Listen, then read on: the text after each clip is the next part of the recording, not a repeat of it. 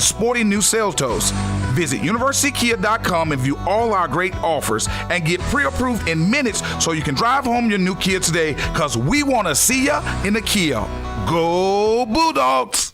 I'm attorney Gary Lackey. You know, you'll hear people say we're like a family, but here at the Lackey Law Firm, that's really true, not just a saying. I'm Justin Lackey. With my father and my sister, we have a special connection to each other. I'm Jennifer Lackey. At the Lackey Law Firm, when we take on your case, you become part of our family. You really do. And we'll always do whatever it takes to get everything you deserve. If you're injured, you worry about getting well, not about paperwork or insurance companies or figuring out how to get to your lawyer's office. I'll come to you. We worry about your case so you don't have to. When you've been injured, we know that your case is probably the biggest thing going on in your life. More important than almost anything else. Almost anything else. And it's important to us, too, for one simple reason. Family takes care of each other, and at the Lackey Law Firm, we'll take care of you. The Lackey Law Firm. The Lackey Law Family. 1-800-4RIGHTS. No representation is made that the quality of the legal services to be performed is greater than the quality of legal services performed by other lawyers. Team and your fans and your league. Greeny, weekday mornings at 10 Eastern on ESPN Radio and on ESPN Plus. South Carolina will cut down the net. When glory beckons and pride is on the line, who are you? Are you the one who leads? Are you the one willing to fight and risk to rise? In a conference this strong, you might think you know who you are until you discover who you can be. The SEC Women's Basketball Tournament begins Wednesday at noon Eastern on SEC Network. Hey, I'm Field Yates, host of First Draft. Join me and Mel Kiper Jr. You see him in the right game you think he could be QB1 or should be. This is Paul Feinbaum. That'll do it for me today. Coming up next, The Drive with Wes Neighbors and Steve Moulton on 97.7 ESPN, The Zone. This hour is brought to you by Woody Anderson Ford, Alabama's F-150 Superstore. Welcome to The Drive with Wes Neighbors and Steve Moulton. Call into the Neighbors Wealth Management Hotline, 256-576-4977. That's how I roll. And I'm not going to drink and drive anymore. That's 256-576-4977. Now, here's Wes and Steve. Is it Happy Fat Tuesday? You say Happy Fat Tuesday? I really don't know. It is Fat Tuesday, and it's here at the Furniture Factory Bar and Grill. In Louisiana, you can't say anything about now on Fat Tuesday. You can't talk. Anyway, it's great. I mean, you realize that they get a week off. Oh, yeah, school's out. Everything. School's out. Yeah.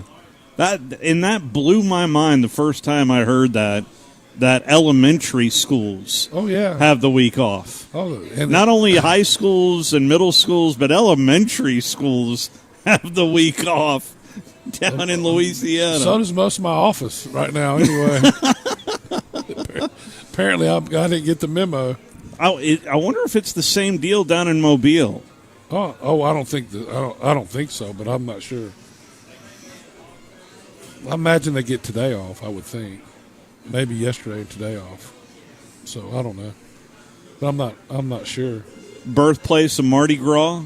Self-proclaimed birthplace of Mardi Gras? It used to be the capital of Louisiana was Mobile. Really? Yeah. Alabama still runs. I was been saving that for Alabama heads to LSU on Saturday for a morning tip. And I mean, it's an 11 a.m. game coming up on Saturday to close out the regular season. We will not be on tomorrow due to Alabama and Texas A&M. But even before that, the SEC women's basketball tournament starts tomorrow. Alabama, an 11 seed. They take on 14 seed Auburn tomorrow afternoon. Battle of Titans sounds like to me. Get ready. They need to hire somebody for the women's coach now to get them straightened out. Get ready. They did make the NCAA tournament last year for the first time in forever, but a struggle this year for Christy Curry's squad but they're the 11 seed, and they take on 14 seed Auburn tomorrow afternoon. So we will start that coverage, I think, around 1:25, give or take a minute. So that they are not the first game of the day. They're the second game of the day. So it'll be a little bit on a sliding scale. So about a month ago, actually I've been talking about Major League Baseball missing opening day. It is official. Major League Baseball announcing about 30 minutes ago from Commissioner Rob Manfred, the Commissioner of Baseball. In which I am going to cancel some regular season games. We worked hard to avoid an outcome that's bad for our fans, bad for our players, and bad for our clubs. I want to assure our fans that our failure to reach an agreement was not due to a lack of effort by either party. The players came here for 9 days. They worked hard. They tried to make a deal, and I appreciate their effort. Our committee of club representatives committed to the process. They offered compromise after compromise and hung in past the deadline to make sure that we exhausted every possibility of reaching an agreement before the cancellation of games. So far, the parties have failed to achieve their mutual goal of reaching an agreement. The unfortunate thing, maybe the most unfortunate thing, is that agreement, the one we've offered to our players, offered huge benefits for our fans and for our players. We have listened to the Players Association throughout the process.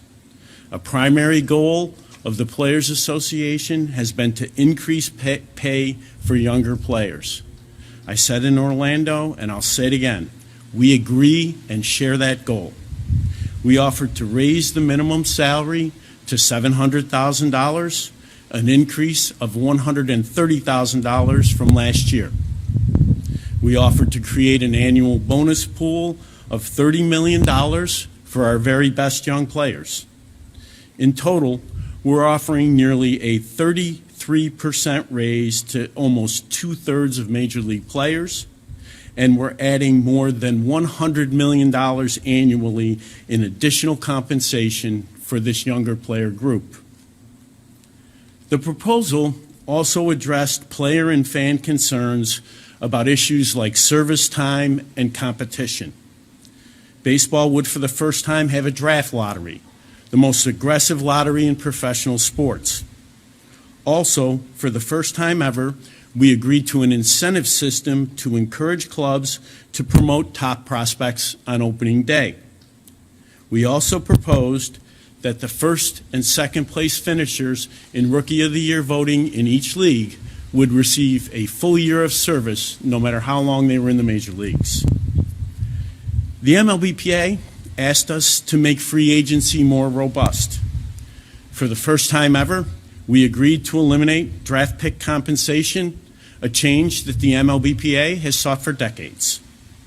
On the competitive balance tax, we offered a significantly larger first-year increase than in the last two agreements, bearing in mind that the competitive balance tax is the only mechanism in our agreement that protects some semblance of a level playing field among the clubs. The international draft would have more fairly allocated talent among the clubs and reduced abuses in some international markets. We also listened to our fans. The expanded playoffs would bring the excitement of meaningful September baseball and postseason baseball to fans in more markets. While we preferred the 14-team format, when the format became a significant obstacle, we listened to the players' concerns and offered a compromise by accepting the 12-team format. Finally, we offered a procedural agreement that would allow for the timely implementation of sorely needed rules like the pitch timer and the elimination of shifts to improve the entertainment value of the game on the field. And we agreed to the universal DH. So what's next? The The calendar dictates that we're not going to be able to play the first 2 series of the regular season, and those games are officially canceled. We're prepared to continue negotiations. We've been informed that the MLBPA is headed back to New York, meaning that no agreement is possible until at least Thursday. As such, camps could not meaningfully operate until at least March 8th, leaving only 23 days before the scheduled opening day. The clubs and our owners fully understand just how important it is to our millions of fans. So there you go. That is a good portion of the statement from Commissioner Rob Manfred. And again, it bears out repeating, this does not influence or affect minor league baseball. But at the same time, I think it does affect at least fans mentally that are just, once again, we're at an impasse with Major League Baseball. No, it's not his fault. Did you not hear that? Of course, yeah. It's not his fault. Yeah. It's not my fault. That's what I heard. They did a good job, but it's their fault. I don't know. Anyway, remind me of some of Saddam Hussein's press conferences. Wow. I wasn't expecting that. Yeah, well, that comparison. It just, to me, was just, it's not my fault. We didn't do it. It's their fault. I do understand trying to keep the teams competitive with that tax. Mm-hmm. And you have to do that. If not, and you pull for the Yankees every year, right? Not it. Yeah. If that's a Tom Abraham deal right there. Yeah. So, no, I'm just saying, I like the Yankees personally, but I think it'd be unfair if they didn't have that tax, because the bigger markets are always going to have the most money. So, moving forward, you heard it from the commissioner.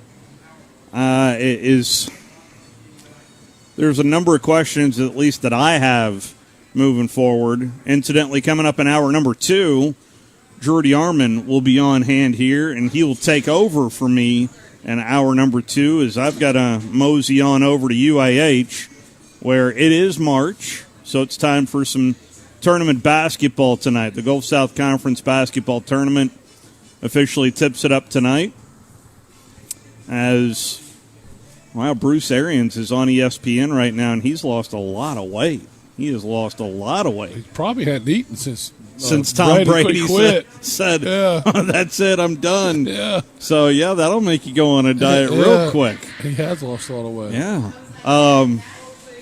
Anyway, that just took me off guard right there. But we do need to take our first time out. Ben Ingram, the voice of the Atlanta Braves, he's got nothing to do. It's his fault. It's his fault. He's going to join us next.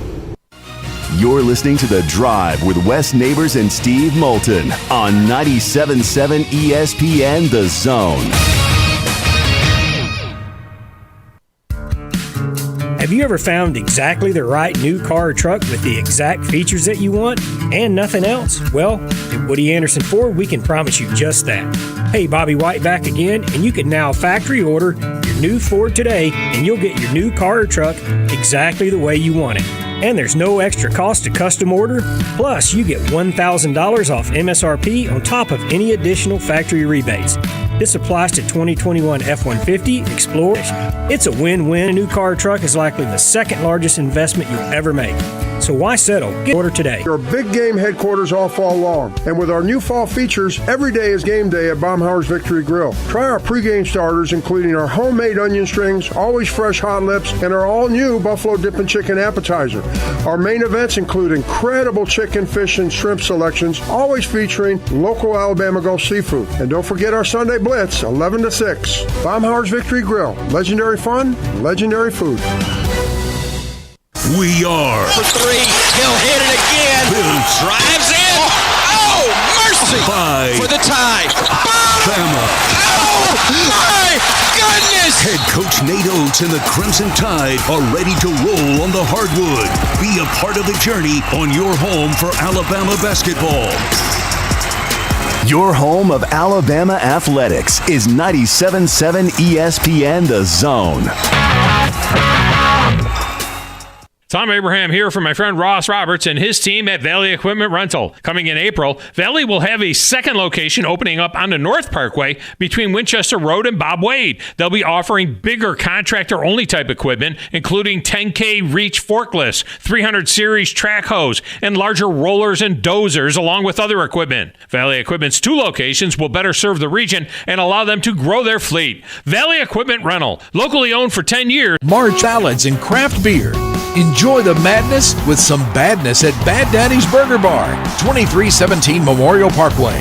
Check out our menu and even order online at baddaddysburgerbar.com. The kitchen is the heart of any home. It's where the family gathers. It's where kids discover old recipes and make them their own. Just starting out or just now getting started on the dream kitchen you've always wanted?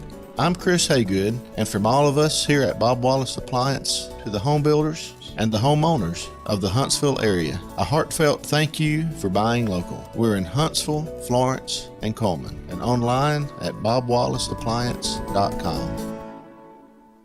At Mr. Sparky, we're America's on-time electrician. Flickering lights and hot switches can be annoying, but they can also signal a major problem, or worse, an electrical emergency. So play it safe and leave it to the experts at Mr. Sparky. Trust our team of professional, clean, and friendly electricians. We'll get it done right and get it done safely. You don't have to put up with any malarkey. Call 888-8-SPARKY. Independently owned and operated. Licensed in the respective state or county. This segment of The Drive is brought to you by Woody Anderson Ford, located online at WoodyAndersonFord.com with 2 locations, Hughes Road in Madison and Jordan Lane in Huntsville.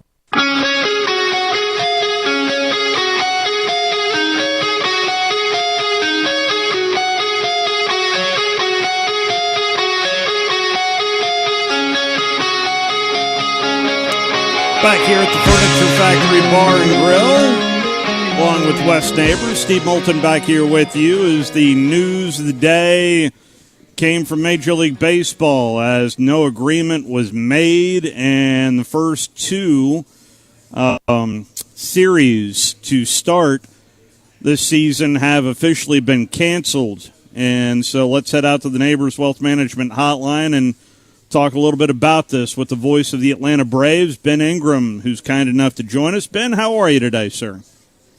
Definitely seen better days, fellas. Definitely seen better days. What was your reaction to what you heard out of the commissioner's press conference about an hour and a half ago? It was very disappointing. Following this thing the way that a lot of us have, I think going late into last night, I was optimistic. I was hopeful that they were able to lay some groundwork to make a deal today. It seemed like, at least the reports were, that they had made a lot of positive movement towards making that happen, but the players rejected that. And I wonder how much of that positivity was floated out there by the owners to be reported. I would imagine that the players probably feel differently about the so-called positivity from last night, given what the outcome was today. So it is very disappointing. The last thing that this game needs is games to be canceled. That's the very last thing that any of us want. And you have a lot of people that are relying on owners and players to get this thing figured out so they can go do their jobs. Now, to me, the question is what happens next? And we know that the first 6 games of the season are now canceled, so we can't play 162 games. But what does that number end up being? It's March the 1st right now, and I don't think that they're going to negotiate again for another 48 hours at least, maybe even into next week.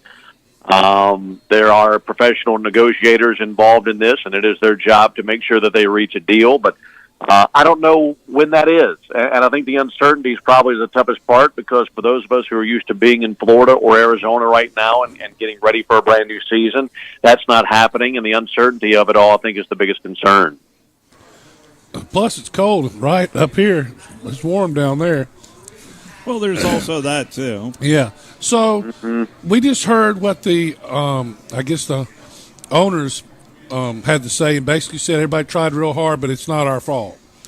What do you think's the main holdup? I wish I could answer that question. I really do. When it comes to the business side of this and the negotiations, I know all the things that are on the table. I don't know that it's one particular thing. The thing that I can't stand, and this is just me personally, is when it comes to one side wanting to act like they're the side that's right, and the other side are the villains. I don't see it that way. I think they have to work together. To me, that they should be focusing on being on one side. This is for the game. This is for baseball. This is for fans. Fans are going to remain. Players are going to come and go. Owners are going to come and go. But the game, you want to be intact and in a good position. I understand when it comes to the players, they want to make sure that this CBA has them in good standing for a while. And the next generation of ball players who come in will inherit a very good, a very fair situation. For the owners, obviously, they want the game to be popular, but they also want to make money. It is a business, and that should be their primary concern. I understand.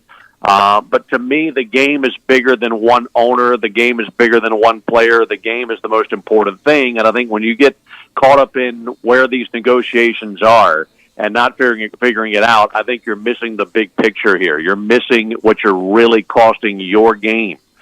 To me, it's the best game in the world, and I love broadcasting basketball and football and other things, but to me, baseball is my favorite game. So to see the game suffer, to me, that's something that should never take place, and I just hate that you would have two sides that want to persuade the audience to saying, look, we're the right side, they're the ones who are to blame. Maybe they're right, maybe they're wrong. At the end of the day, I really don't care. All I know is that I don't have baseball, and it doesn't matter whose fault it is. I just care that we don't have it, and that's where my frustration lies. Talking with Ben Ingram right now, the voice of the Atlanta Braves on the Neighbors Wealth Management Hotline. Didn't hear anything from the statement from Commissioner Manfred, but was asked about it, and I thought I was really glad to hear it brought up on people depending on this income in Arizona, in Florida for spring training and what it means to their bottom line. And I think that is a real storyline that, frankly, is not being talked about. I realize we all want Major League Baseball to start on time, but the fact that a lot of people are being hurt right now in the pocketbook, I think is a significant story as well, Ben. Yeah, it really is, and I understand that the spotlight's going to fall on the owners and the players, and that makes sense. But baseball is a very, very large world of people. When it comes to people who work in the game day employees, and that's everything from people in parking lot being parking attendants all the way up to people in the front office. They rely on there being games, and I understand we can't have games without the players, and the owners need the players, and the players need the owners, and the fans need the game. I think when it comes to that, it's not just the people who are relying on the players and the owners to get a deal done, myself included. I think the fans are in that as well. I think they have to keep in mind the generation by generation fall off that there has been in this country when it comes to people who really follow the game and making sure that the game continues to grow. You just want the game to have ultimate popularity, and I think in a lot of regards, if you're looking at TV viewership and things like that, there are times where baseball doesn't stack up to football or basketball maybe the way that it used to. But this certainly doesn't help. I mean, this further diminishes the game, and I think that's the big picture here. So I know that everyone's bottom line is most important to them because they're the ones who have to keep the lights on at their homes and put food on the table and things like that. But it's a big responsibility, I feel, to the players and the owners to get this deal together to keep everybody floating along, just like you just mentioned, the people who do rely on the game as their means of income, for people who have careers in the game. There are lots of us who do various things that are relying on them to get a deal done so we can be compensated. So, and the folks at the Rock City Trash Pandas, again, wanted to make it very clear that this does not affect minor league baseball, but I do wonder from the major league clubs on who is assigned where, how much does that affect of no spring training? How do they get ready for the minor league season, Ben? Well, I know that when it comes to the minor league players, if you're not on a 40-man roster, they are not included in this lockout. Those players are at spring training facilities right now, which is wonderful. I love that the minor league system will go on and they'll have their opening days, and I especially after what took place in 2020 with COVID and a lot of those minor league cities not having seasons altogether. I hope that people really gravitate towards the minor league teams and support them in ways that they never have. I really hope that takes place.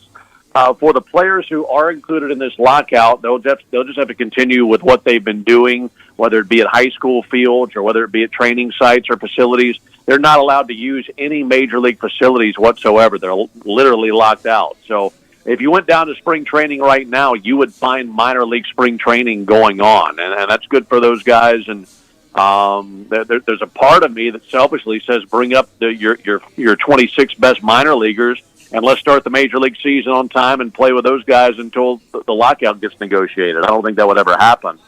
But I am excited for the minor league seasons and glad that they'll be starting on time.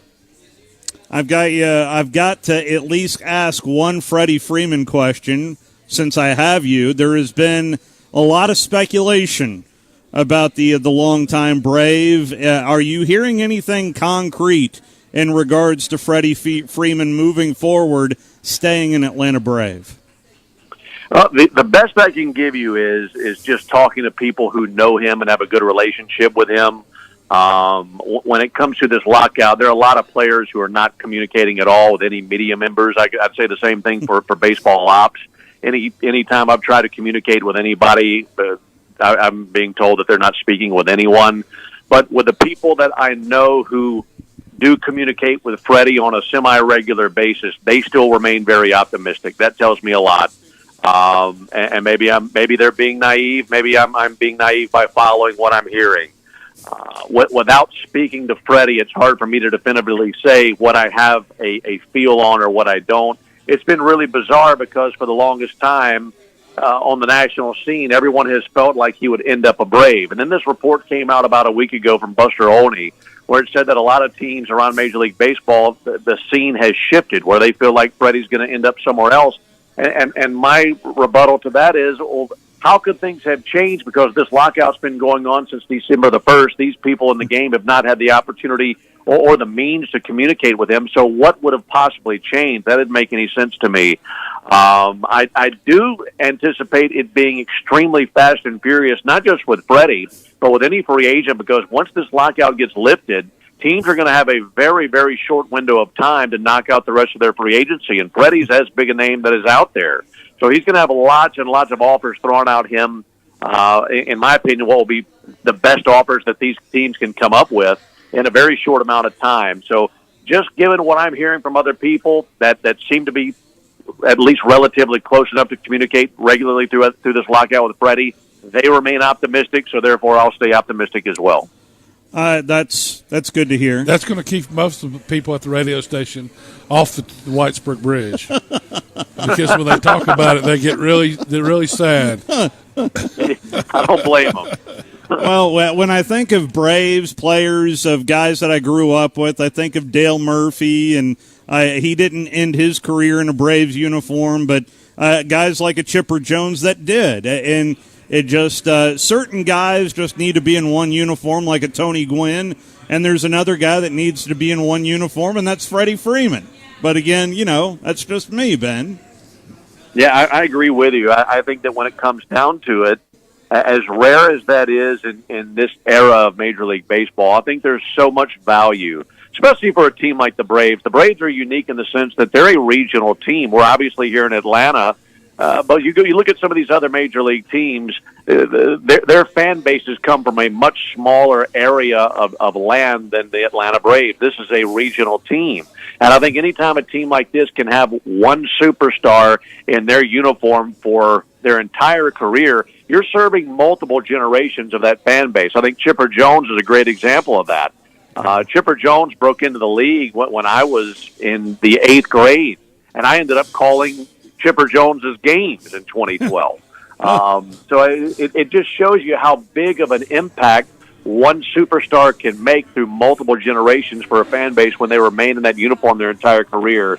I think that's so valuable, and to potentially have that in Freddie Freeman, I really hope that happens because the fan base deserves that. Well, apparently the Major League Baseball Players Association about to come out with their own press conference, and I think we will all get some answers here momentarily, Ben, on how wide the gap is here moving forward. Yeah, I hope so, and that's my biggest concern. I know that the league feels like they've made their best offer. I know that the players feel like they've been slighted, and that there are things that they need to take care of. I just hope that answer comes very, very soon, because to me, I like to have a plan. If we're not going to be playing March 31st with opening day, if we're going to be missing the first 6 games of the season, what's the plan? And I think that's going to be the toughest part in between these negotiations, is wondering when's the next time they sit down, when can they actually make up some ground on this whole thing and take steps further towards getting us a season. I hate to think about a 154 or 140 game schedule or whatever it may be. I hate to think about it for people who are relying, people who work in the game, who aren't players or owners, who are relying on that paycheck and that compensation that comes from the game. Everybody wants a resolution. Everybody wants an answer, and I just hope we don't have to wait too much longer for that. Ben, I'll let you get back to it because the press conference is just a few moments away. In fact, we're going to try to carry some of it right now, but certainly appreciate your time and your insight as well, and thank you so much for hopping on with us. My pleasure. Thanks so much for having me.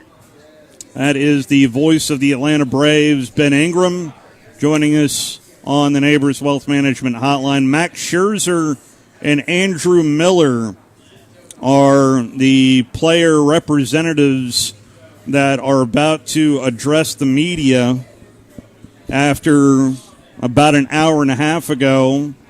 The commissioner of Major League Baseball, Rob Manfred, went through a lot of positive agreement that the two sides had.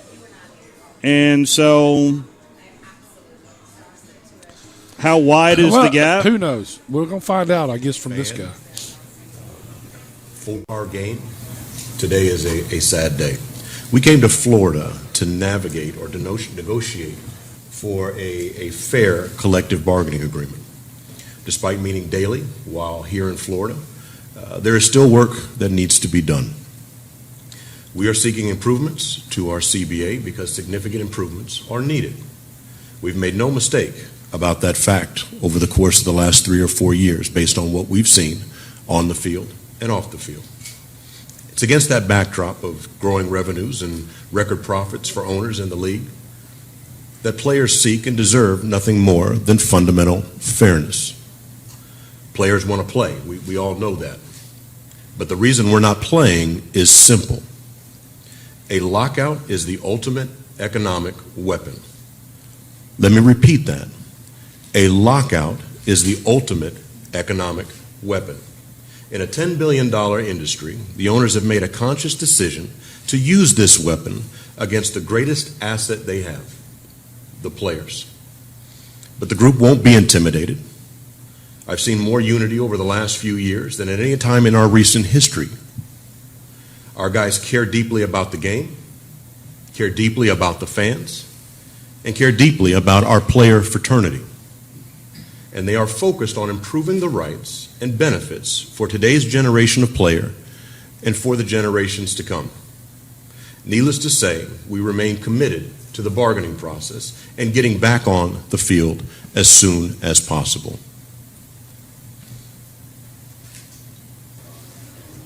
Well, that's clear as mud. Sylvia, are we opening the floor? There is a Q&A now. Matt Scherzer and Andrew Miller are on the board, are at the table. As I guess this is for anyone who wants to answer it. I mean, you guys knew coming in this was going to be contentious and they weren't going to kind of roll over for you. But was there anything about the way the owners approached this or their priorities that surprised you and complicated this even more than you thought? Thank you for the question, and I suppose I should have introduced the folks that are here on the dais. To my right, Andrew Miller. To my left, Bruce Meyer with the PA, and Max Scherzer on his left. In regard to the process and what we've seen, the entire process has been an interesting one, to say the least. In a world where you are looking to make changes, make adjustments, make improvements based on what it is you're seeing, you understand that you need as much time as possible to work through those things. It's why we started the process when we did in April. It's why we made the core economic proposals that we did in the first part of May. It's why we remained available, whether on Zoom or as the pandemic afforded us the opportunity to meet in person. We made ourselves available then.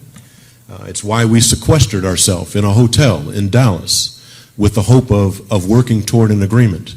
It's why we stood ready for 6 weeks after the lockout on December 1st, ready to have a discussion. It is remarkably interesting against the backdrop of the things that needed to be worked through to find ourselves on February 28th, over the course of the last week in West Palm Beach, working through the issues that, quite honestly, needed to be and could have been and should have been discussed in more depth much earlier than they were.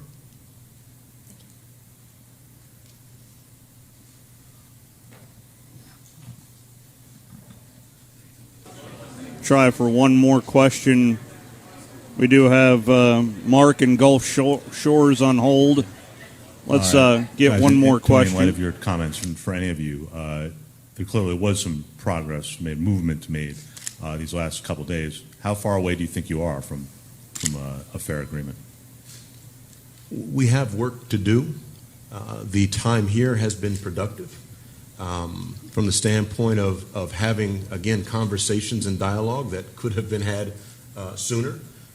And I say that not because the issues aren't challenging. I say that because we've been committed to having those conversations since day one. So again, us being here over the course of the last week, productive conversation. We look forward to getting back to work at it as soon as possible. That is the Major League Baseball Players Association representative speaking down in West Palm Beach. This after the latest proposal was rejected by the Players Association. I mentioned Mark is on hold. Let's talk to Mark down in Gulf Shores. How are you, Mark? Hey, I'm doing real well. How about you guys? Doing well. Hey, I think I got a pretty good firsthand knowledge of this sort of thing. My dad played in the major league. He was a 4-year starter for the Cardinals. Back, I don't know what year that was. I know he died in 2009. I miss him just like Wes misses his dad. And I wanted to mention that in 1993, I remember we used to always go to the Braves games, and my dad was good friends with Bobby Cox. And the long and the short is that when they did that strike, my dad had 8 season tickets, season tickets for the Braves. And it wasn't that he liked the Braves as a Cardinal player, but he liked Bobby Cox. So the long story short, my father never went to another Major League Baseball game, and here's the clear reason why. It's because of the joker that just spoke, who said that, quote, we care about the fans, we care about the people out there, taking the tickets, we care about all these other people, and they do not. And you got millionaires and billionaires arguing over, an additional perk here or there. And until you played the game and you see just how ruthless Major League Baseball has become, and this was back in 93, that, I wish we really did have someone that could come on, and maybe I'm one of those that can give the story behind Major League Baseball. This has nothing to do with what's best for fans, and has everything to do with what's best. Probably I would say owners first, but don't let the players off the hook. they're complicit. I can promise you. So that's the reason why I've never been to a Braves game since 1993, and we'll never go to a Major League Baseball game because it's no longer America's greatest game or whatever we want to call it. It is. It's just a shame, guys. I'll take any questions you have on this, but my dad was adamant. He never did. I never will. It's because of this right here. And they lose thousands and thousands of fans when they strike. Well, yeah, you mentioned it. Yeah, it took that home run derby, for lack of a better term, between Sosa and McGuire. It still hadn't come back all the way. Ignite it a little bit. It came back, but not like where he's absolutely right. Yeah. Baseball struck before, and it's never fully recovered. When they struck the first time, they were the most popular sport in the U.S. They're not even close anymore. Matt Scherzer is talking. That the landscape across the game has changed, and that more young players, more than ever, are entering the game and producing at high levels than we've ever seen before. We as players wanted to address that and obviously raise their level of compensation up relative to league revenues, so that better reflected that compensation level. And so, as we navigated through the process, we still feel there's dollars to be allocated towards them that would fairly compensate their contributions on the field more so than what's on the table at this point. And as players, we recognize that and continue to fight for those guys, that it's not about Andrew or me in the free agent level, that it's us as the free agents looking backwards and realizing that we need to allocate more of those resources to them. That's Max Scherzer. Well, I mean, the point is they're locked out by the owners. Yeah. He brings up some really good points. Why haven't they been? They're working through a lot of stuff they should have already worked through. Negotiations are sometimes done by people who are being paid a lot of money based on their time. And Amen to that. Hey, let me go on this one, Wes. The NFL does it right. I'll tell you this: the NFL does it right. They don't bring it into some circus like baseball does. And I can tell you this: can you think of a time when the NFL's had a strike that's been catastrophic for the league? No. Well, I mean, they had a strike, and listen. So I was involved in that strike. 84, I think it was, or 88. No, 87. Yeah, 87. So, but in that strike, they were striking for the older guys more than they were striking for themselves. The older guys couldn't live off what they were getting. I mean, they were getting like $20,000 a year. Yeah, and that's when I think that when you realize what they were striking for, it kind of they were striking for my father and those guys, and that's what ended up. I think that at that time they had the best interest. A couple of years ago when they started fooling around with it during the preseason, I think that was more of a play by the because they end up settling and giving everything to the owners. Basically, that's when the head of the guy call him Tag the Blue, but he was good. The guy that was that runs the NFL now. Goodell became the judge, the jury, and the executioner. And the executioner, and then if you appealed, he became the judge again. Yeah. And whoever gave him that deal is the worst deal ever. We do need to take our final time out. The Hall of Famer is on deck. We'll explain on the other side. You're listening to The Drive with Wes Neighbors and Steve Moulton on 97.7 ESPN The Zone. Ann Adams with Berkshire Hathaway Rise Real Estate is the one name to know if you're buying or selling real estate. With years of local experience, Ann Adams offers buyers in-depth knowledge of the local housing market and will narrow available properties down to those you'll be interested in so you can save time when shopping for your new home. If you're ready to sell, Ann offers a seamless process using accurate pricing and expert negotiation skills to make sure you get a fair price for your home. Call Ann Adams today at 256-337-2625 or log on bhhsriserealestate.com. The PGA Tour's Corn Ferry Tour is coming to the Rocket City. Join us at the Ledges for the inaugural Huntsville Championship, April 29th through May 2nd. Experience the beauty and drama of the course firsthand. Witness golf's rising stars chase their PGA Tour dreams.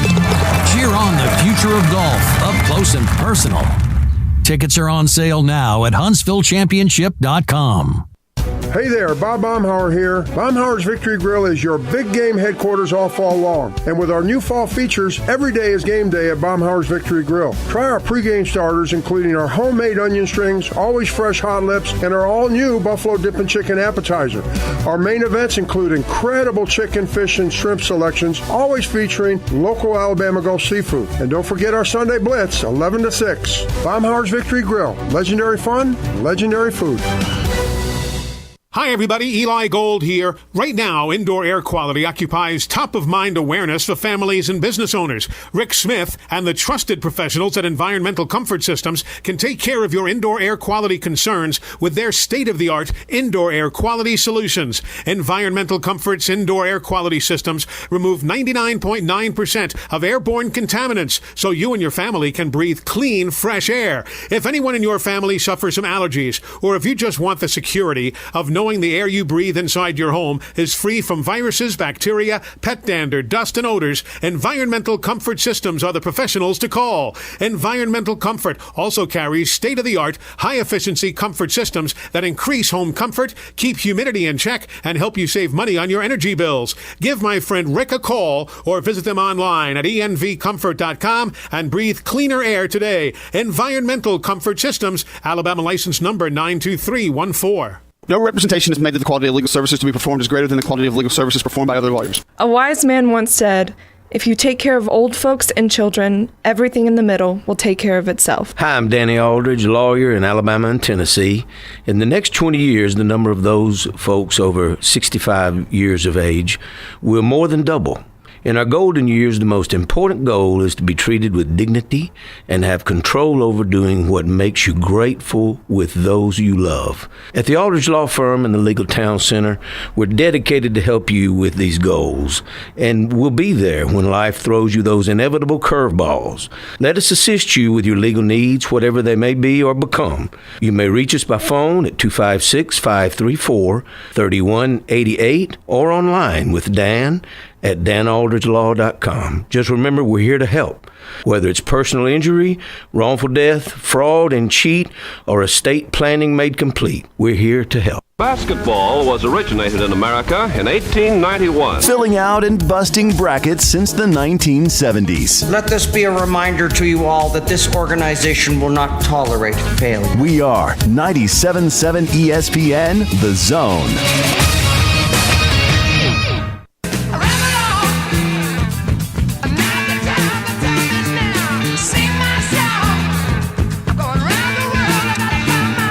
We are roughly about an hour away from pregame. It is March, after all, as after this segment, Drudy Arman is going to fill in for me here at the Furniture Factory Bar and Grill, and I'm making my way over to UAH as the Chargers take on the Wolves of West Georgia in the first round of the Gulf South Conference Basketball Championship. And yes, the Hall of Famer has the headset on. Jen is with us after her fantastic performance last week, and I wasn't here last week as well. I missed you. I would have had that. Well, I loved every second of your appearance last week. Well, I won't make that mistake with again. Tom Abraham filling in. I think she knows what I do. Do we have it recorded? Oh, yeah, Please play it. Yeah, Smokey Mike, if you've got it on handy, I know you probably do. Oh, mercy. Oh, my humiliating. Anyway, yeah, you give me the high sign, Smoky Mike, and we'll get to it. Didn't mean to put you on the spot, but it's Mardi Gras. It's Fat Tuesday. Fat Tuesday. I mean, at the factory. Oh, yeah. In fact, we like Fat Tuesday so much that we decided to kind of put Pedro's food on hold. Yeah. And we're doing the whole New Orleans fair tonight. Doesn't that sound good? So it's the one weekend this year that isn't Pedro's birthday. It's not his birthday Not today. Not today. Not today. No. Oh, we've got jambalaya, king cake, big baguettes of French bread. Doesn't that sound good to slop that up, with all that? Doesn't that sound good? It sounds delicious. Oh, yeah. And we've got these big, tall glasses, these things that are about Yeah, that they tall. got the hurricane. Yes. Steve. they got hurricanes made here with the big glasses. So what do you do, Wes? So I do more than 2 hurricanes. But we've got somebody at this table has a 2 hurricane limit. There's no doubt. Really, 1.5. Really? No, I did finish the second. Yeah, you did, but your limit is 1.5. Well, That's I'd like my point. to see that. That's fair. I've already decided y'all would be much more interesting if you had a little more happiness to drink. Anyway, that's how much I listen to sports radio, I guess. Moving on, before I embarrass myself anymore, y'all need to come down tonight. Yes. Tell us for the drinks. Yeah, so we've got hurricanes, $5. We've got those big old yards, $8. A yard of hurricane. Yeah, you can get a yard we of do hurricane. Fireballs, margaritas, Jameson, all that. A yard of hurricane. And Hurricane. a big, it's they in a make yard that of drink glass. in a pitcher, and then you see how much you can drink. Yeah. Well, if you don't by like the that time- beer. It's not anymore. Oh, one of those. Oh, my goodness.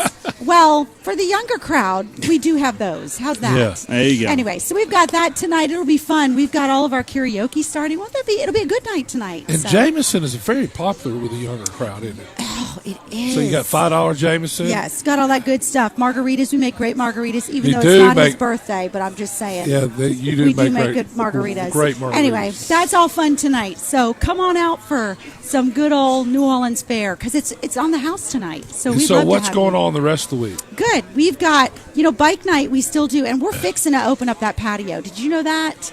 And we're going to do some new VIP areas. I'm excited about that. I noticed you have one inside now, the new VIP. Yeah, right over do. here. You like it? Yes, I do. I mean, my phone has been bombarded with people that want to book it for birthdays and parties and all that good stuff. So we're trying to make it a little more friendly that way. But we've got that. In fact, just talking about the shows coming up on our Facebook today, we just uploaded all the upcoming events for the spring. So we even have where you can get your tickets and start ordering now. So anyway, we're excited. All right. That's coming soon. All right, Smoky Mike, have at it. Only place. Do. This. This is doing a show. I'll have you know, this is doing a. What do you mean? What do I do? That's a good question. That's a great What do you mean, question. what do I That's do? A great, what do you do? The air. I can shh. I'm going to You crawl can't right hear that under on the air. I table. can hear shh. I'm going to crawl right under the Oh, table. no, that was good. No, You that did was good. fantastic. You did good. Yeah, Hall of Fame anyway. material right there. Oh, mercy. Vinny's asking who it was. It was Tom Abraham Yeah. did the show, and he was peppering her with a question. Finally, she goes, "Who are you?" Well, I thought maybe he was a guest or something. He was the Guest guest host. host. Yeah. Guest host. Yeah. And we're gonna try to get him to come back. We're not Oh, sure. mercy. This is why Drudy Armand's coming in next hour. Gosh. Yes. I can see my time is up. No. Having said that, we've got a lot of good things coming up. Well, So yeah, with I the mean, weather Always something Yes, going on, and yes. today, and it's going to be beautiful all this week. weekend, so Rodeo Bob, we've got country music, we got it all coming this weekend. So y'all come on. And It'll be a if you great don't night. like the one band outside, there's always one inside. That's too. right. We've It's- got it it's- inside, outside. That patio's open right now, so we're Yeah. fixing to really get Yeah, going. it's the closest thing to being at the beach is the furniture factory. Isn't it though? It really is. Without Oh, the yeah. drive. Without the drive. That's right. Hey, we've got it, and this spring is going to be our best yet. So, is there? Tell me when the bands are ramping up. Oh, well, we've got shows coming up starting in, I believe, the end of March and into April. So we're telling everybody to go on Facebook and just see who we've got. We've got some great surprises. Well, I think Auburn goes on spring break. I want to say next week, and then I know more colleges and then Yes. schools. I know Madison County does their spring break the week of March the 14th. So I mean, as soon as you come back from I know. spring break, Come on, we got it. take a break from. There you go. Because I don't know how many spring breaks I've been on. I need a vacation after I go on spring break. Well, as long as they're 21, that sounds fantastic. Right, well, that's why I'm saying, like, me. Yeah, we're excited. So our patio is going to be the place to be in March coming up. There you go. Jen, it's always a pleasure to talk with you. Thank you for having me. Glad to be here. We know what you do. Yes, and I know what y'all do. I will never ask that. Mercy. No, we want you to ask that again and again and Oh, again mercy. and again. Thanks, y'all. Thank you, Jen. Benny Nelson is here with us, and he is going to keep y'all company in hour number 2. Wes, I thought I needed 2 people to fill in for me next hour, so Drew DeArmond and Mr. Benny Nelson kind enough to hang out for the next 40 minutes or so. How are you, Benny? Doing good. Thank you very much. I've been hanging out with Benny for a long time, though, Steve. It didn't help any, it looked like. So. I did all I could do.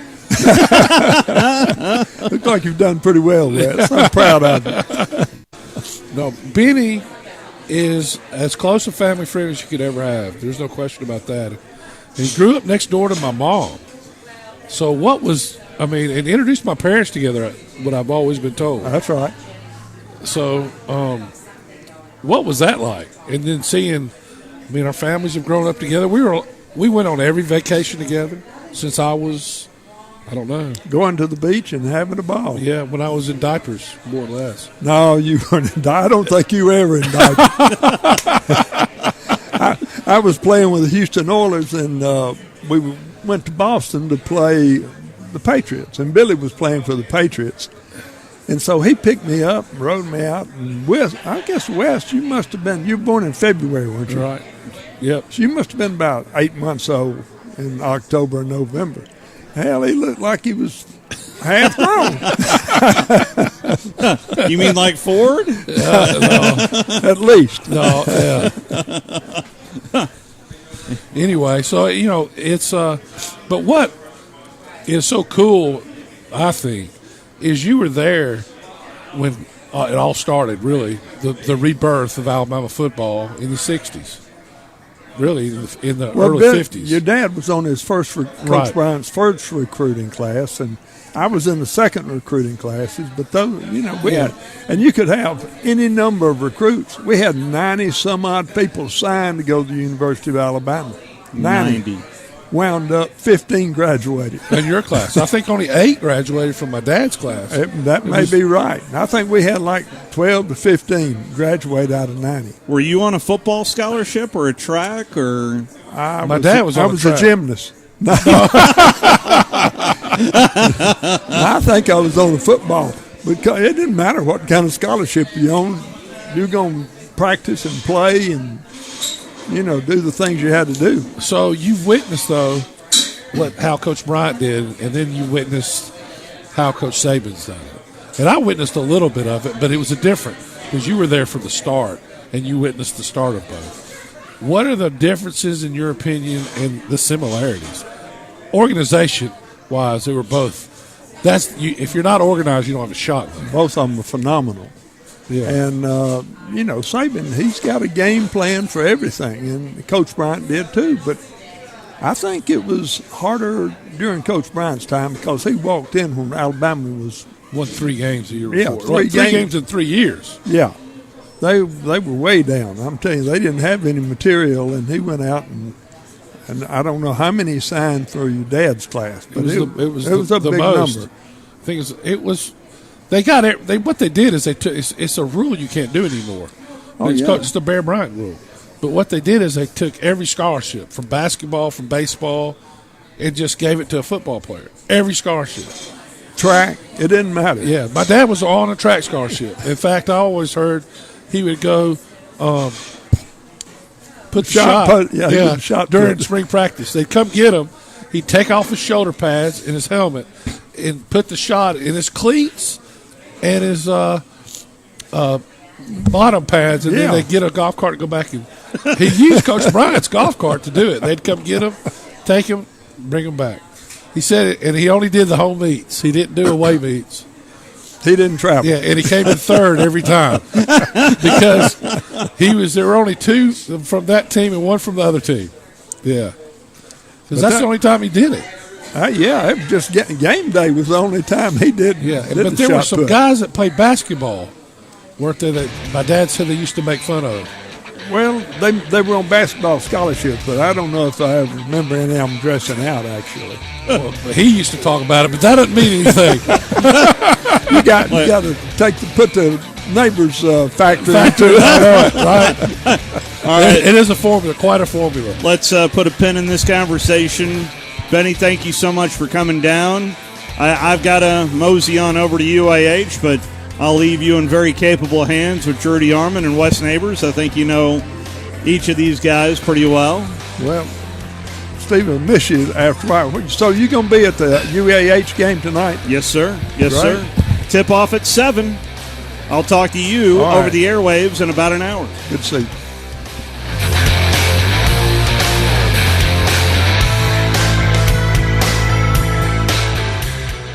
Tom Luganbill here for my friends at Woody Anderson Ford. Bobby White and his team take great pride in their service department, and you can see it the moment you walk into those beautiful new service lanes. And just like a championship team, they all work together to make sure your experience is second to none, whether you drive a Ford or not. Also, check out the gold certified pre-owned inventory at Woody Anderson Ford for great deals every day. Stop by and see them at Jordan and Sparkman or at Woody Anderson of Madison on Hughes Road, or visit WoodyAndersonFord.com. March means basketball, and nothing goes better with basketball than a little badness from Bad Daddy's Burgers. Pair one with one of their signature cocktails or assortment of local craft brews. Bad Daddy's is the place for chef-inspired burgers, giant chopped salads, and craft beer. Enjoy the madness with some badness at Bad Daddy's Burger Bar, 2317 Memorial Parkway. Check out our menu and even order online at BadDaddy'sBurgerBar.com. Check out Baldwin on WZZN, Union Grove, Huntsville, Alabama. 97.7 ESPN, The Zone. This is SportsCenter. Hello there. I'm Mark Robbins, and I am the bearer of bad news. Major League Baseball will not begin its regular season on March 31st. The Players Union rejecting MLB's latest proposal Tuesday afternoon. And in reaction to the rejection, Major League Baseball has canceled the first 2 series of the season for each team. That is 91 regular season games in total. ESPN MLB insider Jeff Passan says both sides want what they want. Not just talking past one another, but it's almost like they can't understand one another. And all of the grievances that Major League Baseball players have against the league came out and solidified their position. They weren't going to take a deal just to take a deal. Similarly, Major League Baseball was not going to move toward the players simply because they wanted them to move in that direction. That's Jeff Passan earlier on ESPN Television's SportsCenter. Negotiators for both sides have gone home from Florida, and they are expected to resume negotiations on Thursday. In the NFL, Mitchell Trubisky has signed a 1-year deal with Buffalo to continue to be the backup to Josh Allen. Niners quarterback Jimmy Garoppolo will have shoulder surgery soon. That's a tongue twister. And be sidelined until the summer. And speaking of shoulders, did you know the Cowboys' Dak Prescott had surgery on his left one recently? Well, that was revealed by Dallas head coach Mike McCarthy today at the Combine. Coming up next here on ESPN Radio, it is Spain and Fitz. Keyshawn, J. Will, and Max. John Morant. The stuff he does on a nightly basis, the bang he had on Jakob Porter last night, he just does something every single night that is a highlight reel. More from the guys Wednesday morning starting at 6 Eastern on ESPN Radio and ESPN2. 97.7 ESPN, The Zone. Welcome to The Drive with Wes Neighbors and Steve Moulton. Call into the Neighbors Wealth Management Hotline, 256-576-4977. That's how I roll. And I'm not going to drink and drive anymore. That's 256-576-4977. Now, here's Wes and Steve.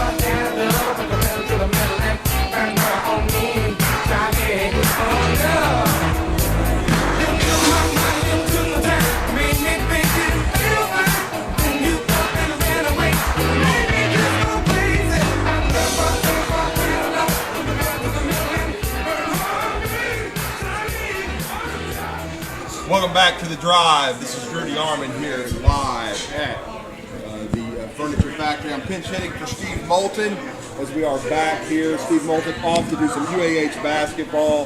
UAH going to take on West Georgia in the what they call Super Tuesday in the Gulf South Conference Tournament. You have to win to continue your season. UAH 19-10, 4-game winning streak. They won 3 games in the last 6 days at Spraggins Hall. They'll have a 4th tonight against West Georgia. They just beat West Georgia about 8 days ago over in Carrollton. They're going to try to do it again tonight.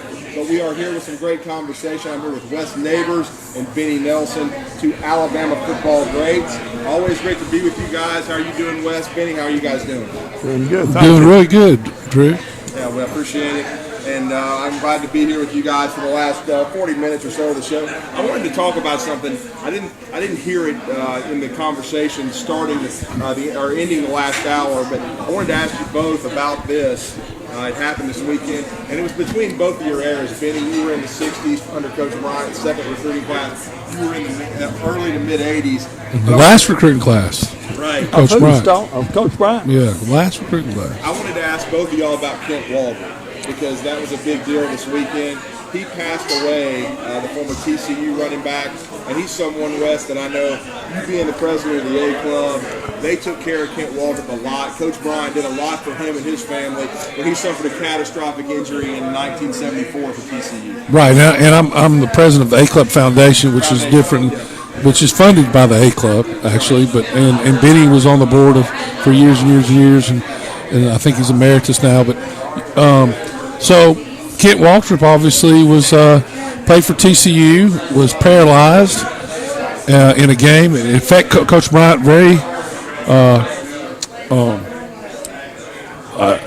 he's very emotional about it. Went and sat with him and his family in the hospital for every chance he could while he was in the hospital at Birmingham.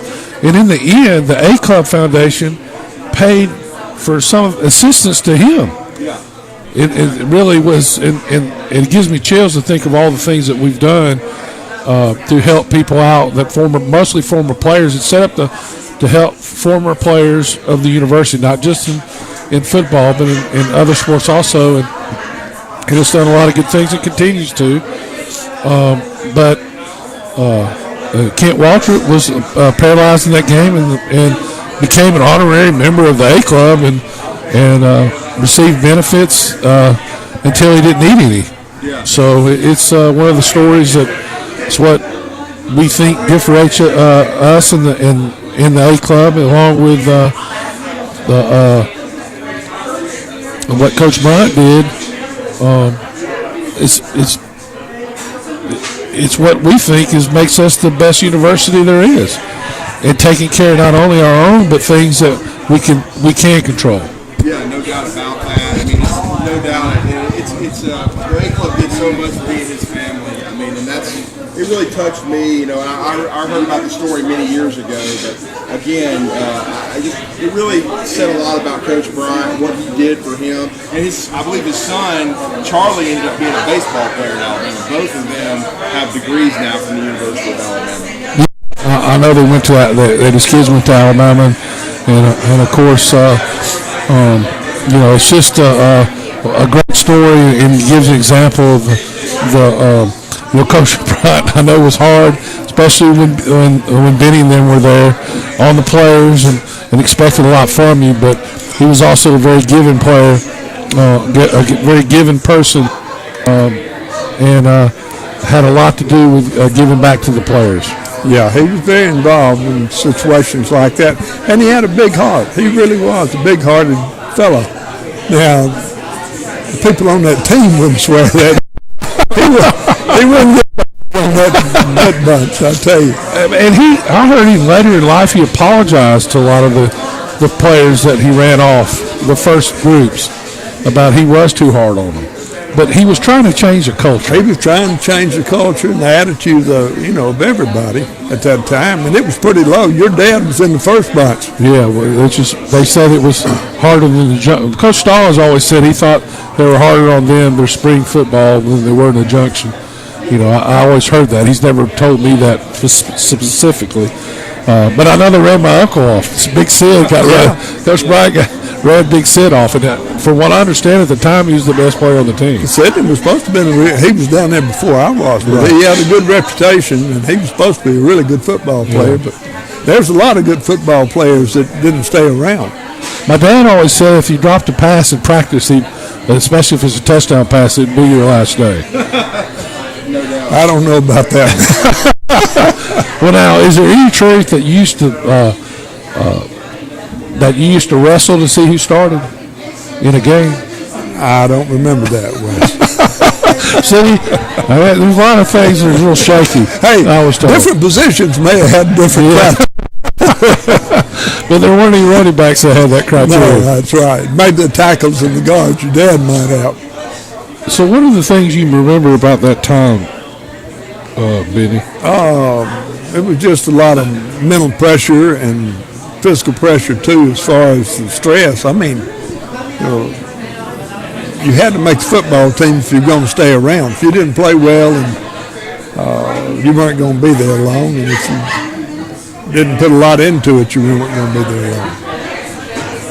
And was the off season? I always thought the off season was the worst. I hated the spring. The upper gym, man, it just wear you out. It was amazing how tough it was. I mean, there were people coming out of there with bloody noses. It was tough. So if y'all weren't wrestling, how you getting a bloody nose? We were wrestling. I mean, there was like 3 different periods during this thing. One of them may be physical contact, the other may be running, or one thing or another. Yeah, no doubt. And I think, honestly, that's the mental tough part is what I always hear when I hear about when Coach Bryant first got there at Alabama. It wasn't so much the talent. He wanted you to be a talented player, but he wanted to see how far he could push you and mentally and physically to see if you would break. And if you didn't, you stayed around. It's what you guys were talking about as I came in. It's pretty amazing because in those days, Benny, when you were signed, he could sign as many guys as he wanted to. And yet, as you said, I think, maybe 8 to 15 guys in the first 2 classes, 8 in one class, maybe 15 in the other, all that was left.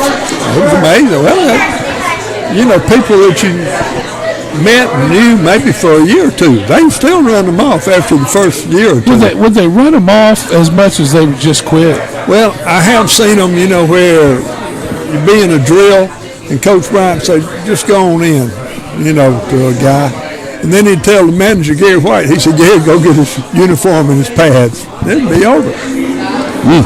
So I don't know if you stuck around in school. I don't know if it's still liable for your education or not. Right. But nobody hung around. Now, there was a guy the dad used to talk about. I'm trying to recall his name. I know he just passed away not long ago. That actually Coach Bryant did run off. He changed his name. Wow. And played at Oklahoma or Oklahoma State. Bud, you were friends with him. I know Bud. Bud Casey. Bud Casey. And he changed his Travis Casey. Yeah, he was Travis Casey, and changed his name to Bud Casey.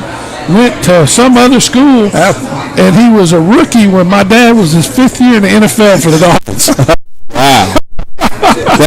Somehow, I don't know where I was or where we were, and we were where he was practicing. And we looked out there, and there's Travis or Bud or whatever you call him. And it was at the Senior Bowl, I think. Well, it may have been when we said, hey, Bud. And he looked over and with his finger in his mouth like, Travis. And he ended up coaching with Coach Dye at Auburn for years and years. Was he the running backs coach? Yeah. Bo Jackson used to always imitate him all the time. Yeah, blood in the saddle, remember?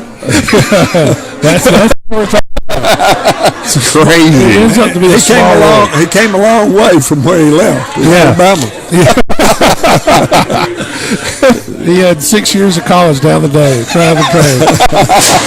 That's crazy that you could change your name and then. Back then there weren't computers and all the things to keep up with you. Yeah. Well, my question is this: how many years of eligibility did he have? He had the same as many. He had 6 years, obviously. Yeah. Because it was at least he played 8 years. He may have. I don't know. Wow. my dad, they were the same. He was the same age as my dad. Right. And he got out of school 4 years later. But he didn't do any military time. Because my dad was at Miami. That was going to be his 5th year. Yeah. So he was 4 years, and now I don't know if he went straight there or waited 2 years and went to school as a freshman. Yeah, he was around a while. He got his money's worth. He should have had his doctor's degree. Yeah. Well, I just remember seeing him on the sideline when we did the walk around and just saying hello to him, and I never said anything. But when I was reading Bo Jackson's book, I remember reading about Bud Casey because he was talking about how he used to have to basically just tune him out. Oh, yeah, I'm sure he was. Well, I mean, you think about his job's to make a guy play, and Bo's problem was not his athletic ability was off the charts. It's getting him to show it every down on every play, and he admittedly is not a practice player. That's what he was talking about. Coach Dye said he wasn't a practice player, so obviously, if you ever saw Bo Jackson, you look at him and you think, wow. Yeah. That's all you would think was wow. Yeah. I mean, he had the biggest thighs of anybody I've ever seen. He looked like the opposite of the motorcycle guys on the commercial. Yeah. They're half motorcycle, half man. Yeah. He looked Bo like he was a horse. His legs were he just looked so like an athlete, and he had this tiny hips, so you could know he could move. I mean, I watched him run the first time. I came out of practice for the All-Star game. Yeah. And I was like, holy God, who is that? Yeah. I mean, because he didn't look like, I was hoping he was on going to be a sophomore for Alabama or something. He was just practicing with us because he was on the other team. We ended up shutting him out, though. Well, I mean, the funny thing is with Bo, though, like you Great said. player. But he had to get that work out of him. And so you know that what he was saying to him. Because there's a reason Coach Saban doesn't let parents come to practice. Lets them come to the scrimmage, but doesn't let them come to practice. And I figured it out the first time I was there, and I remember what it's like. Yeah. I remember Dante Hightower, they were going to need him to play as a freshman. Yeah. And what they were saying to him, you would want no mother to hear. I guarantee it was different what they were saying in his living room. But it takes that to get yourself to push yourself hard enough to be able to be competitive at that high level. You just don't realize it because in the Southeastern Conference, like a lot of these other conferences also, and Benny knows, you have to be at a different level than you ever thought you were in high school. Mm-hmm. Oh, yeah. It's not even close. Yeah. And you have to be ready every game, every play. Every play. You don't know when it's coming. No. And that one little play, if you load for something, you're going to get beat, and that might cost you the game. Yeah. You can't have it. But in high school, I'm sure you watched his film, and 3 or 4 plays he'd take off, and then when he wanted to, he'd just run over everybody for a touchdown. Can't do that at college. It takes every play, and that's what they're trying to get at him. So I imagine I could just hear what Travis was saying to him. It was kind of what they were doing to Dante Hightower that day, I'm sure. Oh, I'm sure it was. And Dante ended up having a great career, no doubt about that. Has gone on to be a borderline Hall of Fame player. We'll see how he finishes the rest of his pro career, but he's been tremendous. He's already got 3 Super Bowls with the New England Patriots, and he was a guy that went late in the first round, and I think part of it was because he came off of an injury, a severe knee injury in the 2010 season, or excuse me, during the 2009 season, and then came back in 2010. Really wasn't himself until 2011, but's had a great career and is someone that was kind of under-recruited. People forget this. I one time, and with my sense of direction, got lost coming back from the state tournament in Tennessee, went by Lewisburg High School, and that's the first thing my buddy that was with me was like, hey, Lewisburg High School. I was like, the alma mater of Dante Hightower. And the funny thing about Dante is he was kind of a late bloomer, and his final 2 were Alabama and Vanderbilt. Phil Fulmer showed up at the high school trying to get Tennessee involved late, and Dante wanted nothing to do with Tennessee, but he almost went to Vanderbilt because that's how smart a kid he was. And that probably goes to the fact of what you guys are talking about, being pushed and being able as a freshman to get on the field and retain enough information to play, because that's what made Minka so special, because Minka Fitzpatrick to me is still one of my all-time favorites of the Saban era. He did not enroll early and still started the first game. Here's the deal. You can't be thinking out there. That's right. If you're thinking you're going to get beat, it has to be reaction. And it takes a special player to play as a freshman. I couldn't do it. I played as a redshirt freshman. I couldn't do it. So if you're worried about making a mistake, you will. You got to be 100%. And now they didn't need me to play, right? And so they were very careful, and they actually were switching me positions, trying to figure out what I was going to do. Yeah, because you were a linebacker when you redshirted. I was the fattest linebacker in captivity when I went to Alabama. Well, before we go to break, Benny, when did you feel comfortable playing? I mean, when did you you felt like you weren't going to be thinking, you were just going out there and being comfortable to play? Well, I was a red shirt, so that gave me an extra year after my freshman year to kind of fill in. Plus, freshmen didn't play at that time. That's right. You could only play 3 years. So most of us had a little age on us, at least a year, when you got in your first varsity game. Mm-hmm. But, it's just a repetition. You know that over and over and over, and it's what it comes to. But the thing about running back, I was thinking about, for offensive play to work, 95% of the time there has to be a hat on a hat. Yeah. Or it doesn't have a chance to work. But then you have to have, the back better have vision to find the hole, or there's not going to be a play either. I mean, everybody can be blocked. You've seen the guy run right into the lineman that's blocked, but he just went the wrong way. The back did. That's right. So that's what I was going to kind of ask you a little bit about. At least we need to go to a break and come back. Yeah, and come back. Yeah, it's about having the vision to be a running back. Was it natural or required? Yeah, and we'll talk more about that with the great Nelson West Neighbors here at the Furniture Factory Bar. Stay with us here. We'll be back in just a couple of minutes. Log on today, 977ESPN.com. You're listening to The Drive with Wes Neighbors and Steve Moulton on 97.7 ESPN The Zone.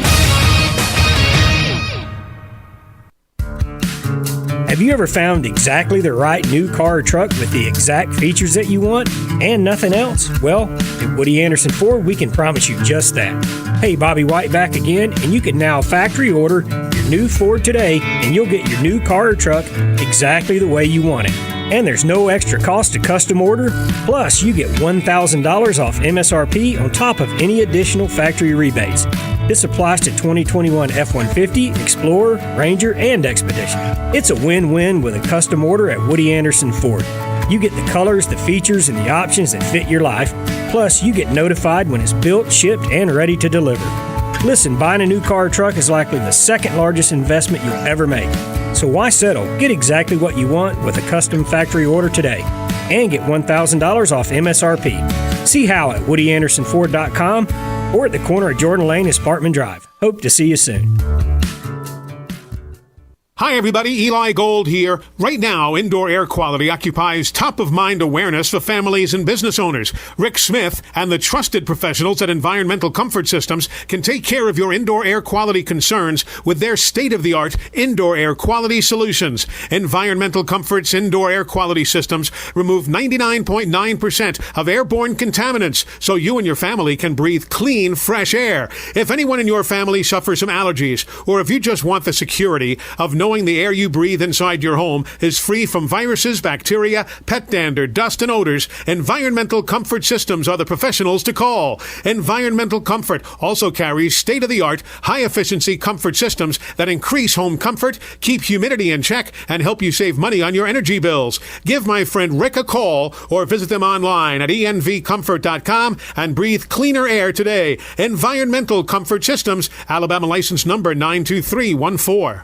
March means basketball, and nothing goes better with basketball than a little badness from Bad Daddy's Burgers. Pair one with one of their signature cocktails or assortment of local craft brews. Bad Daddy's is the place for chef-inspired burgers, giant chopped salads, and craft beer. Enjoy the madness with some badness at Bad Daddy's Burger Bar, 2317 Memorial Parkway. Check out our menu and even order online at baddaddysburgerbar.com. SportsMed is the official team physicians of the Rocket City Trash Pandas. And if the pros trust SportsMed, you can too. SportsMed provides every service you might need for complete orthopedic care, specializing in orthopedic surgery, sports medicine, joint replacement, spine surgery, neurosurgery, and podiatry. And they offer their own brace shop, in-house full-body MRI, physical therapy, walk-in clinic, and so much more. 4 locations and on the web at sportsmedalabama.com. Ann Adams with Berkshire Hathaway Rise Real Estate is the one name to know if you're buying or selling real estate. With years of local experience, Ann Adams offers buyers in-depth knowledge of the local housing market and will narrow available properties down to those you'll be interested in so you can save time when shopping for your new home. If you're ready to sell, Ann offers a seamless process using accurate pricing and expert negotiation skills to make sure you get a fair price for your home. Call Ann Adams today at 256-337-2625 or log on bhhsriserealestate.com. Are you tired of chasing a roofing contractor to show up on time, or even show up at all? I'm Sam Fleming with Fleming Roofing and Restoration. Our motto at Fleming Roofing is we show up. Our goal at Fleming Roofing is to provide the reliable customer service that you deserve, and we have the resources to meet all of your roofing needs: residential, commercial, industrial, replacement, or repairs. We are manufacturer certified for roof coatings, single-ply membranes, and asphalt shingles. Whenever you need a roofing professional you can count on, call Fleming Roofing and Restoration. We are committed to finding the solution that meets your needs. We don't have quotas or heavy-handed sales tactics. Fleming Roofing, we have expert experience. We show up. Free estimates, residential, commercial, industrial, replacement, or repairs. Check us out at FlemingHSV.com. FlemingHSV.com. When you need a quick response, it's Fleming Roofing and Restoration. We show up. This is Wes Neighbors with Philip with Eagle Insulation, and we have an announcement to make. Yes, Wes, we are now Eagle Masonry and Insulation. We're still a place to call for your insulation needs, but now we offer masonry services. What kind of masonry projects can you handle? Wes, no job is too big, no job is too small. We can do renovations, new construction, outdoor fireplaces, fire pits, brick landscape borders. Well, when you came out to my house, you did both the insulation and masonry at the same time. You guys did rock for me, you did brick for me, and you insulated my house. That's usually done at the same time that you're building a house. Absolutely. It really capitalizes on 2 services you need at the same time, and you can get one company to handle both of those. Philip with Eagle Insulation will come out, do your installation. He'll do your masonry. They do a great job. They guarantee your work. Check out more online at insulatedwitheagle.com and schedule your free examination today. 256-755-1556. Thanks, Wes.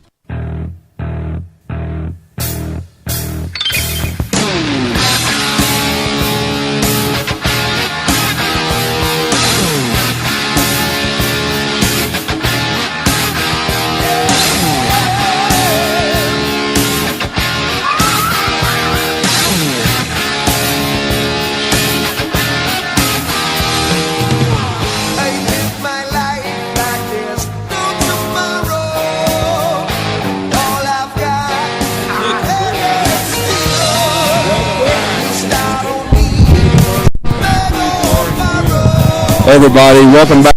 And it's Judy Armand here with Benny Nelson and Wes Neighbors. And guys, before we went to break, we were talking about kind of breaking down. You wanted to talk to Benny about running back and his career and basically how you develop at the position, Wes. Yeah, well, I mean, so the biggest thing to me is you watch these backs and in the NFL everywhere. The number one thing is cutting and getting through the hole and reading the hole. And was that something that came natural to you, Benny, or is that something you developed? Or both? I think a lot of it's natural. As far as seeing the hole, getting the ball, finding the hole. Another thing, you got to know where your blocking is. You got to know where your blocker's going to be and who's the key block. You know, absolutely. Where's that point? Where are you looking? Where should you be looking? Right. Yeah. Where's your point of attack? There. And I think it. Did y'all? I don't think y'all ran the read. We like didn't read anything. They told you basically where to go, but you got to know the guy in front of you, the blocker, who it is, and you know. Well, that's kind of like all week you practice against their defense. You know where they're going to line up supposedly, right, and how your blocking situations are going to be. Oh. We had a game I was playing. I don't know if it was Tennessee or somebody, but really, Joe called the play and. It was kind of a little counter, and I ran it. That'd be Joe Namath. Yeah, and I ran it, and the hole was huge, but I missed the hole. And we came back to huddle, and I said, Joe, flip the formation, make a strong side go the other side, and run the same play to the other side. We ran it for a touchdown. I mean, it was blocking against that defense.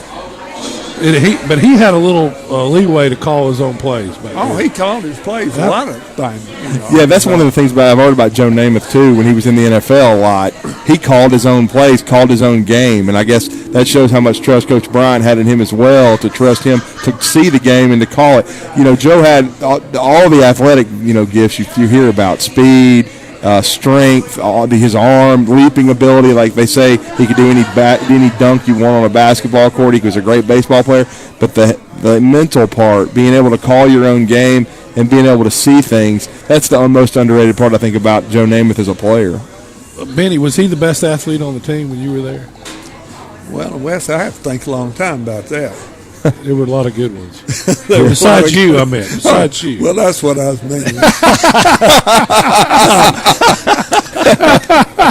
Well, Benny, I want to ask this question. Is it true, and I know it didn't happen often, but that in certain situations when you guys were trying to close a game out, that he had a package where Joe would play safety? Yeah, they did that. Mm-hmm. He would play safety. Joe was a great athlete. Mm-hmm. But he didn't play safety very often. Very often, right. Boy, he got her play safety. Boy, tough road to hoe. Yeah, no doubt. Well, and then I wanted to also talk about a story for the program now. We were just kind of talking about it off the air. Dr. Matt Ray, Wes, who's the director of sports science the last couple of years, he came in with David Ballou. They were hired as a team from the University of Indiana because they were first together at IMG Academy and on the high school level, and then were hired at Notre Dame.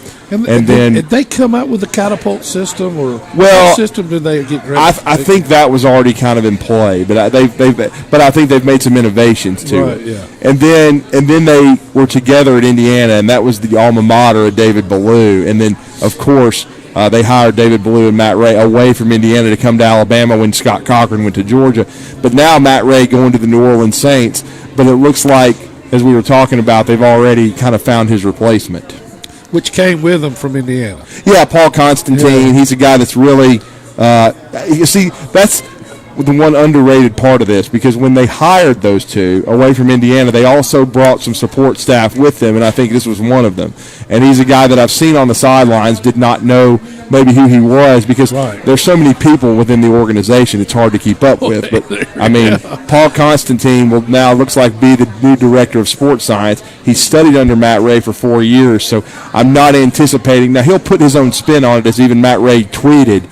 But I think this shows a seamless transition, Wes, replacing a guy that has been very important to Alabama football for 2 years, but now going to the New Orleans Saints. Well, yeah, you just always times tells, and Coach Saban's been able to be seamless in all his things, and when it first was reported that Cochran was leaving, there was a panic. Yeah, and now you look back and you almost want to know if it wasn't done on purpose. So I think they've come to the 21st century in what they're trying to do. That program continues to be on the cutting edge of science, along with just common sense. Well, and then they built that new sports science building. Now, I haven't been in it yet. I've seen videos. I've seen pictures. It seems like it's out of a movie, like Tron or something. It's unbelievable what they have been able to do. I look forward to going there. I mean, it's crazy the tools that they've already given them, and that Coach Saban already could tell where strength and conditioning was going. He and Jeff Allen putting their heads together, like, okay, well, Coach Cochran's leaving. Here's what we need to do. Here's what we need to build. And we need, Coach Jeff or Coach Ballou and Coach Ray did a great job, Dr. Ray. And then Jeff Allen talking about, the job that Coach Ballou has done. He's going to stay now. He wanted to stay on the college level. That will also help because he and Paul Constantine, I'm sure, have worked together for a while also. Well, it's just going to be interesting to watch. As one guy leaves, if the next guy doesn't get the job done, he's not around very long. No. Well, I'm going to tell you, Saban seems like he anticipates moves all the time. It's uncanny. It really is. And I think because he's never satisfied with what's going on. He's always something better out there. What's the next thing? How can we improve this? What they've done with nutrition is being copied by the NFL. Mm-hmm. What they did in the weight program is being copied at the NFL. Everything, what they did at LSU when he first got there academically, with all the money that was put in the academics and making these kids graduate in 4 years or less. Yeah. A lot of them graduate in 3 years. Was all started at LSU and brought to Alabama. I'll never forget on Connor's recruiting trip, looking at the facilities they had, and just was blown away with the academics part of it. And I talked to Coach Saban personally about it, and he says, hey, it's something they check and see if these kids go to class every day. Mm-hmm. They know if they're in classes every day, and he said it's not as hard as you would think it is to do. And that's part of the whole thing of the culture he's trying to create, and it's really proud when you go to these national championship games and they put who graduates on there, and you see Alabama has 3 pages and the other teams has 1. That's the thing that when you're being run the right way. Yeah, and he doesn't cut any corners. No, that's for nothing. Sure. No, he doesn't. And I even tweeted this yesterday, guys. When it was announced for sure that that Matt Ray was leaving for the New Orleans Saints, I was like, with Nick Saban, it's chess, not checkers. He's always ahead of everybody else. Well, he knows. He knew who he was hiring before he left. Yeah. He's thought about it because they hear things too. Don't think he doesn't hear things. His agent probably was doing the deal. So I can't believe they wouldn't go to him for references. Or he might have. Coach right. Saban's not going to try to hold anybody down. He's not. If there's a better job, making more money, in a better situation, he'll tell you to go. He will, no doubt about it. Coach Bryant was the same way. Yeah.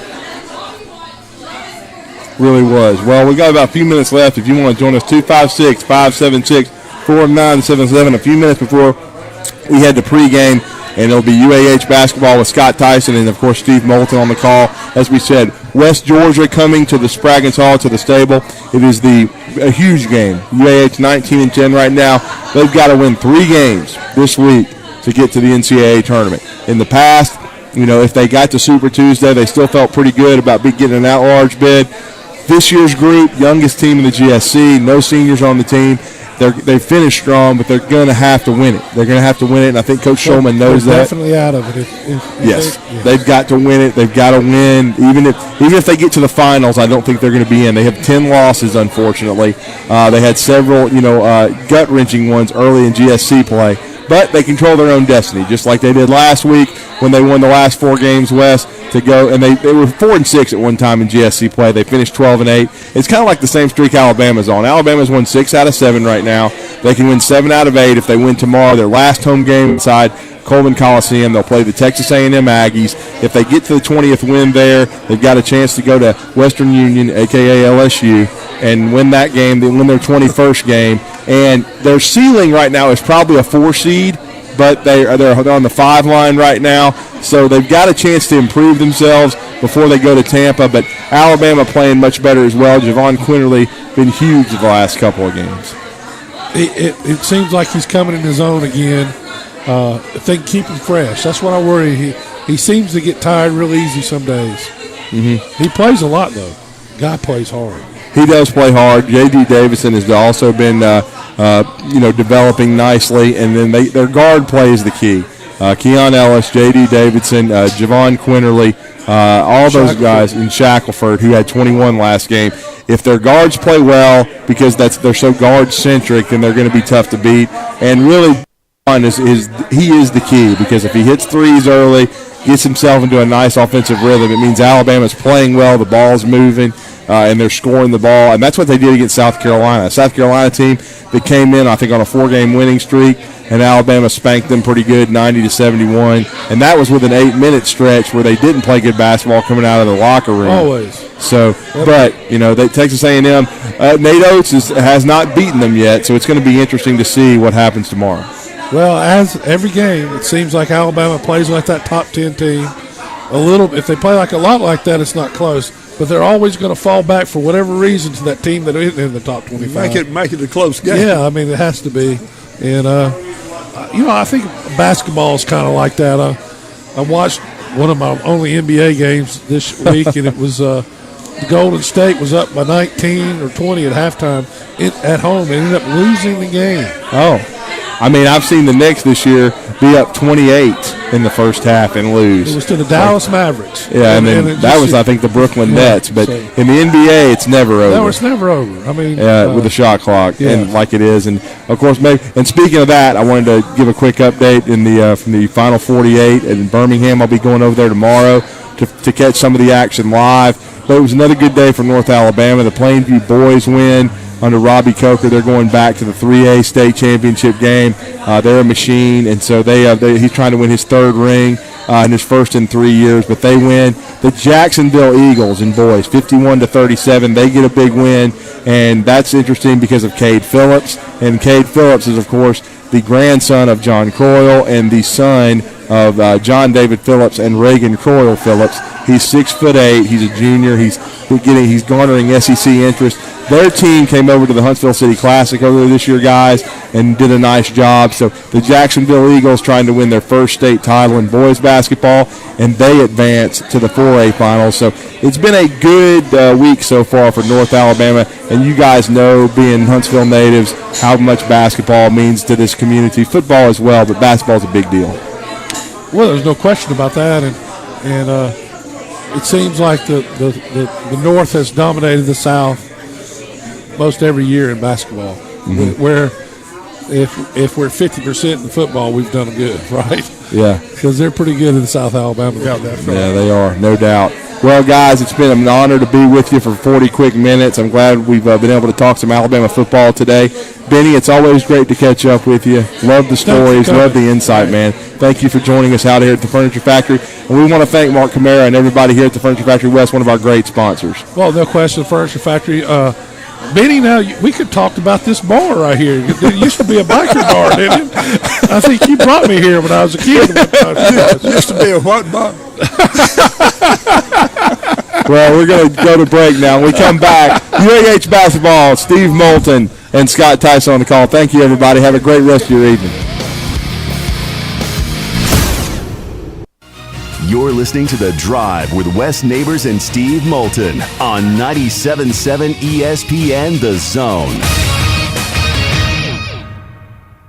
AVIQ. Who is AVIQ? AVIQ is audiovisual the intelligent way, where we put our IQ to work for your AV needs. With more than 100 years combined experience in audio, video, and automation, our team of experts is dedicated to one thing: helping you discover technological solutions that make your home special. Once you experience a game or a movie on one of our state-of-the-art home theater systems, you may never leave the house again. AVIQ can build the entire system for you or provide the quality components if you're a do-it-yourselfer. But AVIQ is more than just home theater and state-of-the-art sound systems. We offer a variety of control options for home technology. Energy efficiency, heightened security, and improved quality of life are all attainable through the automation of home systems. Intuitive and user-friendly control is our main priority in designing a system that meets your needs. Don't just take our word for it. You need to see it to believe it. Come visit us at our state-of-the-art showroom on University, just east of Jim and Nick's, across from AT&T, or visit aviqhsv.com.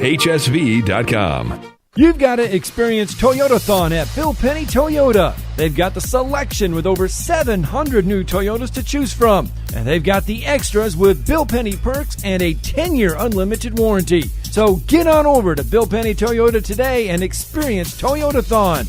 Bill Penny Toyota in Huntsville and online at BillPennyToyota.com. Bill Penny's Toyota 10-year unlimited warranty is valid through the 10th year of ownership. Valid on new vehicles only. See dealer for details. Have you ever found exactly the right new car or truck with the exact features that you want and nothing else? Well, at Woody Anderson Ford, we can promise you just that. Hey, Bobby White back again, and you can now factory order your new Ford today, and you'll get your new car or truck exactly the way you want it. And there's no extra cost to custom order. Plus, you get $1,000 off MSRP on top of any additional factory rebates. This applies to 2021 F-150, Explorer, Ranger, and Expedition. It's a win-win with a custom order at Woody Anderson Ford. You get the colors, the features, and the options that fit your life. Plus, you get notified when it's built, shipped, and ready to deliver. Listen, buying a new car or truck is likely the second largest investment you'll ever make. So why settle? Get exactly what you want with a custom factory order today.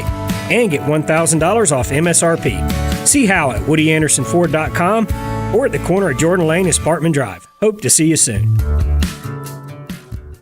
Hey folks, this is Arthur Seaton, Managing Partner at University Kia, here letting you know we are proud supporters of Madison Academy football. Stop into the University Kia today and shop our large selection of new Kias, including the all-new Telluride 8-passenger SUV, the stylish new K5, and sporty new Seltos. Visit universitykia.com to view all our great offers and get pre-approved in minutes so you can drive home your new Kia today, because we want to see you in a Kia. Go Mustangs! When you call most roofing companies, all you'll hear is, you need a new roof. Not when you call Fleming. At Fleming Roofing and Restoration, we're focused on your needs, whether it's an easy repair or a full roof replacement. Folks around here have trusted Fleming since 1965 for all their residential and commercial roofing needs. And as the area's storm damage experts, Fleming knows all the ins and outs of the insurance claims process. Log on FlemingHSV.com to schedule your free estimate today. Fleming Roofing and Restoration. We show up. Redmont Vodka and Vulcan Gin, Alabama-made premium quality spirits, owned by our very own Charles Barkley. 8 times distilled, gluten-free, and non-GMO. Whether you choose to sip Redmont on the rocks or blended with your favorite mixers, you will definitely be able to taste the difference. Pick up some Redmont Vodka and Vulcan Gin today. Available in ABC stores and package stores. For more information, visit us at redmontdistilling.com. Also, follow us on Instagram at Redmont Distilling. Support local, enjoy responsibly. You've got to experience Toyotathon at Bill Penny Toyota. They've got the selection with over 700 new Toyotas to choose from. And they've got the extras with Bill Penny perks and a 10-year unlimited warranty. So get on over to Bill Penny Toyota today and experience Toyotathon. Bill Penny Toyota in Huntsville and online at BillPennyToyota.com. Bill Penny's Toyota 10-year unlimited warranty is valid through the 10th year of ownership. Valid on new vehicles only. See dealer for details.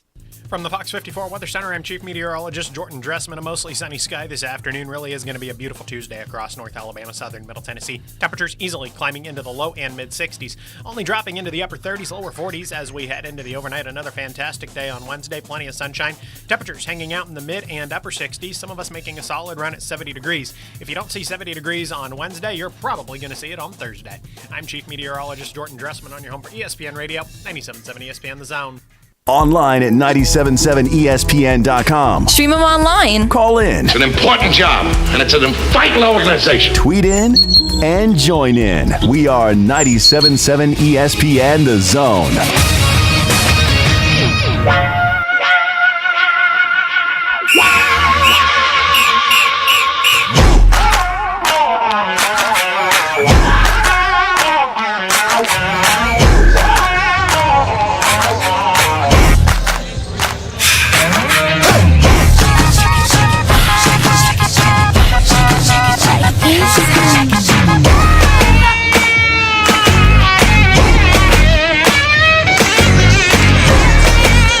the campus of the University of Alabama in Huntsville. Steve Moulton along with Scott Tyson here with you. A journey that began 115 days ago has landed us in the quarterfinal rounds here at home as the 4-seed UH Chargers take on the 5-seed and the Wolves from West Georgia. And Scott Tyson, what a ride it has been.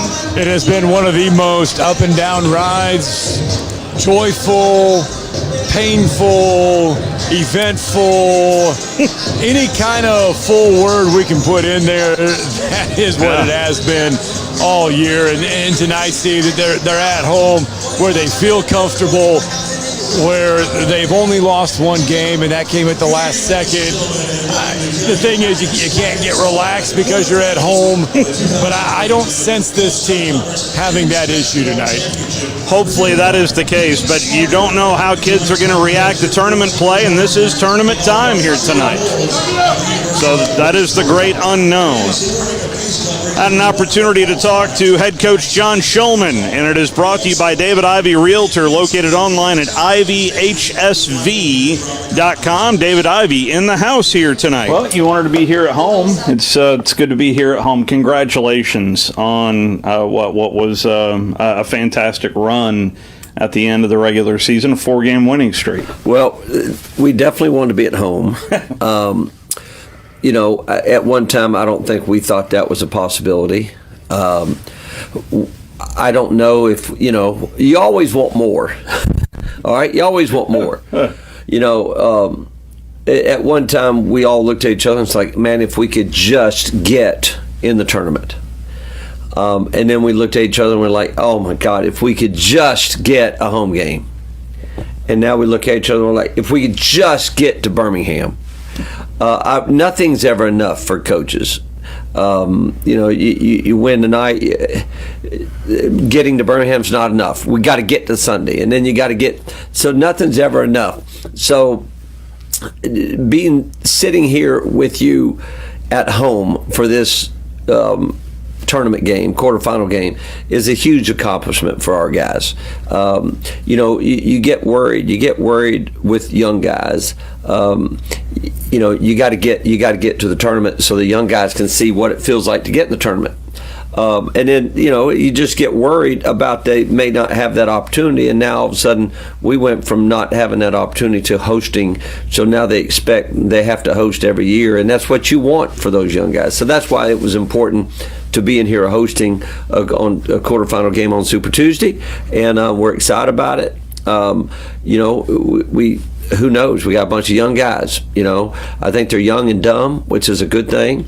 But it's got to be just another game. And I know it's not just another game, but it's got to be just another game for us, or we're going to freak out and screw everything up. There's no sense in doing that. We defend and we rebound how we've been doing, and we playing our guts out, and then you got to let the chips fall where they may, and hopefully they fall in our favor. Well, the 2 times we have played West Georgia, it felt like just 2 different teams, but at the same time hung on for dear life in both instances. Yeah, we had no idea. Nyland started for us the first time we played West Georgia here. Watched that game yesterday, and we were absolutely horrendous. And they weren't much better. Actually, they were 3 points worse. And then played them. It feels like we played them like 3 weeks ago. It was a week ago Saturday that we played them. Yep. But we played 3 games since then. And so we just played them, so we're very familiar with them. In that game we were up 11 with 4 to play, and we just botched up every press offensive situation we could find and missed a 1-incher. Chaney missed a 1-incher, missed some free throws. Max missed 1, Chaney missed 1. We turned the ball over. And they made some shots. So, here's the challenge. The challenge is we beat them twice. It's easy to, hey man, we're not going to get punked tonight. We got punked at MC. We got punked at Delta. We got punked at Valdosta. We got punked at Lee. Well, we didn't get punked at West Georgia. We beat them. And so we had to flip the script a little bit, and you got to find an edge a little bit, or they come out and punch you right in the mouth. And so once again, it is whether are we going to punk them or are we going to get punked, and are we going to get out toughed? Are we going to if we out tough them, we're in great shape. But we got to be ready for that. And I will make sure in our meetings, in our pregame, that we are ready for that, so we don't get blindsided in not knowing that they're going to come after us. They're not going to come after us. We're going to go after them. And that's how the mentality has to be, period. So, level experience-wise, I mean, it's pretty leaning towards one way here, Coach. I mean tournament experience. I mean just overall experience. So, in tournament basketball, I mean, we're no spring chickens. We've been around a couple. It's a different deal. So, how do you let kids know who certainly experienced it on the high school level that this is a whole different deal? Well, I think you make a deal of it, but not a big deal of it. All right, and we got to go out and not get punked early. All right, now listen, you look across that court and you look at all those dudes were in Valdosta last year playing in the round of 32. Plus they bring back Brown Carter. You know, that's why they were picked so high in the league. But it's if we make too big a deal of it, well, we're too young to win in a tournament. We're not doing that. We're going to play exactly how we've been playing, but we've been playing with an edge. All right, and so my biggest thing is we have to find that edge before we walk on that court, or we're going to get punched in the mouth. And so, really, this is a battle tonight. It's not war. I'm learning a lot. Just to be honest, and I'm need to be more educated. But watching this Ukraine and Russia, like what Ukraine is doing. And that's real lives. But I mean, when the president says, "Hey, I don't need a ride, America, I need ammunition," we're not going anywhere. You learn from the resolve and resilience of real people in a real war, and maybe you can learn something from that. Hey, we're not. It's a basketball game, so don't get me wrong. This is just a little basketball game, but we're not going anywhere. And if we can have that same resolve and a resolve about fighting, and we got to protect Spraggins tonight. So we'll find other ways to motivate them. But I think if we sit there and focus on, hey man, we have no tournament experience and they got every tournament experience, and this is going to be real scary out there, then I think we're going to be behind the 8 ball. So we ain't going to be behind the 8 ball. Let's go after them. I promise you, we will press early just to get us off our heels and not worrying about things. And maybe we'll make a shot or two. Coach Kamara just came in here and was like, if we shot 30% from the 3-point line, it would feel like we were like making every shot. And so maybe we'll make a few. But, and I said it this morning on the radio, tournament basketball, you don't go out there and play free and easy. It's just not what it is. You guard and you rebound. And RD is designed for tournament play. It may not be designed for a whole year because we're going to give up a couple threes and all of a sudden Emory Riddle makes 20 or something on us. But it is designed for tournament play because you don't see teams out there free and easy with a win-or-go-home game. Well, that's where I was going to go, is if there is a point that has been very positive, it's been on the defensive side of the basketball, Coach, where it feels like this team has been very consistent in making other teams uncomfortable. I feel like the last 5 or 6, 7, 8 games have been tournament-type games. Tournament-type games are played, it's a tight game, and nobody can make a shot. And you got to get that big loose ball, and you got to get the big rebound, you got to get the big stop, and you got to get that steal. We just played 4 games identical like that. It's not free and easy, and you're making shots and out there having a blast, and it's just not. It doesn't work like that. So once again, our non-negotiables, and you know them. Can we do a great job on the glass? Well, we played a lot of zone at West Georgia, and they got 16 offensive rebounds. That's unacceptable. All right, we give up 16 offensive rebounds. Me and you ain't talking on this Saturday down in Birmingham. Can we keep them off the foul line? That's something that we should be able to do. And can we keep them out of the paint? So if you got to be able to make shots to beat us in a tournament-type atmosphere, in a tournament game, that's hard to do. That's why I like how we play. We're not just, just be honest. The last 2 years, we if we didn't make shots and we didn't make threes, we were going to have a tough time. Well, we can always throw that daggum thing down to Cheney or to Dodd or to CJ or to Saylor, and I would think that they'll have a great elaborate scheme to double us, and we're prepared for that. And then it does not come down to making shots. I'm not putting pressure on our kids. It comes down to how many offensive rebounds can we? Because we expect the ball not to go in right now. The other guys expect it not to go in, so we're going to do a great job on offense glass. Can we keep them off the glass? Can we keep them off the foul line? And can we keep them off out of the paint? So, I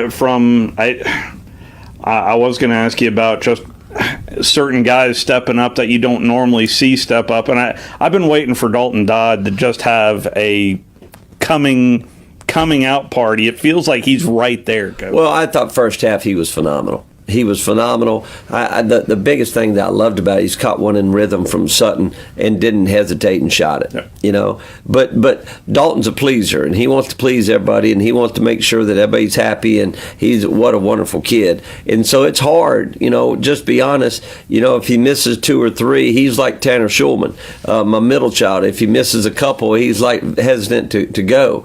Dalton needs to be more like my oldest or Luke Burnett, because they don't mind, and they'll just keep on cranking it. But I think Double D really played good here against West Georgia. He had a really good first half the other night against Delta. So I love what Dalton Dodd's bringing to the table. I love what Austin Leslie's getting us more second shots and is playing his guts out. Saylor, I don't know where Saylor was on Saturday, but I know that he was here the previous games. All right, and so Saylor will be Saylor again, so I'm not worried about that. And Sutton's been really good. And the nice thing is Coastal. Sutton made a big 3 the other day against Delta. Coastal made, that shot, the shot, to put us, went from 7 to 10, I think, on Saturday. And that's pretty daggum important shot that he made. Because, he's gotten that shot many times this year and missed it, and missed it, and missed it, and missed it. I truly think you have to have failure before you can have success. And then once you get over the hump, most people are like, man, I just can't make that big shot. I'm not going to shoot it anymore. So that's when you see him putting the ball on the floor and you were going to shoot the ball. So he finally got enough courage up and experience it up to shoot it, to go up 10 and made it a huge shot. So I think he's on the other side of hard right there, and that's where all the good stuff is. So I'm like I said, I'm really proud. We started this thing in Missouri, eating bad Chinese food after a loss to Embry-Riddle, me and you and John Ryberg. And then here we are today. And boy, it's been a roller coaster. But I'm just going to tell you, I love our kids. I love what we're doing. I'm really proud of our kids. I think the kids are proud of themselves from fighting through.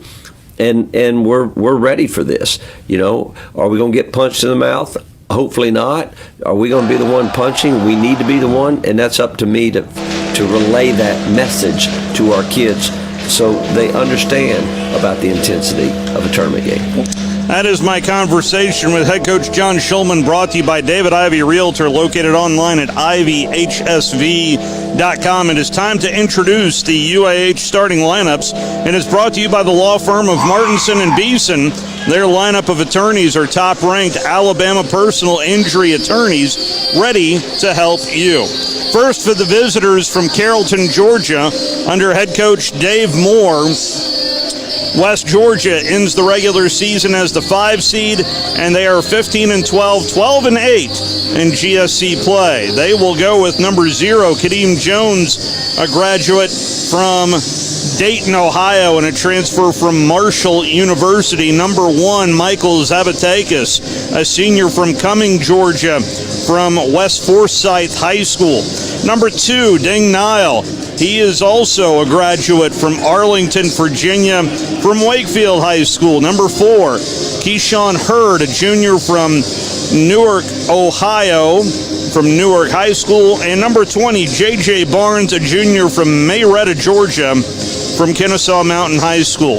Now for the Chargers under head coach John Shulman. Chargers on the season 19-10, 12-8 in GSC play. We will counter with number 3, Luke Burnett, the freshman from Knoxville, Tennessee. Number 4, the transfer from Faulkner from Gunnersville, Alabama. Number 4, C.J. Williamson, who comes in averaging 15.9 a game. Also getting the starting nod from Decula, Georgia, the freshman. Number 11, Jack Costel. Number 31, Cheney Johnson, who made first team all GSC. It's the 25th year in a row someone from the Chargers has made the first team all GSC. That would be Cheney Johnson, the freshman from Alabaster, Alabama. And number 33, Max Schulman, gets the start as well, the junior from Chattanooga. Scott Tyson, what was said in the locker room? Well, they started off by reading a letter from the Toon Squad. It was a letter from several young, and I mean young, youth basketball players, 5 years old, 6, 7, 8-year-old guys. It was a handwritten note signed by each and every one of them that said they love the dunks, they love the uniforms, the Chargers are cool. That's how Coach Schulman opened things up. Hey, told them they got to guard like they did against Delta. You see, they're going to play with the same pressure and intensity that we've seen from UAH. It's no secret. And right before he left, he's like, this is tournament play. You're either punked or you punked. So that was the message. 20 Short and sweet. 20 minutes is up on the clock. Getting ready for this quarterfinal matchup. It's 4 seed versus 5 seed. Chargers in the home white, West Georgia in the road red. Glad you can join us over the airwaves of 97.7 ESPN The Zone, as well as on Flow Sports. Glad to have you along for the ride. First possession belongs to UAH. Luke sends it underneath. That's to Schulman. Underneath to CJ. Floater's good for CJ Williamson.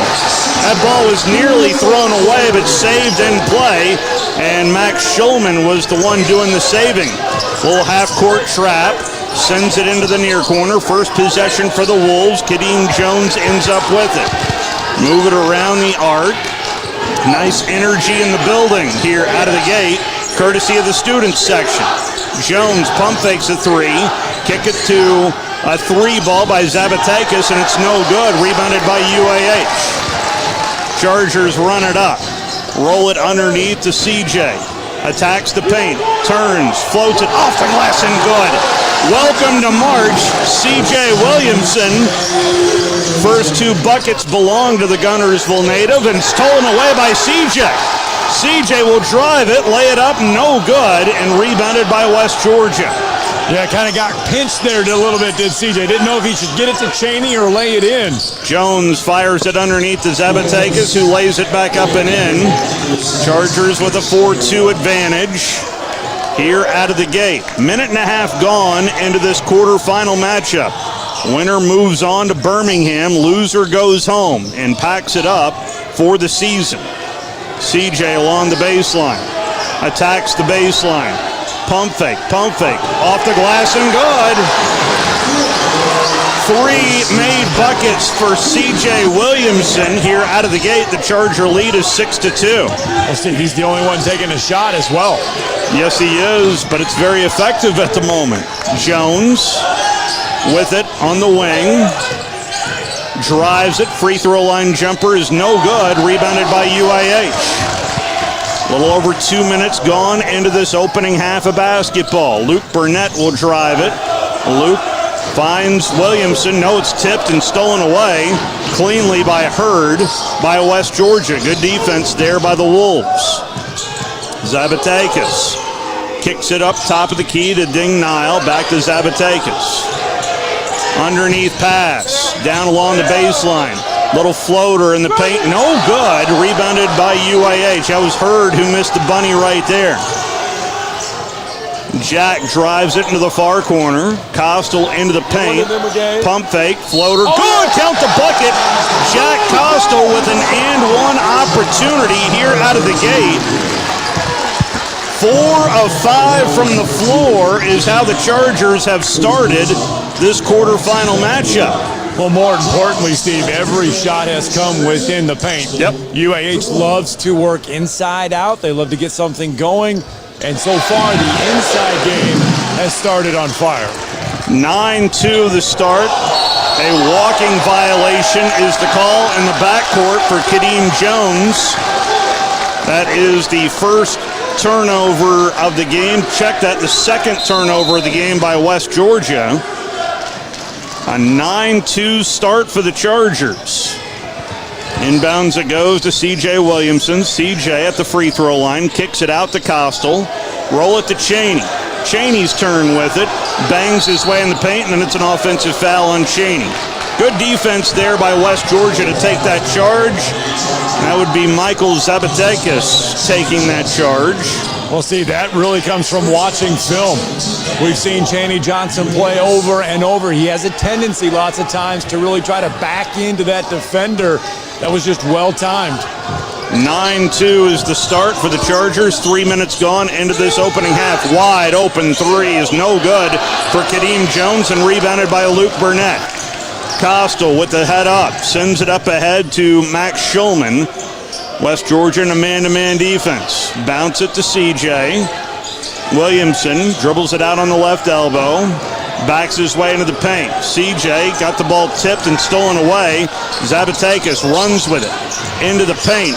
Pivots, kicks it out and tipped out to Hurd on the top of the key. Zabatekis.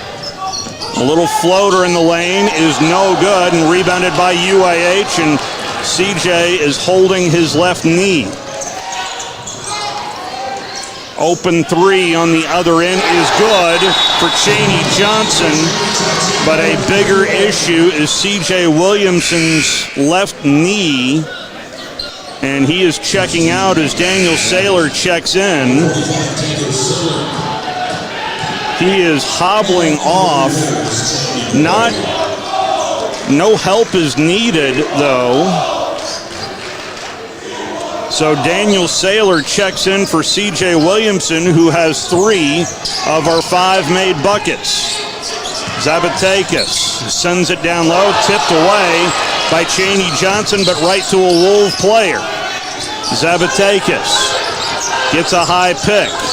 10 on the shot clock. He'll drive it into the paint, kick into the corner. 3 ball is passed up by Jones, sends it underneath for the layup, and it's good by Seth Brown Carter. It's a 12-4 Charger lead. Schulman bounces it to Saylor. Handed over to Luke Burnett for 3. It is good for Luke Burnett. Luke Burnett fires up what is his 90th made 3 of the year. It's a 15-4 start for the Chargers. Jones kicks it out for a 3 ball. Can they answer? No, they cannot. Zabatekis saves it in play for the Wolves. Kick it out to Barnes. Swing it to Jones. He'll drive it, and he is fouled, and there'll be the second foul on Chaney Johnson. Well, see, the news appears to be positive for C.J. Williamson. Appears that he just may have turned that knee a little bit. Doesn't appear to have any kind of structural damage or anything to that left knee. In fact, he's checking back in. 15:04 left to go in this opening half. It's a 15-4 advantage for UAH. Now this from Bryant Bank. At Bryant Bank, we believe your goals are worth chasing, and every step along the way is worth celebrating. From your hopes for the future to the challenges that keep you up at night, we're here for you. Bryant Bankers put care into action to help you live legendary by stepping up when you need us most and doing what's right even when no one is watching.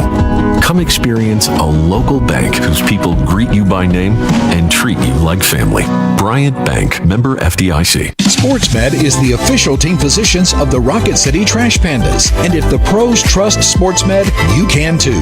SportsMed provides every service you might need for complete orthopedic care, specializing in orthopedic surgery, sports medicine, joint replacement, spine surgery, neurosurgery, and podiatry. And they offer their own brace shop, in-house full-body MRI, physical therapy, walk-in clinic, and so much more.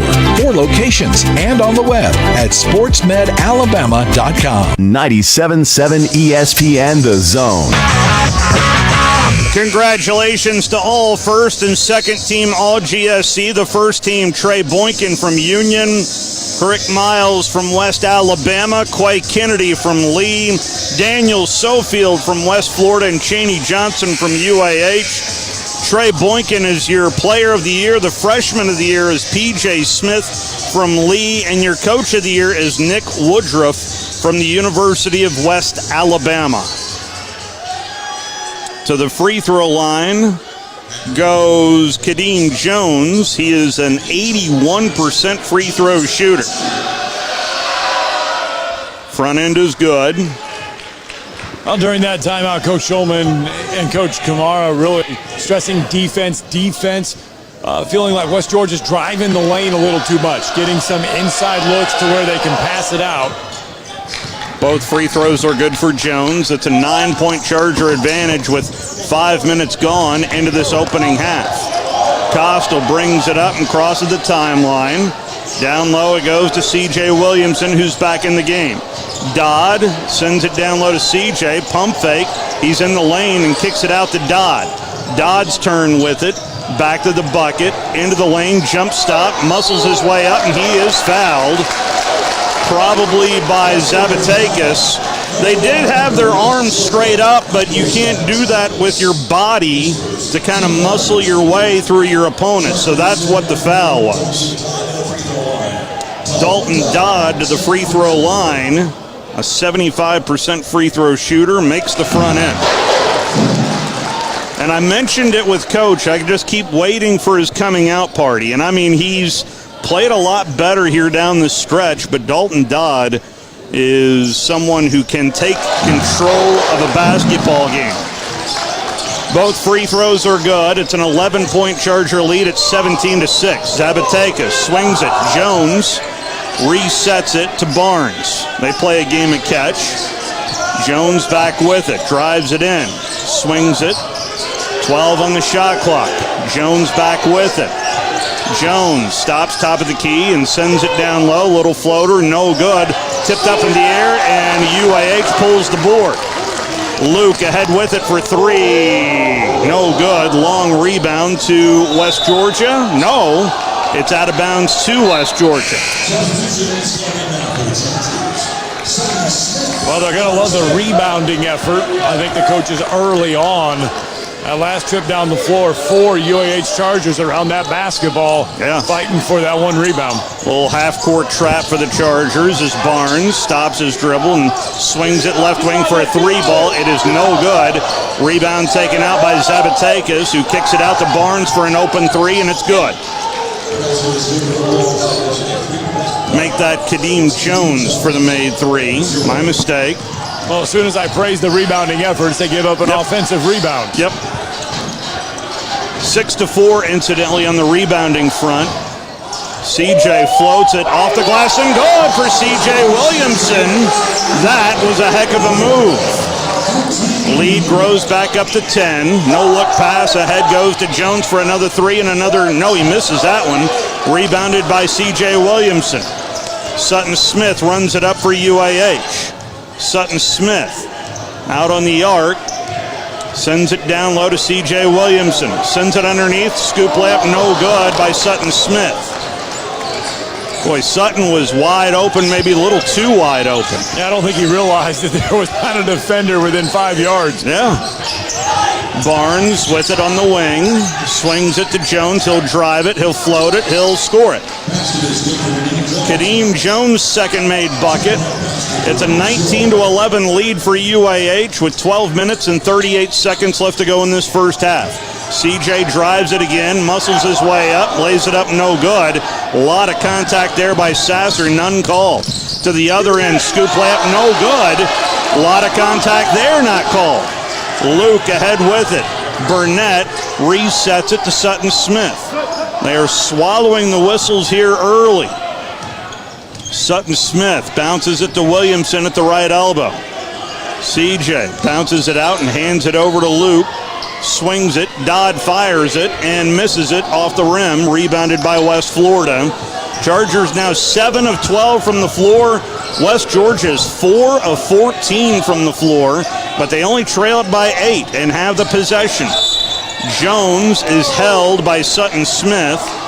And here comes Austin Leslie and Daniel Saylor after this word from Woody Anderson Ford. Tom Luganville here for my friends at Woody Anderson Ford. Bobby White and his team take great pride in their service department, and you can see it the moment you walk into those beautiful new service lanes. And just like a championship team, they all work together to make sure your experience is second to none, whether you drive a Ford or not. Also, check out the gold certified pre-owned inventory at Woody Anderson Ford for great deals every day. Stop by and see them at Jordan and Sparkman or at Woody Anderson of Madison on Hughes Road, or visit WoodyAndersonFord.com. What began in a backyard in the 1920s is still going strong today. In this area, the name Gibson means barbecue. And even after over 65 years in Huntsville, Gibson's is trusted for delicious barbecue pork, chicken, ribs, freshly baked pies, and the best breakfast in town. Family owned and operated for 4 generations. Gibson's Barbecue, South Parkway in Huntsville, and online at Gibson'sBBQ.com. Gibson's Barbecue, Huntsville's best since 1956.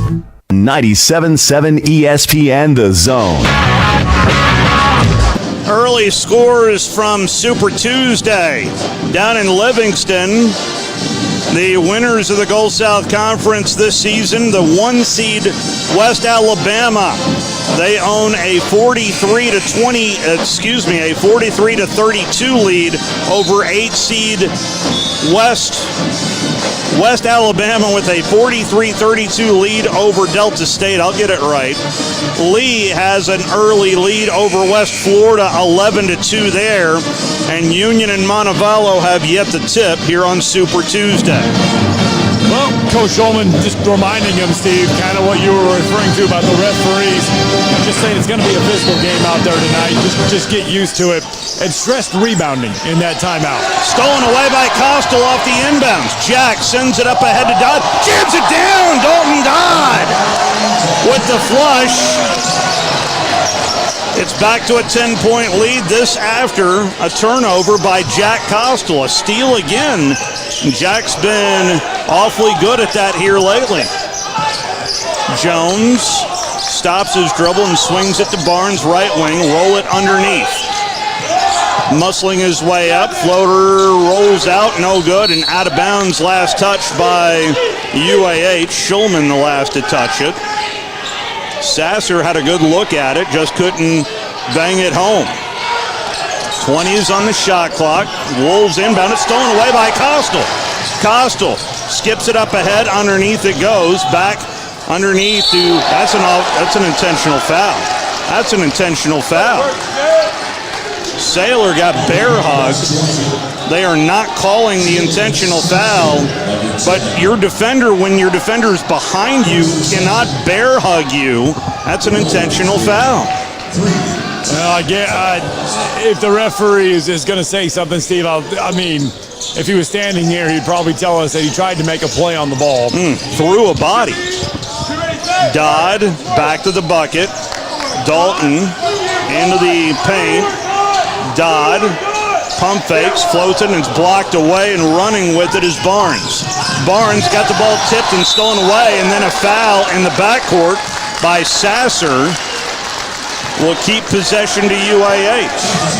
Oh, check that, make that on Barnes. I really thought it was on Sasser. 21-11, a 10-point Charger lead here in this first half in this Super Tuesday quarterfinal round of the Gulf South Conference basketball tournament. Leslie looks down low, and the ball is tipped away. Wow, they're going to call that foul on Sasser. Well, Steve, I think it was more of what it was before the ball got there. You look at the way Sasser had, the way he had him by he was grabbing a hold of Daniel before that ball even got there. Saylor hands it over to Coastal. Swing it to Dodd for an open three. It is good! Dalton Dodd with his second made bucket. Lead grows to 13. This ties the largest lead of the game. 3 ball on the other end is good for Kadeem Jones. That's his second made 3. It's a 10-point game again at 24-14. Shulman dribbles it out on the Charger logo. Swing it. To Costal, back to Schulman, who drives it, scoops it, lays it up, no good. Rebounded by West Georgia. Halfway done with this first half. Jones drives it, kicks it to Nile, and then to the corner for a three ball, and it's no good by McElroy. Chargers run it back. Chargers now 9 of 16 from the floor. Open three, Schulman is no good. Long rebound. Goes to Hurd for West Georgia as they slow the tempo down a bit. Nile sends it up ahead to McElroy. Move it around the arc to Jones. Back to McElroy. They're looking down low, but Hurd is covered up. Drive it, and either a foul or a walk, and they're going to call a foul on Costal. Costal's first foul. Team fouls are now 5-4. Wolves with 5, UAH with 4. CJ Williamson is back into the game. CJ already with 4 field goals. 4 of our 9 field goals in this first half. Underneath floater, no good. Rebound is loose, taken out by the Chargers.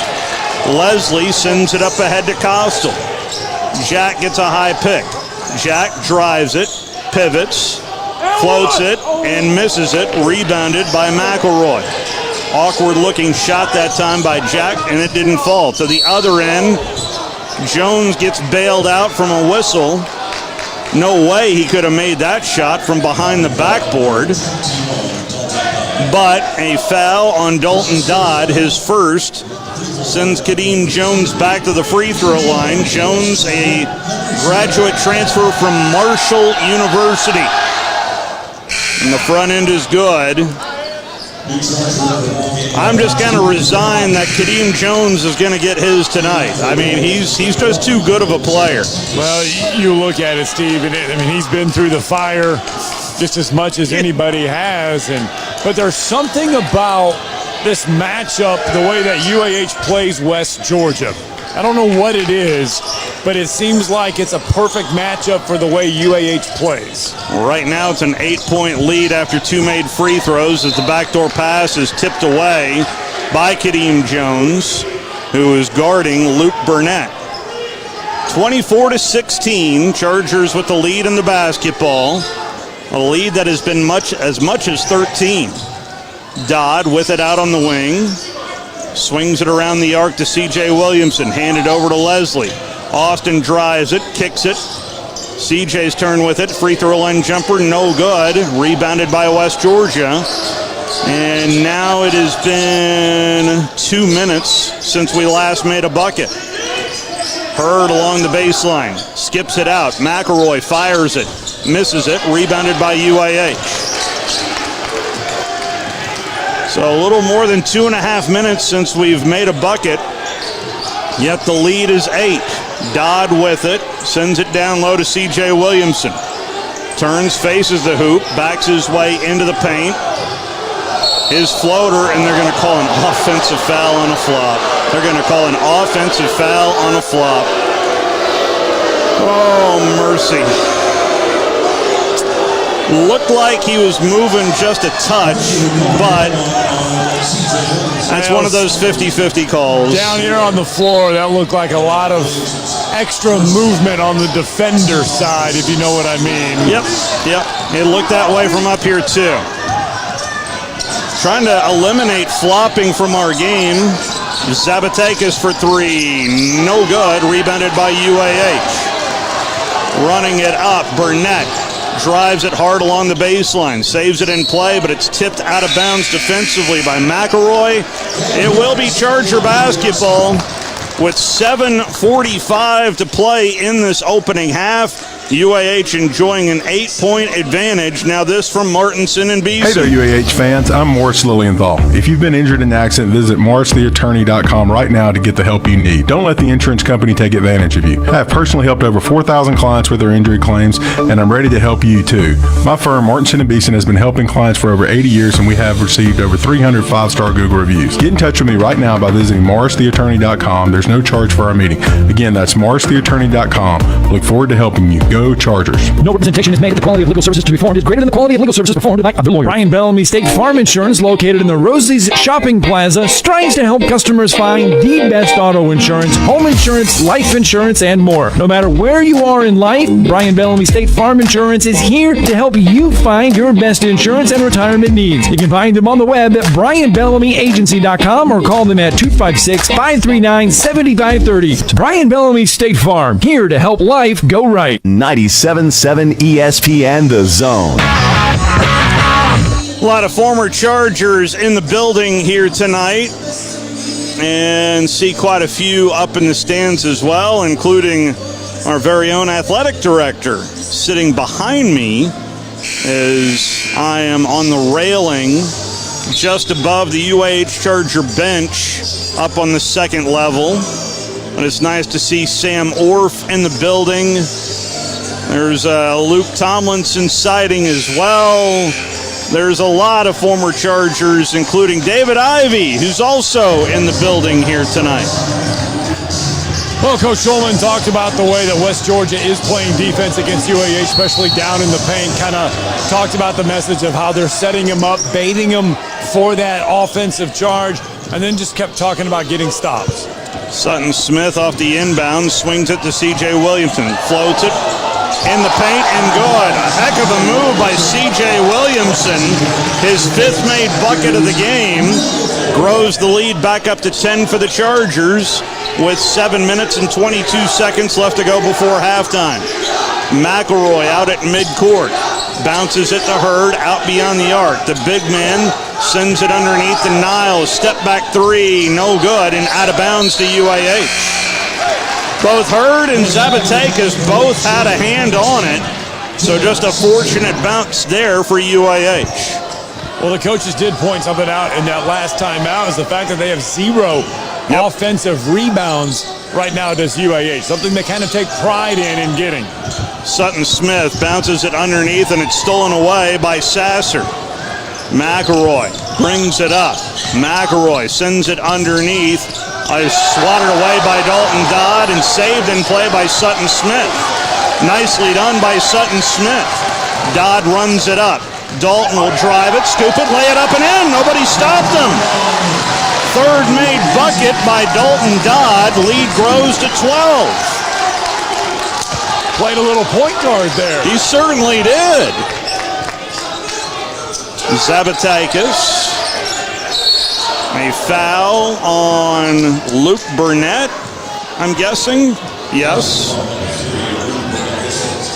His first foul, seventh team foul, so a 1-and-1 opportunity here for West Georgia. And to the free throw line will go Quentin McElroy.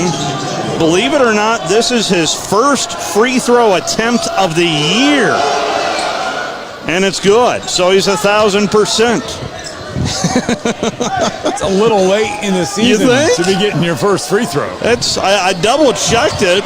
That's the overall stats. Second free throw rims in as well for McElroy. Well, if he doesn't get any more, he can always say that they were 1,000% shooter this year. Perfect at the line. CJ shakes it, bakes it, floats it, scores it, and one!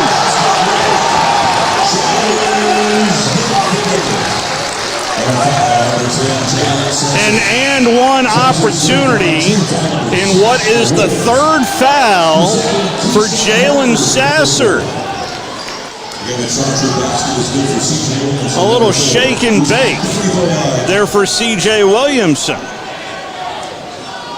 He'll head to the free throw line. He is not 1,000% from the free throw line, as he misses that one. Is tipped and regained by Dodd, who lays it up in. Dalton Dodd off the miss. Wow. 32-18. A 14-point lead. That was a 4-point trip down the floor for the Chargers.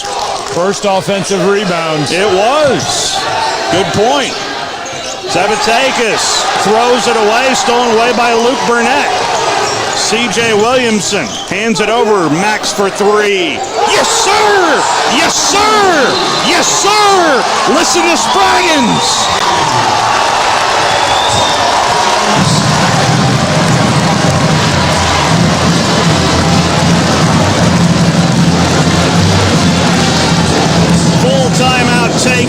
by the Wolves. Want to try something different for breakfast, lunch, or dinner? Then why not head on over to City Cafe Diner? They have the largest menu in the area with traditional breakfast like pancakes and omelets, comfort foods like burgers and shakes, and specialty items like homemade Greek delicacies. And their entire menu is served any time of day. So make plans to dine with City Cafe Diner today, just west of the Parkway at 2003 Drake Avenue. City Cafe Diner, where no one leaves hungry. Tom Luganbill here for Woody Anderson Ford. When I was in the Tennessee Valley, one of the things that impressed me the most was the quality of the people. People like Bobby White and his team at Woody Anderson Ford. And now you can experience the tremendous new service lanes and showroom at Woody Anderson Ford at Jordan and Sparkman, or just stop by for breakfast or lunch at Henry's Mustang Cafe. And in Madison, visit Woody Anderson of Madison on Hughes Road, just south of 72. Like a great college football tradition, always there, Woody Anderson Ford. 97.7 ESPN The Zone. Appreciate you listening to us over the airways of 97.7 ESPN The Zone and watching us tonight on Flow Sports. It is Wolf basketball and what is a 35-18 advantage, a 17-point lead for UAH. Barnes hands it over to Jones. Kadeem Jones swings it top of the key. Zabatakis into the corner for a long three, and it's no good. Rebound kicked out of bounds to UAH. You were closest to that, Scott. I did not see that play because I was looking at my stat sheet, because one of the things that they were talking about in the timeout, and they reminded everyone that Sasser has 3 fouls. Yep. And so I was just making sure he was not on the floor for West Georgia, because that's a point of emphasis for UAH. Saylor swings it, down low to Dodd, powers his way up, lays it up, and jamming it down is Daniel Saylor, sweeping up the mess. Lead grows to 19 now, with just under 5 minutes to play before halftime. Kick it out to Jones for a 3 ball, and it's no good, tipped around. Chargers own the possession. Bringing it up is Max Schulman along the baseline. Kick it out for a 3. No good. Rebounded by the Wolves. Running it back is Kadeem Jones. Hands it over to Zabatakis. Back to Jones. Swing it to Barnes for an in-rhythm 3. No good. Stick back, though, is good by Hurd. That stops a drought there offensively of nearly 6 minutes in between made buckets there for West Georgia. It's a 17-point Charger lead at 37-20. Saylor swings it. Jack finds Max Schulman. Back to Saylor at the free throw line. He'll back his way in, kick it out to Dodd for 3. No good, and rebounded by the Wolves. Barnes runs it up. Hands it over to Jones, who shuffled the feet. No walk called there. Elbow jumper good for Zabatakis. 37-22. Chargers own the possession here. Bring it up, and it's tipped out of bounds. 3:34 to go. Final media timeout of this opening half. Chargers are 15 of 28 from the floor. West Georgia is 7 of 27 from the floor. Want to try something different for breakfast, lunch, or dinner? Then why not head on over to City Cafe Diner? They have the largest menu in the area with traditional breakfast like pancakes and omelets, comfort foods like burgers and shakes, and specialty items like homemade Greek delicacies. And their entire menu is served any time of day. So make plans to dine with City Cafe Diner today, just west of the Parkway at 2003 Drake Avenue. City Cafe Diner, where no one leaves hungry. Tom Luganbill here for Woody Anderson Ford. When I was in the Tennessee Valley, one of the things that impressed me the most was the quality of the people. People like Bobby White and his team at Woody Anderson Ford. And now you can experience the tremendous new service lanes and showroom at Woody Anderson Ford at Jordan and Sparkman, or just stop by for breakfast or lunch at Henry's Mustang Cafe. And in Madison, visit Woody Anderson of Madison on Hughes Road, just south of 72. Like a great college football tradition, always there, Woody Anderson Ford. 97.7 ESPN The Zone.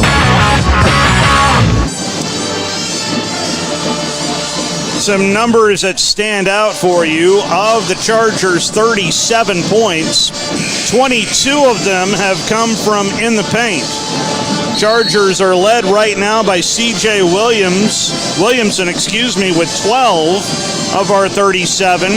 Dalton Dodd has 11 first-half points. Dalton Dodd came in averaging, where are you, Dalton? 5.9 a game. Off the inbounds, Luke Burnett finds Dodd top of the key. They're looking for CJ. They find him along the baseline. Pounds his way into the paint. Forces his way up. No, he walked with it. Turnover number 6 for the Chargers. And West Georgia with possession.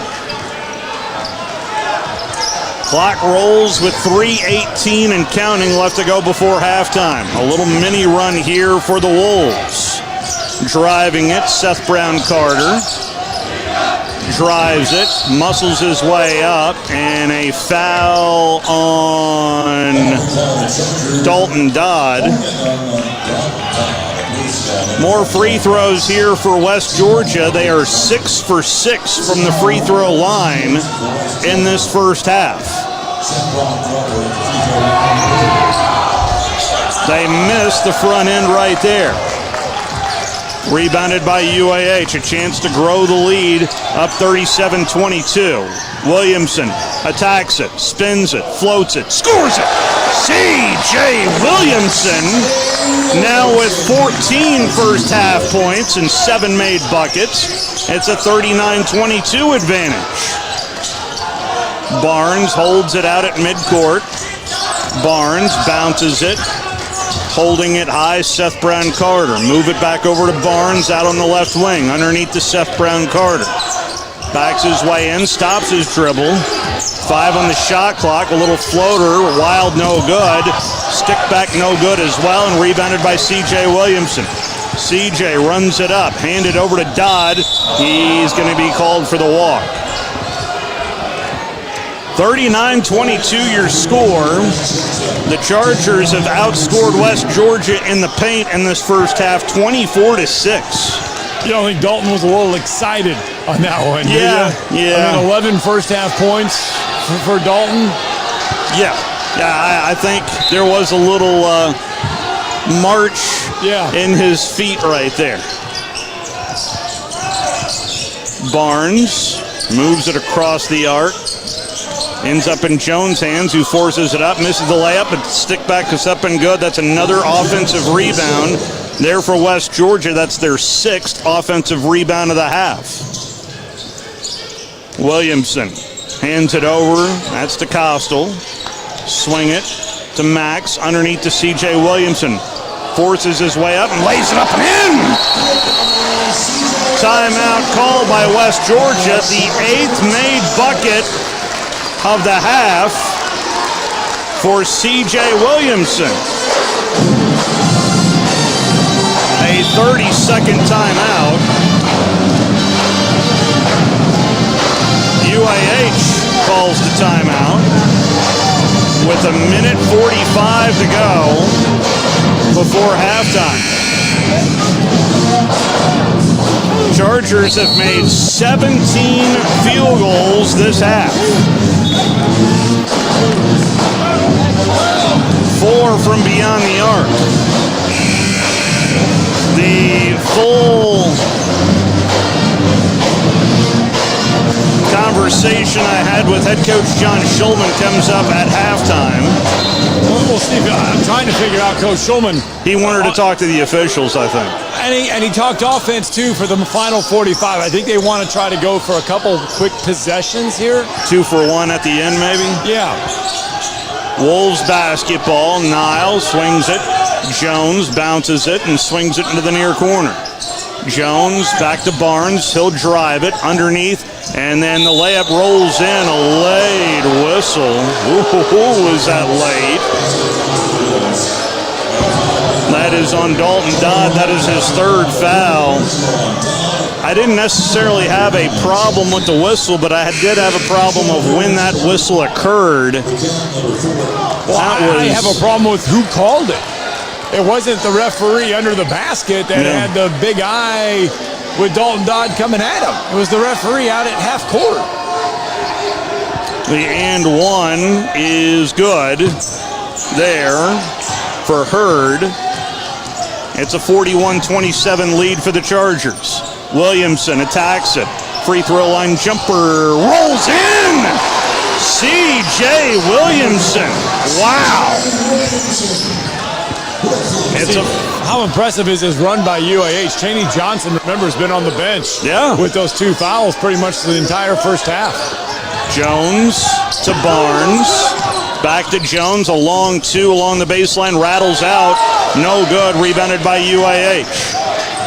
Ahead it goes, and saving it in plays, CJ over to Luke Burnett. Wow. We got lucky right there.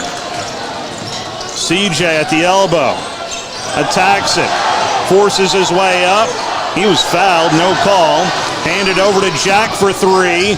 No good. Tipped around. Layup no good again.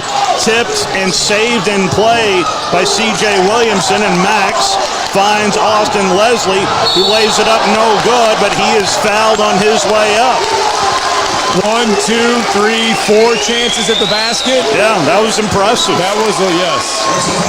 And I think that was all predicated on the athleticism of Austin Leslie. That initial offensive rebound credited to Max Schulman, but that was made because of Austin Leslie boxing out. And he gets rewarded with free throws. Front end is good. Leslie, officially a transfer from Southern Miss, but we certainly know him from his high school days over at Westminster Christian here in Huntsville. Second free throw no good, rebounded by West Georgia. 44 points and a half for the Chargers. Welcome to March. Down low, Nile on the baseline. Pump fake, floater, no good. Daniel Saylor, you do not have to leave your feet. You're 6'11". You really don't. Exactly what a coach would say. I mean, to the T right there. Put some concrete in those shoes, young man. You do not need to jump. Nile. Front end is good. And West Georgia is now 8 of 9 from the free throw line this half. 8 free throws, really, Steve. That's keeping them in this thing. I mean, one of those things on the bulletin board is keep teams off the free throw line every game for UAH. And second free throw, no good, rebounded by UAH. Running it up with 1 second. Half-court shot, no good from Max Schulman. It is a 44-28 advantage for the Chargers here at halftime. Halftimes all season long, brought to you by SportsMed Orthopedic Surgery and Spine Center. SportsMed Orthopedic Surgery and Spine Center invite you to give them a call at 256-881-5151. I got head coach John Schulman with me. Coach, you hold them to 28 points in the first half while scoring 44. I really thought we were loosey-goosey a little bit defensively. I thought we should have held them less than that. But am I happy? Am I pleased? Absolutely. In this type of environment, to be up 16 without Chaney playing hardly any, please. Dalton Dodd bailed us out, did a great job. We just got to get back and get solid and settled defensively, and then we'll be fine. We just got to guard. We'll guard, we're going to be fine. We rebound, we'll be fine. All right, there we go. The math is pretty simple. The formula, pretty simple. Thank you very much, Scott Tyson. Chargers were led in that opening half by C.J. Williamson. 9 made field goals for C.J. Williamson. He had half of our made field goals. 9 of our 18 made field goals. 9 of 13 from the floor with C.J. Williamson. That is awfully efficient. 1 minute timeout here, then my full conversation. Actually, you know what?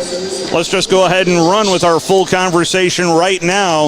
Brought to you by David Ivy Realtor, located online at ivyhsv.com. Well, you wanted to be here at home. It's good to be here at home. Congratulations on what was a fantastic run at the end of the regular season, a 4-game winning streak. Well, we definitely wanted to be at home. At one time, I don't think we thought that was a possibility. I don't know if, you always want more. All right? You always want more. At one time, we all looked at each other and it's like, man, if we could just get in the tournament. And then we looked at each other and we're like, oh my God, if we could just get a home game. And now we look at each other and we're like, if we could just get to Birmingham. Nothing's ever enough for coaches. You win tonight. Getting to Birmingham's not enough. We got to get to Sunday, and then you got to get. So nothing's ever enough. So sitting here with you at home for this tournament game, quarterfinal game, is a huge accomplishment for our guys.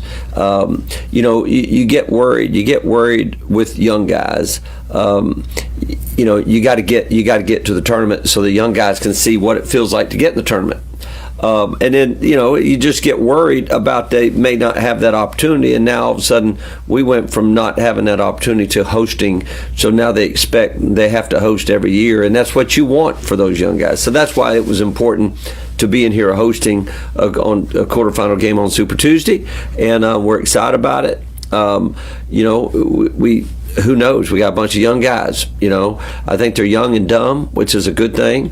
But it's got to be just another game. And I know it's not just another game, but it's got to be just another game for us, or we're going to freak out and screw everything up. There's no sense in doing that. We defend and we rebound how we've been doing, and we playing our guts out, and then you got to let the chips fall where they may, and hopefully they fall in our favor. Well, the 2 times we have played West Georgia, it felt like just 2 different teams, but at the same time hung on for dear life in both instances. Yeah, we had no idea. Nyland started for us the first time we played West Georgia here. Watched that game yesterday, and we were absolutely horrendous. And they weren't much better. Actually, they were 3 points worse.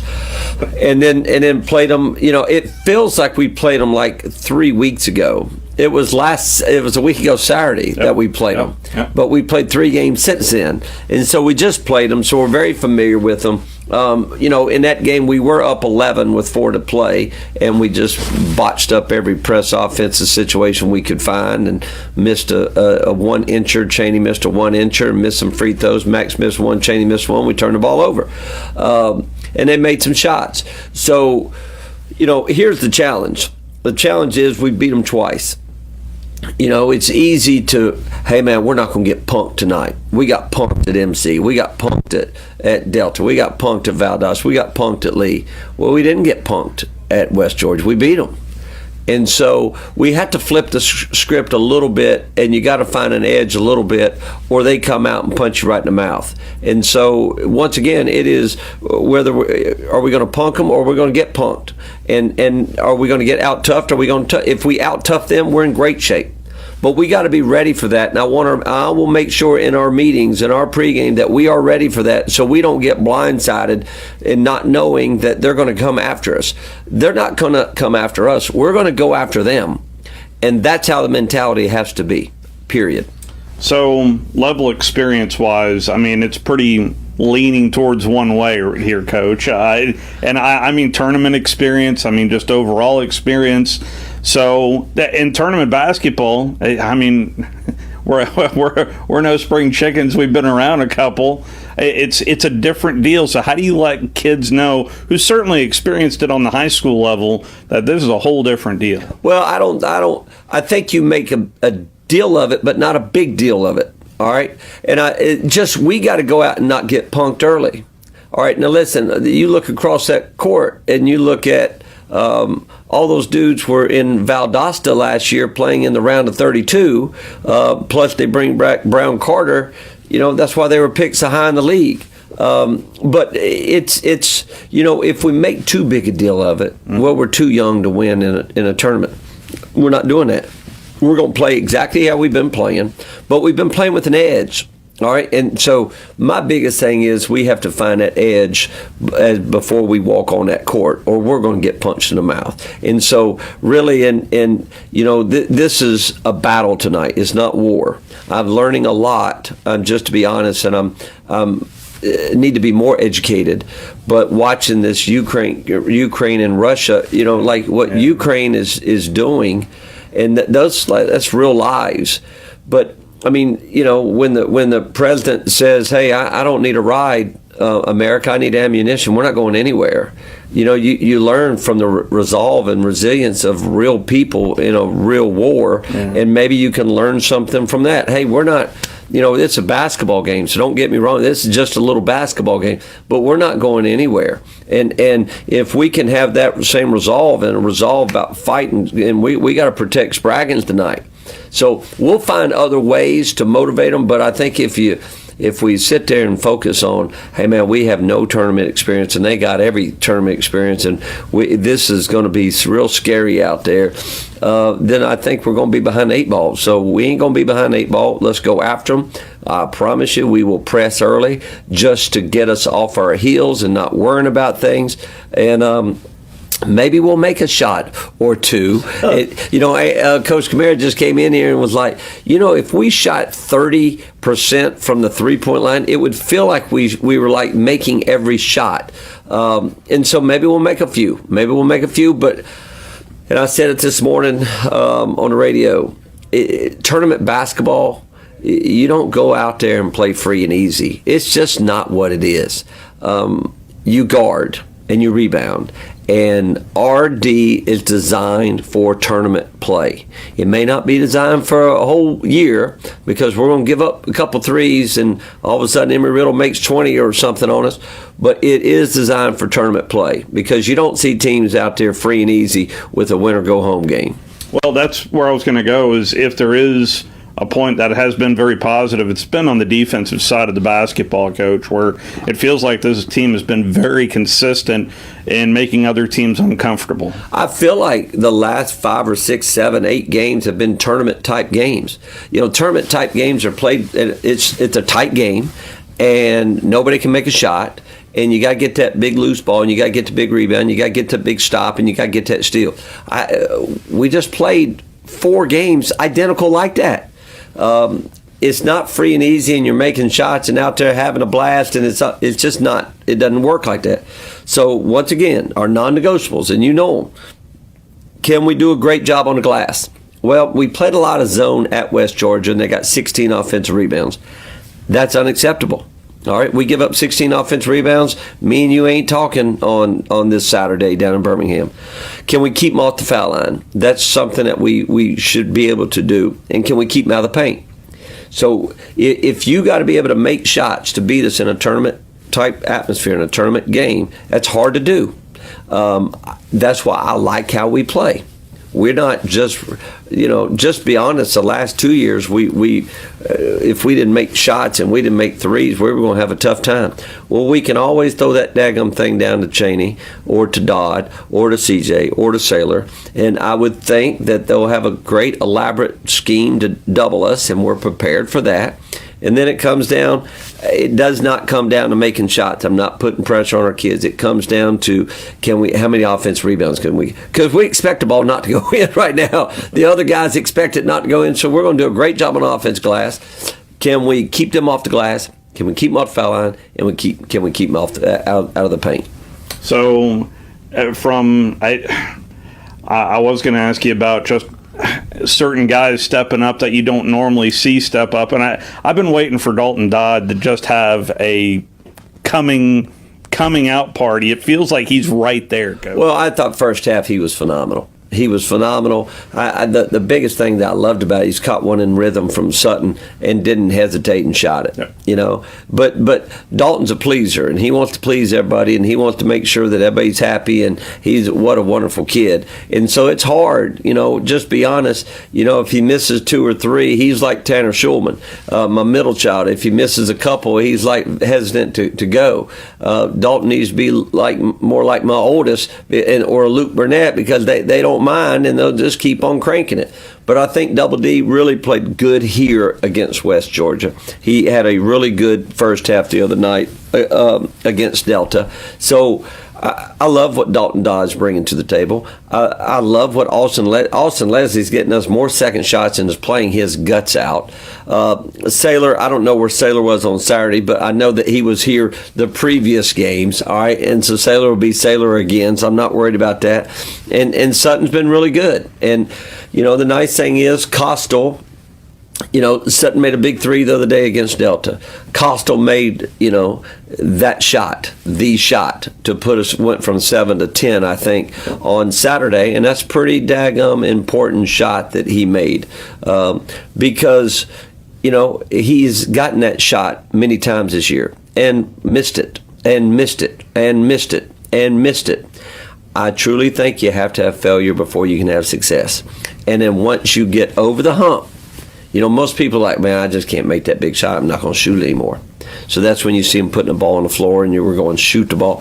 So he finally got enough courage up and experience it up to shoot it, to go up 10 and made it a huge shot. So I think he's on the other side of hard right there, and that's where all the good stuff is. So I'm like I said, I'm really proud. We started this thing in Missouri, eating bad Chinese food after a loss to Embry-Riddle, me and you and John Ryberg.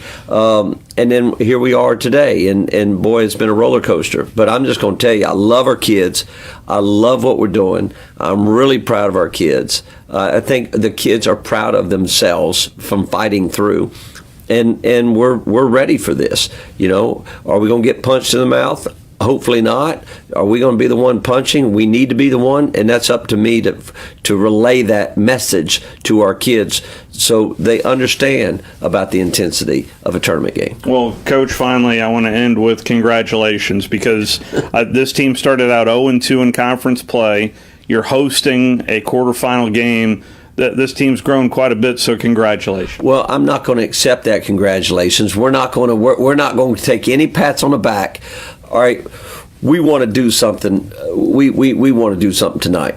And yes, it's been a very special year for these kids. And it's been a very special year. They've had a lot of pressure on them, and they've come through with flying colors. No one will be able to take that away from them, period. But we ain't talking about that now. We're going to talk about that later on. We'll talk about it at some kind of banquet or something. Let's go out and risk it all tonight. Let's go out and risk everything we got and play as hard as we possibly can play and as physical as we can play. And let's go for it.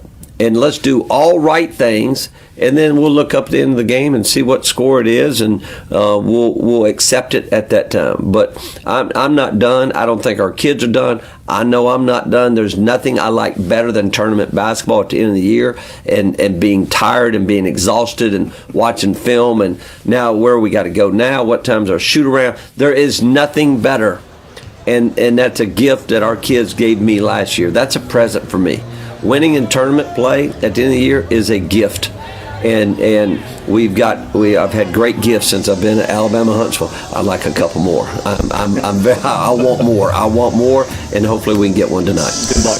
I appreciate it. Thank you. How about a gift of a 16-point lead at halftime in a quarterfinal game? Scott Tyson, what was said?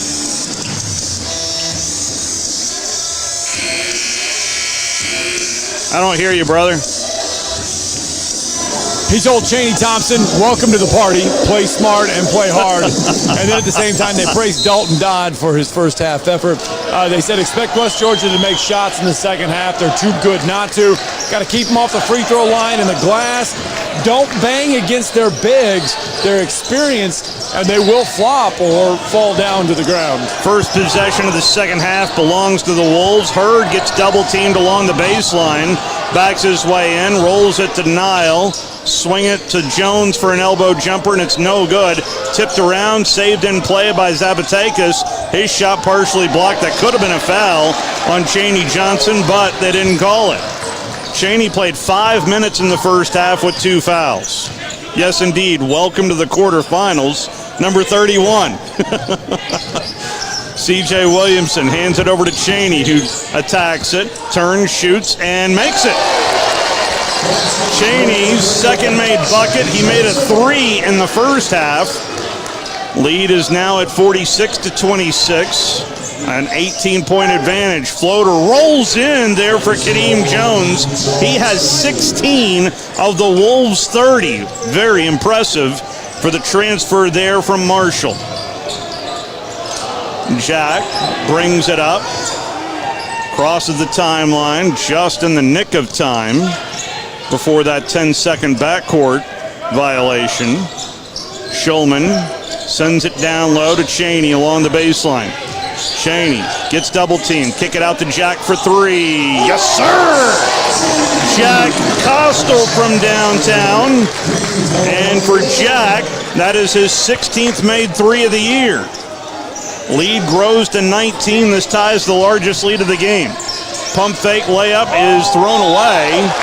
Turned over to UAH. That is turnover number 7 for the Wolves. Well, Chaney Johnson, great defensively there, Steve. Just kept it straight up. Didn't move, didn't jump, didn't do anything. Inbounds it goes. Full court man-to-man go West Georgia as Jack crosses the timeline, drives it into the left elbow. Kick it out to Chaney, swings it over to Luke. Down low to Chaney Johnson, draws a double team, turns, shoots, misses that one hard off the back of the iron. 49-30, Chargers with the lead here on Super Tuesday. With it, Jones jump stops, nearly walked with it, ends up in the hands of Hurd. Hurd with 15 on the shot clock, swings it. Zabatakis fires it and misses it, and rebounded by UAH. Hurd got away with an over the back on C.J. Williamson. Williamson attacks the left elbow, drives it, kicks it, swinging it over to Chaney Johnson. Underneath pass, and the layup is no good by Luke Burnett, and Luke got bailed out. He just flat out got bailed out off of that whistle. I don't like that call. I really don't like that call. It looked like Burnett lost his balance and was not bumped. Well, something I did notice on that trip down the floor, Steve, C.J. Williamson had 18 first half points. Yeah. West Georgia still, that's the second trip down the floor. West Georgia still is neglecting to double team C.J. Williamson with 18 first half points. If I'm UAH, I'm continuing to give that ball to CJ until they double team him. Feed 4. I agree wholeheartedly. Both free throws are good for Luke Burnett. Backdoor pass to Zabatakis, who lays it up and in. He now has 6 in the game. It's a 51-32 lead. 3 minutes gone into this second half. Burnett dribbles it out at midcourt.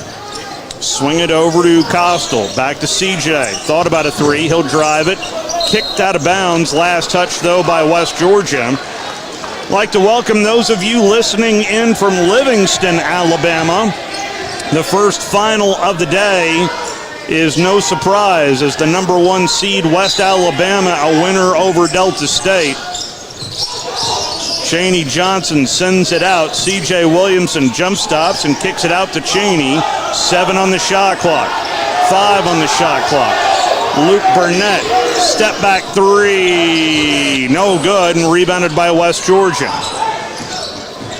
So the winner of this game will take on the 1 seed in West Alabama on Saturday in Sanford. Zabatakis turns, shoots, and makes, as that hit every part of the rim before going through the cylinder. 51-34, here comes West Georgia creeping back into this one. Williamson hands it over to Jack for an open 3. It is no good as that went around the world. Zabatakis brings it back. drives it, swings it to Jones, a long two, top of the key is good. That is 3 made buckets in a row there for West Georgia. Well, you knew the Wolves are going to answer. They're too good. They're too much of a veteran team not to answer. UAH has just got to stay poised and come back with an answer on this trip. And find CJ. CJ attacks the paint. Kick it out to Jack for an open three. It is good! Jack Costel's second made three of the second half. 54-36 UAH. Barnes dribbles it out at midcourt. Barnes swings it to Hurd, down underneath. Nile is fouled by Luke Burnett. I have that as Luke's second foul. It is his second foul. Media timeout.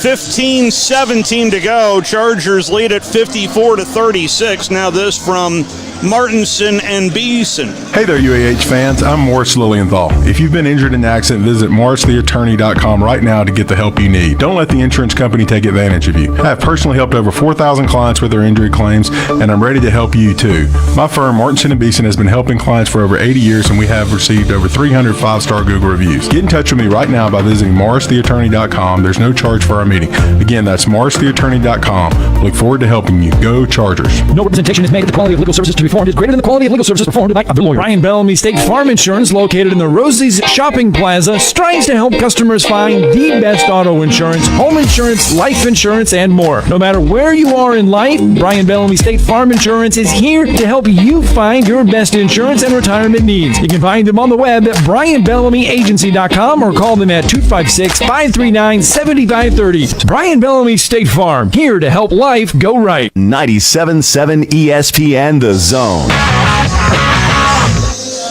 So far here in this second half, the Chargers have outscored West Georgia 10-8, but 3 made buckets for the Chargers, 3 of 6 from the floor, including 2 of 5 from beyond the arc, 6 made 3 balls. I am trying to think of the last game that we actually had double figures made for 3 balls. It has been a minute.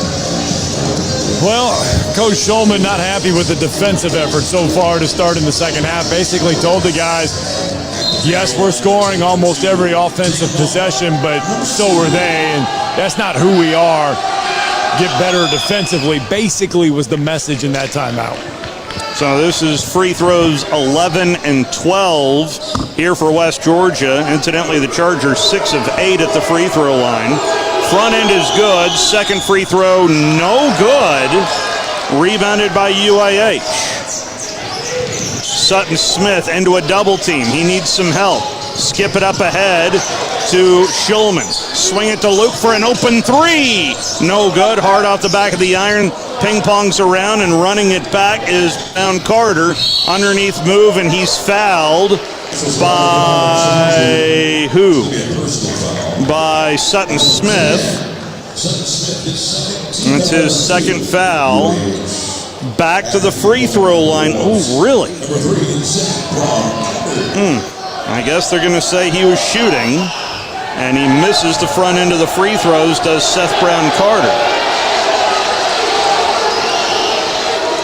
Second free throw is up and good.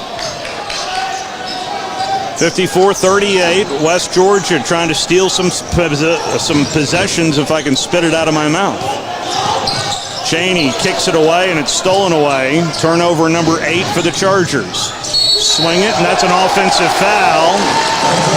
Sutton Smith was there to take the charge from Kadeem Jones. Well done, Sutton Smith, the Alpharetta, Georgia native. Sutton Smith will bring it up with Barnes on his hip defensively. Along the near sideline, 14 minutes, 33 seconds to play. Down low, CJ powers his way up, lays it up, no good, but fouled there by Sasser. And Sasser really couldn't have done anything differently defensively. That was just a really good move by C.J. Williamson. Well, Sasser's trying to argue his case that he was straight up, but before that ball got there, he was grabbing around CJ, so he couldn't really go straight up because his body was already arched. And yeah, you pointed out, that's 4 fouls. Yep. So if he is staying in, you better believe I'm feeding number 4. Second free throw, no good, and saved in play by CJ. Rebounded by Max, and the layup rolls no good. Tipped around. Chaney lays it up, no good, but he is fouled by Seth Brown-Carter. Well, you want offensive rebounds, so I don't often tweet at the guys, but I did this morning. I tweeted a highlight tape of Dennis Rodman to C.J. Williamson and said, I need to see this kind of hustle. That was Dennis Rodman hustle right there. Chaney makes the front end of the free throws. Well, he was awful quiet. Chaney was at halftime in the locker room, as you might imagine, Steve. I mean, only playing 5 minutes in that first half, and they were kind of giving him a hard time about not smiling. And he's like, I'll smile after the game. Both free throws are good. Lead grows back up to 19 with 14 minutes and 10 seconds to play. Move it around the arc. Jones swings it. Jump stop, little scoop layup, rolls in for Seth Brown-Carter. Lead shrinks to 17. Sutton Smith sends it up ahead to CJ. Work it out as the ball's tipped and stolen away defensively, that time by Barnes. Jones skips it, tipped up into the air, into the near corner to Seth Brown-Carter, loses the handle. Where was the foul there? Where was the foul?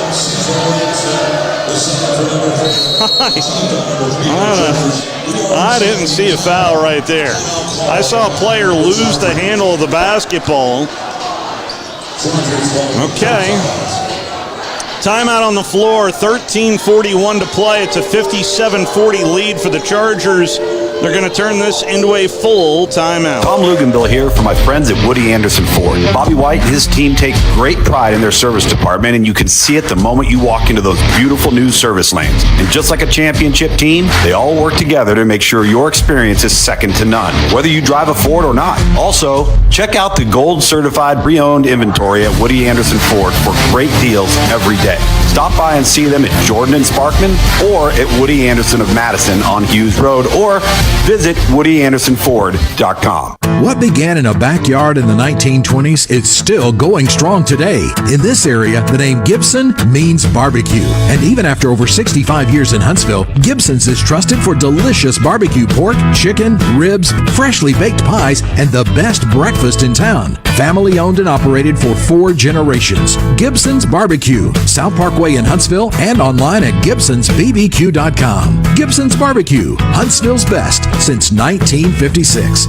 97.7 ESPN The Zone. Tune in every weekday morning to Talkin' Ball. They will entertain you on your way into work. Weekday mornings from 7 to 9 right here on 97.7 ESPN The Zone. If you are out and about, you can also download our app. Just search 977 ESPN. We have multiple streams, a total of 4 different streams, and we have multiple broadcasts certain times, so you need to download our app. Just search 977 ESPN. Off the inbounds, Jones dribbles it out for West Georgia, excuse me. Roll it underneath along the baseline, and an offensive foul. Sasser's 5th foul, and he's done. How about that? Wow. Sasser is done, and Hurd checks in with 13 minutes and 33 seconds to play. Chaney dribbles it up, hands it over to Sutton Smith. Sutton crosses the timeline. Sutton sends it up ahead to C.J. Williamson. C.J. looks backdoor, finds Chaney, and kicked it out of bounds. He sure did. But Steve, once again, C.J. Williamson getting that basketball I would look for UAH to probably clear something out for CJ. West Georgia still not double teaming him anytime he gets the basketball. Hurd in for Sasser, who is done in this game. Seth Brown Carter for 2, no good, rebounded by UAH. Bringing it up, and the ball is tipped and stolen away, but regathered. Ends up out of bounds, last touch by C.J. Williamson.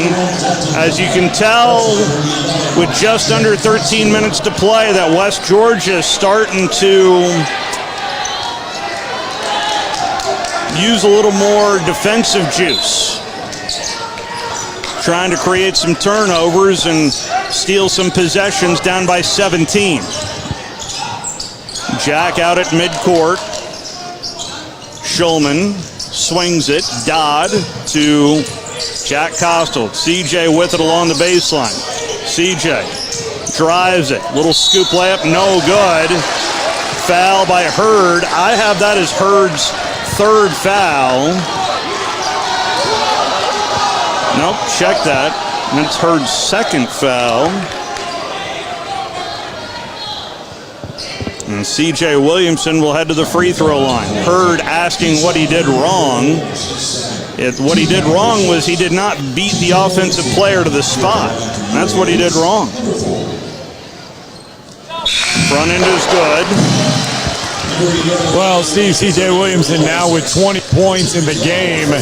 And all of this is actually by design tonight, because inside that locker room, this whole UAH team is rather upset that C.J. Williamson did not make an all-conference team. First or second. This is by design tonight. Basically, the message was play for C.J. this evening. Nile forces up a wild layup, and it's no good. C.J. will drive it coast to coast, lays it up and in. Count the bucket!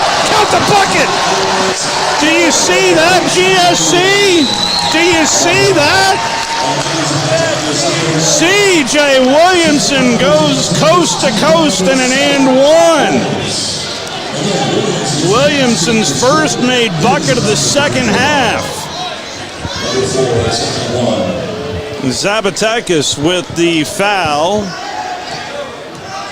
The and one is good. The lead is 21 here this Tuesday night. McElroy drives it, forces the layup, no good, rebounded by UAH. Jack, shot out of a cannon over to Luke for 3, no good, rebound is loose, taken out by the Wolves. Under 12 minutes to play. McElroy's pass is kicked out of bounds. It will be Wolves basketball. The Chargers have outscored West Georgia by 5 here in this second half, but they led it by 16 at halftime. And the lead is now 21 with 11:55 to go. At Bryant Bank, we believe your goals are worth chasing, and every step along the way is worth celebrating. From your hopes for the future to the challenges that keep you up at night, we're here for you. Bryant Bankers put care into action to help you live legendary by stepping up when you need us most and doing what's right even when no one is watching.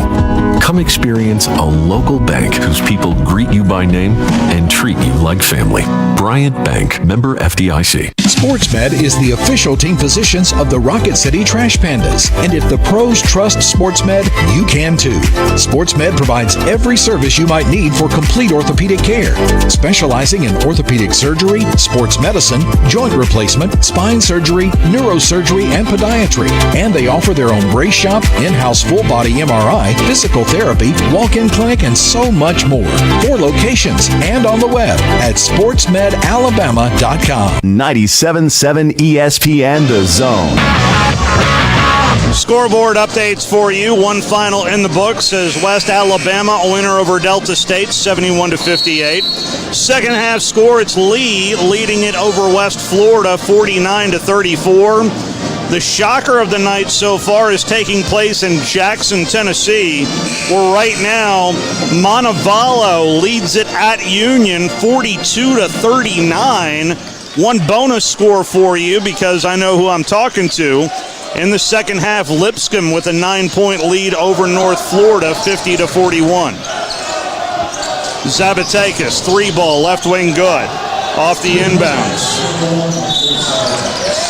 A foul in the backcourt by McElroy. That is team foul number 8, and we will walk to the other end where Jack Costal will have a 1-and-1 opportunity. We need to make these free throws.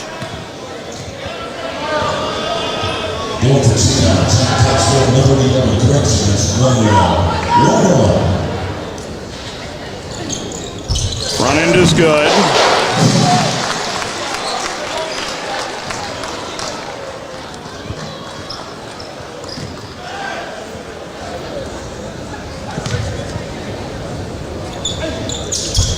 Second free throw, no good. Rebounded by Cheney underneath the Max, who lays it up and in. Max from Cheney. And doubling over in pain is Seth Brown Carter, holding his right elbow and right shoulder.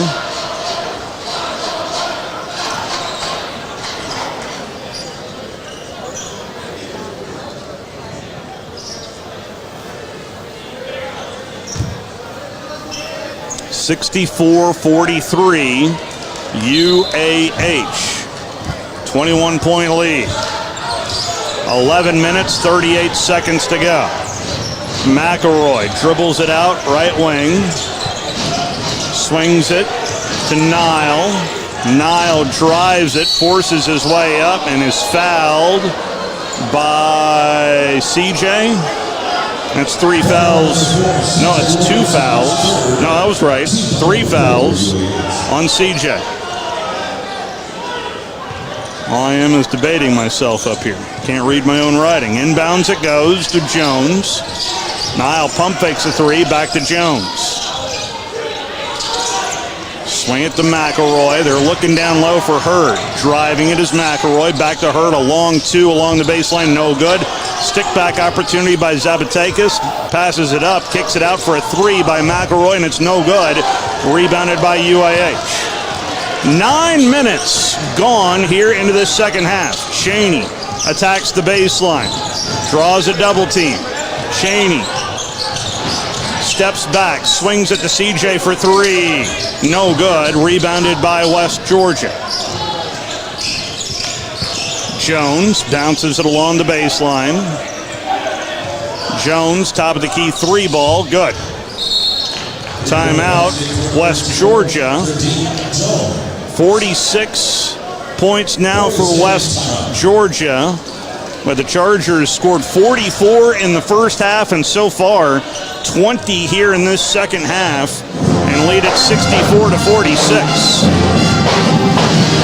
Winner here moves on to take on the 1 seed in West Alabama Saturday at Sanford. Well, if UAH is able to hang on here for that final 10 minutes and 37 seconds, it does set up a rematch between UAH and West Alabama. 1 point. A 1-point game and a neutral floor game this time. So it'd be pretty interesting to see if UAH, how they would stack up again against West. But first, you got to get through these final 10 minutes. Inbounds it goes in the backcourt to Austin Leslie.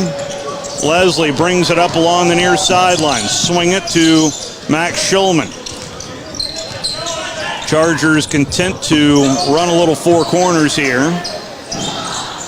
Saylor at the free throw line, sends it underneath, and Leslie forced out of bounds, but it's turned back over to West Georgia.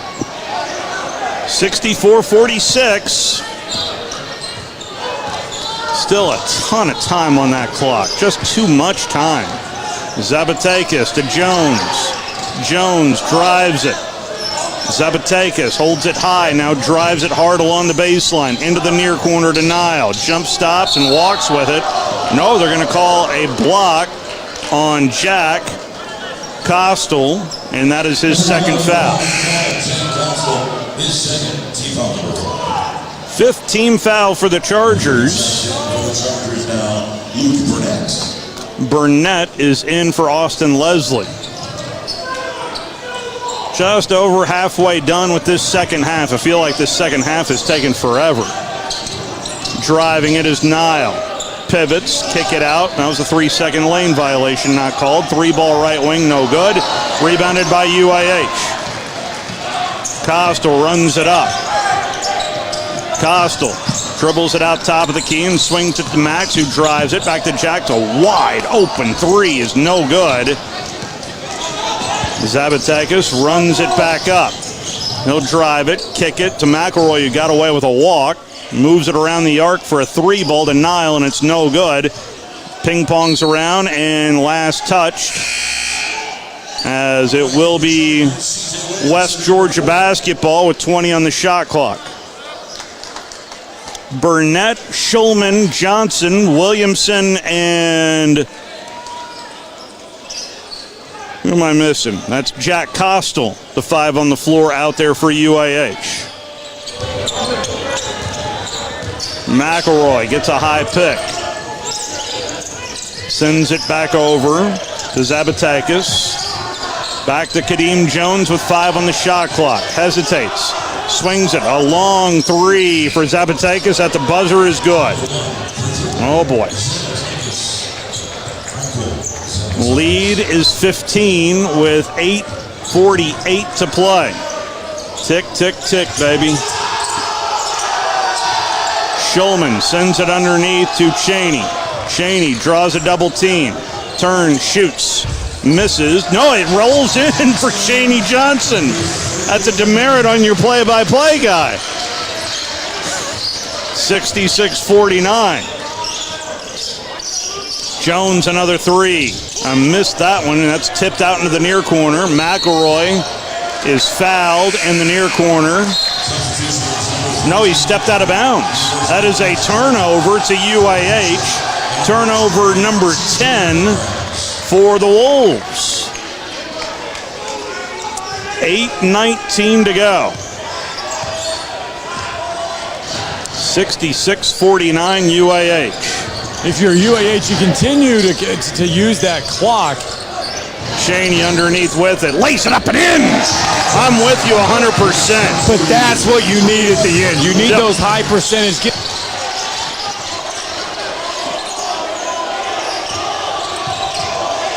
In the near corner, Fisher, baseline jumper banks in, there for Cole Fisher. Johnson sends it up ahead to Luke Burnett. His floater off the glass is good, but they're going to wipe it away. An offensive foul on Luke Burnett. Cole Fisher took the charge.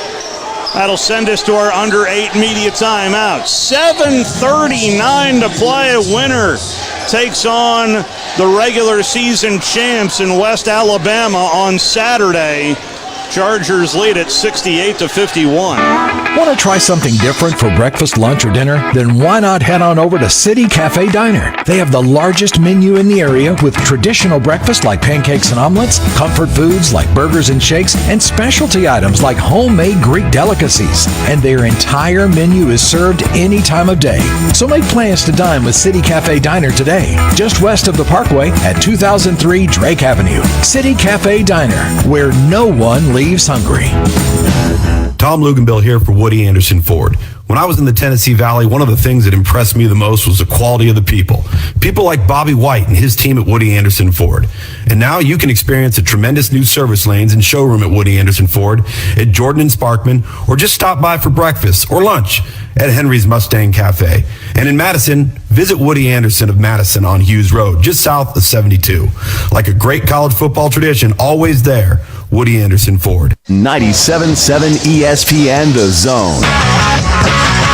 A very enthusiastic student session here this Tuesday night for this Super Tuesday matchup between the 4-seed, the UAH Chargers, and the 5-seed Wolves from West Georgia. Chargers shot 54% in the first half. Here in the second half, cooled off a bit, down to 46%, shooting 7 of 15 from the floor. Wolves basketball. Along with Scott Tyson, Steve Moulton here with you on a Tuesday night. At least showing full court press as J.J. Barnes brings it up, bounces it to Zabatakis. Pivots, swings it, Barnes finds Zabatakis again. Seth Brown Carter back in there. Back to Zabatakis. He'll drive it in. Pivot in. His floater partially blocked and no good. Rebounded by Max Schulman. One and done that position for West Georgia. 3 ball on the other end is good for Luke Burnett. Lead grows back up to 20 with 7 minutes to play. Zabatakis swings it to Barnes. He'll drive it, throw it away. Turnover, number 11 for the Wolves. 71-51 UAH.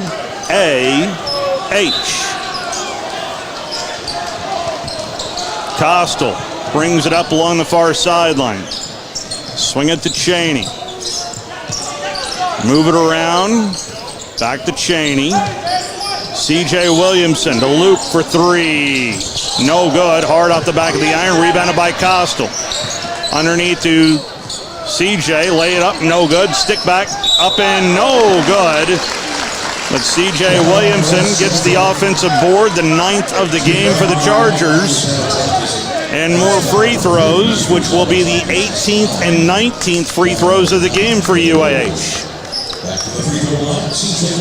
CJ, incidentally, 3 of 6 at the free throw line. Make it 3 of 7. I mean, he's gone 50% every single time, so you would believe this one's going in. And it does. 21-point lead for the Chargers. Barnes drives it, sends it down low, and the layup no good by Seth Brown Carter. Now Coach Kamara says, slow this puppy down. 6:12, 6:11, 6:10 on the clock. Williamson, top of the key, gets the ball poked out at midcourt. 15 on the shot clock. CJ with a head of steam finds Schulman along the baseline. Back to CJ. He'll attack it. He'll spin it. Send it out to Schulman. An open 3. Good. CJ Williamson will get credited with an assist from the floor. However, he has to get involved tonight. Floater is no good. Wouldn't have mattered anyway as C.J. Williamson takes the charge from Kadeem Jones. Well, I think the message was sent. I think message indeed delivered high priority mail. Williamson holds it out at midcourt. 5 minutes, 25 seconds and counting in this quarterfinal Super Tuesday matchup between the 4 and 5 seeds. Johnson to Costal. Bounce it to CJ. 4 on the shot clock. Drives it, spins it, floats it. It's good! CJ Williamson. He just will not be denied tonight. 24 in this one. Check that, 26.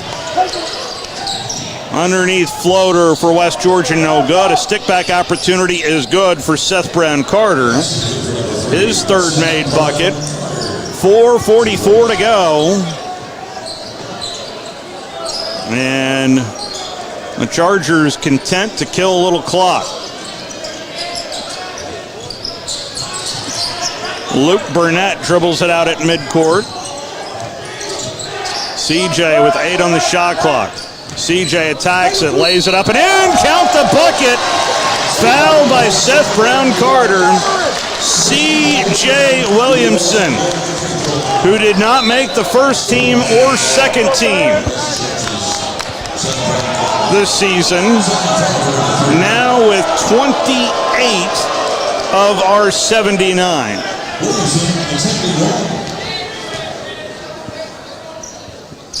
The free throw is good. make it 29 in the game.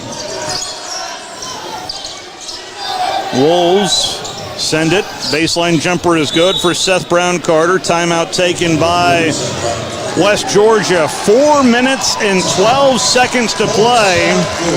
The Chargers have outscored West Georgia this half 36-25 and lead it 80-55 here in this quarterfinal round game. Want to try something different for breakfast, lunch, or dinner? Then why not head on over to City Cafe Diner? They have the largest menu in the area with traditional breakfast like pancakes and omelets, comfort foods like burgers and shakes, and specialty items like homemade Greek delicacies. And their entire menu is served any time of day. So make plans to dine with City Cafe Diner today, just west of the Parkway at 2003 Drake Avenue. City Cafe Diner, where no one leaves hungry. Tom Luganbill here for Woody Anderson Ford. When I was in the Tennessee Valley, one of the things that impressed me the most was the quality of the people. People like Bobby White and his team at Woody Anderson Ford. And now you can experience the tremendous new service lanes and showroom at Woody Anderson Ford at Jordan and Sparkman, or just stop by for breakfast or lunch at Henry's Mustang Cafe. And in Madison, visit Woody Anderson of Madison on Hughes Road, just south of 72. Like a great college football tradition, always there, Woody Anderson Ford. 97.7 ESPN The Zone.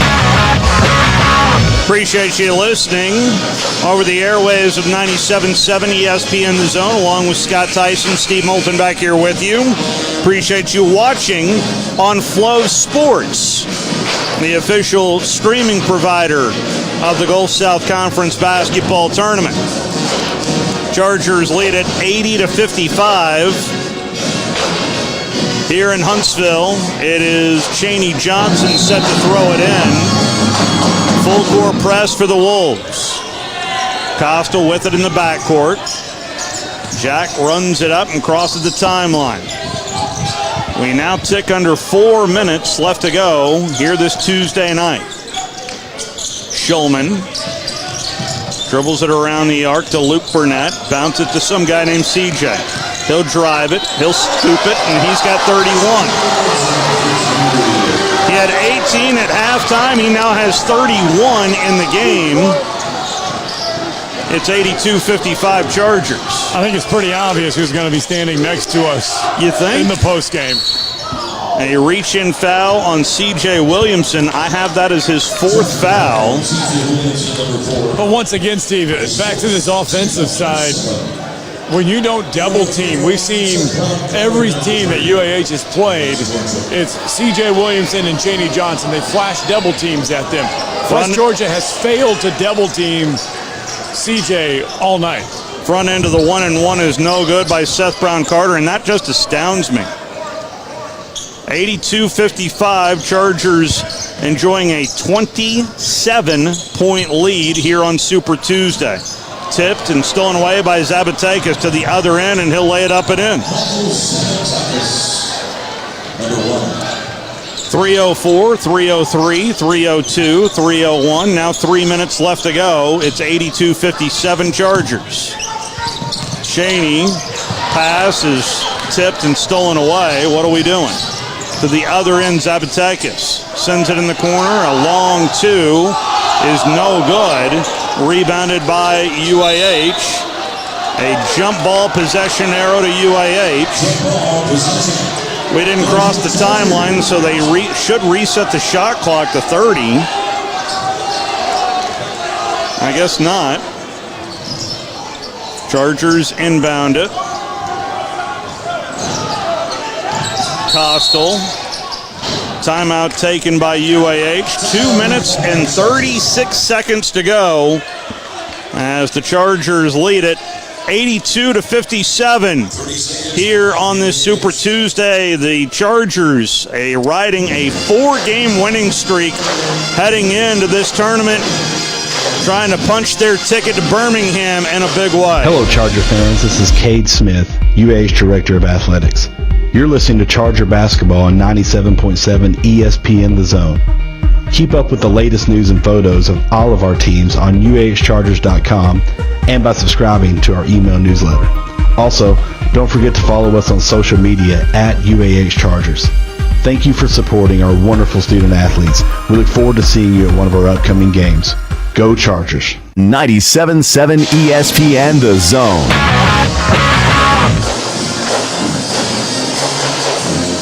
Chargers to plug it into play right in front of the scorer's table.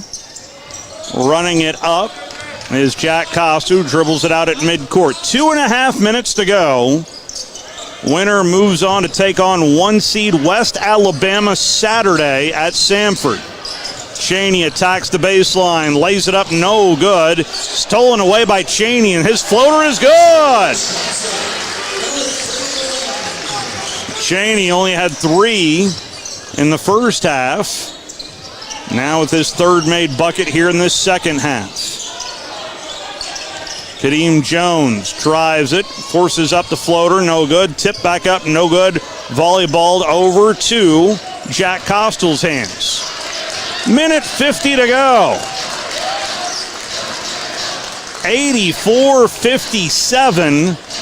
How's this for a coronation here for these Chargers, who started out the conference season 0-2 and ended up hosting a game 3-ball no good by Max Schulman, rebounded by West Georgia. 90 seconds to go. Euro step move, layup is no good on that wild play there by J.J. Barnes, and a foul in the backcourt by Ding Nile.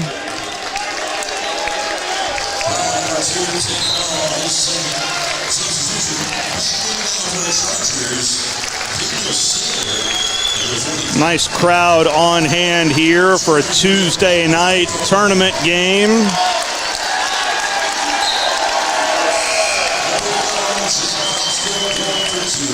Jack Costel heads to the free throw line as C.J. Williamson checks out. Check out this line. C.J. Williamson was 13 of 19 from the floor, 31 points. 7 rebounds, 2 assists. One of them was from the floor. That's productivity and really the game plan. You can see it from the very beginning. From the jump, from the tip, it was get the ball down low to CJ and let him go to work. Both free throws are good for Jack. We have not scored this many points since November. Well, actually, it took double overtime at AUM when we scored 97. But at least here on our home floor, when we scored in the 90s, 3-ball right wing is good for Ding Nile. 86-60.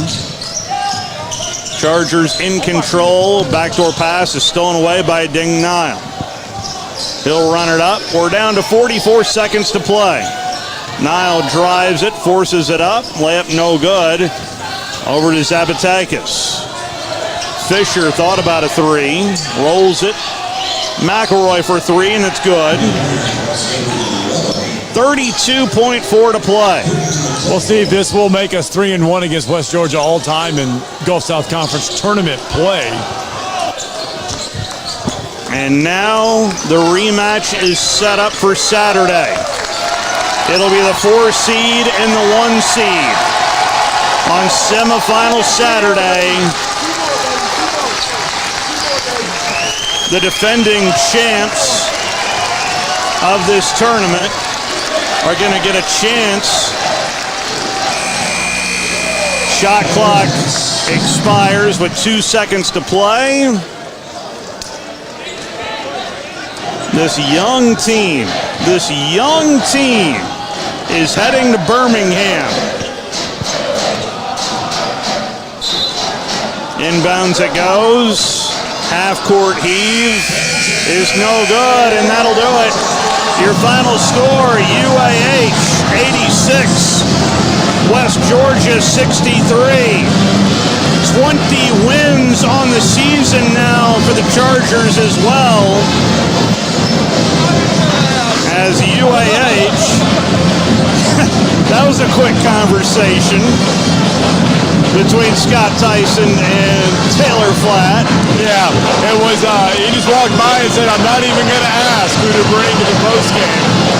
That was pretty obvious. Yep. The 4 seed moves on. And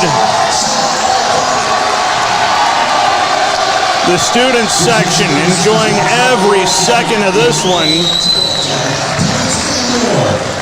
So next stop is Sanford for semifinal Saturday between the UAH Chargers and the regular season champs and the Tigers from the University of West Alabama. Should be a good one.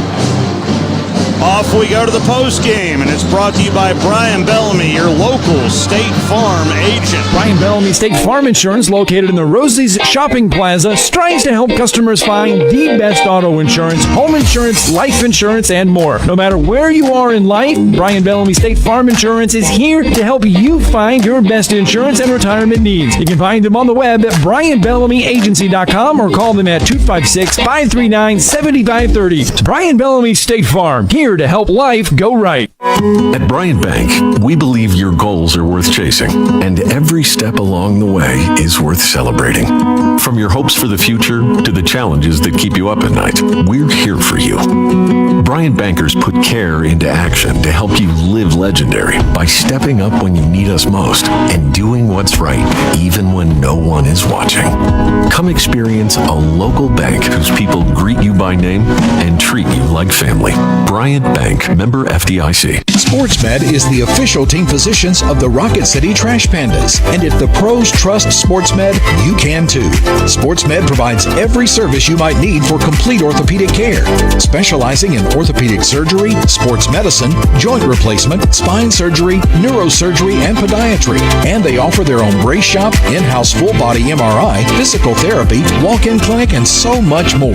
4 locations and on the web at sportsmedalabama.com. Hello, Charger fans. This is Cade Smith, UAH Director of Athletics. You're listening to Charger Basketball on 97.7 ESPN The Zone. Keep up with the latest news and photos of all of our teams on UAHChargers.com and by subscribing to our email newsletter. Also, don't forget to follow us on social media at UAH Chargers. Thank you for supporting our wonderful student athletes. We look forward to seeing you at one of our upcoming games. Go Chargers. 97.7 ESPN The Zone. Where to begin? Where to begin? What a start for the Chargers out of the gate, who started off awfully hot. In fact, at the first media timeout, it was a 15-4 advantage for the Chargers. West Alabama did respond. West Georgia, did respond. Draw it within 8 a couple of times, but there was a scoring drought for West Georgia when it was 24-16 at the under 8 media timeout, and the Chargers hit the gas pedal to make it 35-18, and that was more or less your ball game right there, Scott Tyson. Well, that scoring drought had a lot to do with the way that UAH was playing defensively. And it kind of goes back to what Coach Schulman said in his pregame interview, was that this defense is not built probably for a 25-game regular season, but it's built for the tournament. Yeah. And I know West Georgia saw it twice, but there's something a little bit different about it when UAH has been running it all season. It's not like they put this defense in for the tournament. Yep. UAH is able to play a little bit, I think, more free because of the fact that they're built for this tournament. And a lot of that goes back to Coach Schulman and his days at Chattanooga, where it was you had to win this to get in. His mentality has been like that ever since he took over on the bench. Well, if this team wants to go to the NCAA tournament, there's only one way to do it this year. Yeah. That's win the tournament, and they've got a 25% shot at it. One of 4 teams, as it will be West Alabama and UAH. The other half of the bracket is getting a little hairy, as actually now it's starting to look a little clearer. 6 minutes left to go in Jackson, Tennessee. Union now with a lead over Montevallo, 63-56. Under a minute left to go in Cleveland, Tennessee. Lee leads it by 4 points over West Florida 69-65. Your score there, so that's not completely done either, as actually Lee just now stretches it out to a 5-point lead with 24 seconds to go. Yeah, I mean, I think, and when it's all done and settled, the top 4 teams are going to be in, well, I guess you could say Homewood, or down there at the Pete Hanna Center. And you know what? If you're UAH, I mean, that is impressive to be one of the 4. And here they come. Yeah. The dynamic duo. No surprise on this one at all. 31 points. Incidentally, a quick scoreboard update for you. Lipscomb with a 70-62 lead over North Florida with a minute to go in that quarterfinal matchup. All right, head coach, our associate head coach, Anthony Kumar, with us, as well as our player of the game, and we don't even really need to introduce that one. But boy, what a performance tonight. Wow, that was an inspired performance. I'll say that. It was funny. We just talked about it in there. We went in there after that win, and it wasn't a huge celebration. I think that's a sign of we're growing up a little bit. We know that's step one. The job's not finished. We're going down there to win it, and we're not satisfied with anything else. And man, I'm so proud of our guys. That's what you come here for. That's what our program's all about. And this is a new group. This is their first time all playing together. Max is the only one who's really played in an environment like this. And for these guys to get their 20th win and do it in that fashion, and man, that's what it's all about. I'm so proud of these dudes. You guys preach defense. This team preaches defense. In the first half, we just talked about it. West Georgia goes on a scoring drought, but a lot of that scoring drought was the fact of the way this team was playing defense. Yeah, I mean, here's what we've been saying, right? The last 10 games, we're 8-2 before tonight. We haven't shot it great. We haven't been unbelievable offensively, right? But we've been winning because we've been guarding and rebounding. And that carried over to tonight, and now we make some shots, and we score 84 points, 86 points, and it all comes together. You get results like that. And that's what we've been telling these guys. Just wait. Just keep believing. Keep going. Keep working. And it's going to come together. And now, I mean, I wouldn't want to play us right now. Well, that's West Alabama's problem now. Yeah. I mean, that's who we get on Saturday. What do you do between now and Saturday to face a team that, it came down to a 1-point loss on their home floor? What do you do between now and Saturday? Well, first of all, we're going to get our legs back. We're going to rest. And it's going to be a lot of mental stuff, mental practice. We're going to learn from what we did wrong tonight because we were not perfect by any means. We're going to learn, and we're going to get better, and we're going to practice, and we're going to go down there on Friday and prepare and be ready to play to win. We always travel great down there. We always have a bunch of fans down there. We need Charger Nation out in full force on Saturday. I don't even know what time we play, but we need everybody there. We need that to be a home game for us, just like it's been every other time we've been down there. Cheney makes first team all GSC. It does keep UAH's streak alive, but in the locker room, the message was delivered, and it was sent, it was received, that our player of the game did not make it, and, well, there's a problem with that. Yeah. I'm not going to comment, and he's not going to comment on that, but I wish the camera was down here so you could see his face and mine. That was step one. There's a lot to prove, and he's ready. That's all I'm going to say. Well, let's talk to our player of the game, C.J. Williamson, and from the very beginning, it was a concerted effort to get you the ball down low, which has been part of the game plan all season long, and boy, you got into a groove, you got into a rhythm, and things seemed to just kind of flow from there. Us do what we do. Coach told me, go do your thing. He told Cheney do his thing. Same thing we always do. It was just my night tonight. Cheney was in foul trouble, so you kind of had to take a little bit of the burden there in the first half. But Dalton Dodd really stepped up and delivered in that first half as well. Yeah, that was big time. We needed him to step up. He did. We've been telling him all year, like, you're one of the best players in this league too. Show us, and he did tonight when we needed him the most. Well, let's talk about it. 30 points, over 30 points for you tonight out there. Was it fun though? And were you surprised And we talked a little bit about this during the game, that West Georgia didn't throw a lot of double teams at you. Yeah, I was surprised they didn't throw more double teams at me, but it is what it is. The proof is in the pudding. Let's talk about Saturday. Look, I know you're not supposed to say a lot. I know you're biting your tongue a lot. I can see that, and that's fine.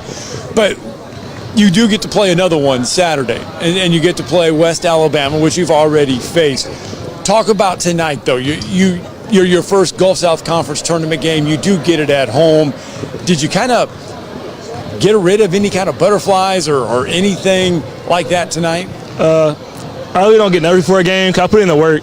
I mean, if you put in the work, it's no pressure. I just really had a lot of fun with the guys and enjoyed it out there. I'm really happy I came here and got a chance to play with the guys, my family. Now you get to go to the Pete Hanna Center, though, in semifinal action. You heard Coach talk about the preparation. How do you get ready now for Saturday? Start about recovering, get my legs back under me, get in the gym and work. Just like before, work on my game, try to get better. All right, there you have it, Steve, our player of the game. And with the assist on from his belly, too, that was pretty impressive as well. Yeah, we got to talk about the assist from the on the belly, though. The one here where you're laying on the ground, that one was, now you're smiling. That one was pretty good. I thought I got fouled, but they didn't call it.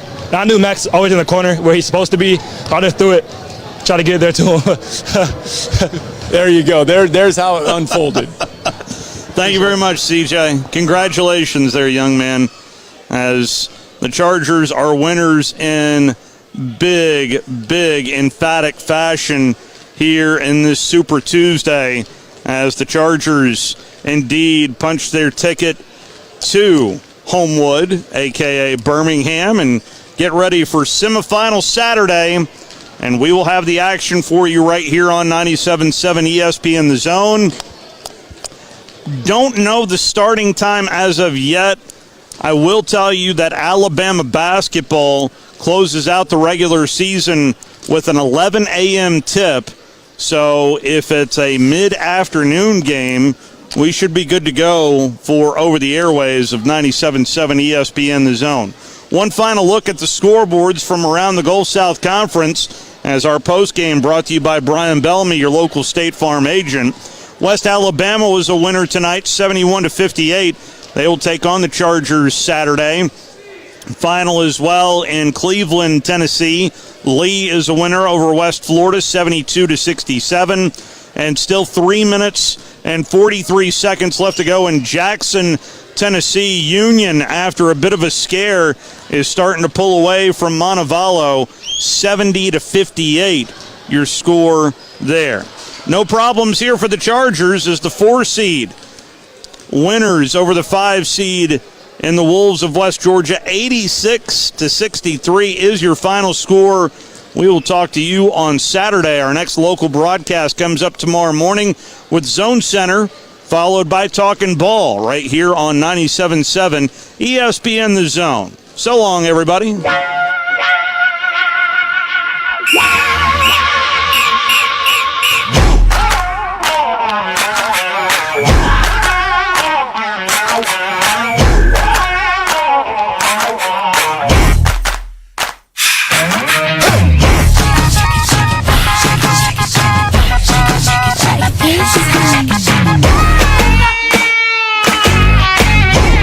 Fall into a franchise. You have Aaron Rodgers on it. Do everything you can to keep him, no matter how difficult he is. That's my opinion. Greeny with Mike Greenberg. Weekday mornings at 10 Eastern on ESPN Radio. And watch exclusively on ESPN Plus. The complete 30 for 30 library is exclusively on ESPN Plus. Maya Moore stepping away from basketball to fight for justice. My last name is Lee, Bruce Lee. Stream over 100 documentaries featuring the biggest names in sports, with titles including The Tuck Rule, Be Water, Lance, You Don't Know Bo, and more. The award-winning 30 for 30 library, streaming exclusively on ESPN Plus. Sign up now at ESPNplus.com or get the Disney bundle, including Disney Plus, Hulu, and ESPN Plus to stream the best movies, shows, and sports.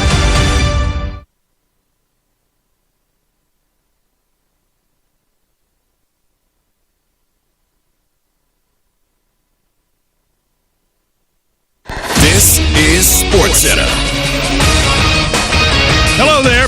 I'm Mark Robbins. The Major League Baseball lockout will continue for the foreseeable future. and games have been canceled off the 162-game regular season schedule as the Players Union rejected the owners' latest collective bargaining proposal today, and owners are making good on their promise to cancel games at today's deadline. The first two series of the season for all teams have been canceled. Owners say the players will not be paid for games they don't play. ESPN Radio's Sarah Spain says the owners deserve much of the blame for the lack of effort during the beginning of this lockout time frame. They waited for a very long time, 43 days, to present the union its next offer when they called the, quote, defensive lockout official on December 2nd. They said they hoped a lockout would jumpstart negotiations, and then they waited 43 days to get back with an offer. This is all BS, Fitz. That is Sarah Spain, co-host of Spain and Fitz, weekdays here on ESPN Radio. Got a top 25 college basketball upset for you. Big Ten, we go. 23rd-ranked Ohio State can't contain 8-win Nebraska.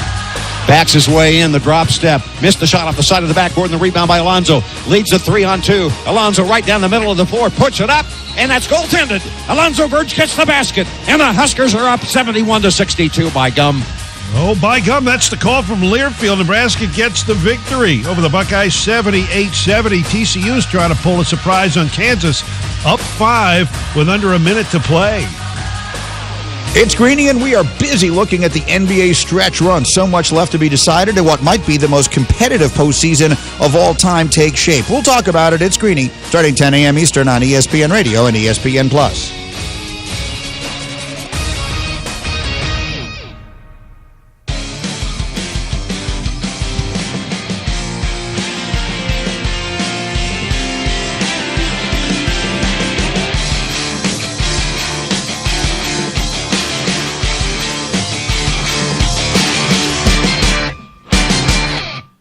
This is Freddie and Fitzsimmons No lie. on ESPN Radio and on the ESPN app.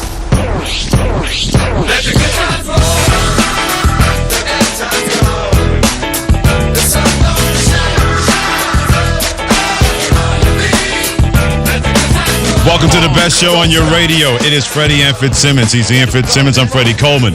Presented by Progressive Insurance on the ESPN app, Sirius XM Channel 80, as well as tune in. And there's more than one way when it comes to the word wrong and Major League Baseball delaying their regular season. That comes your way in about 10 minutes.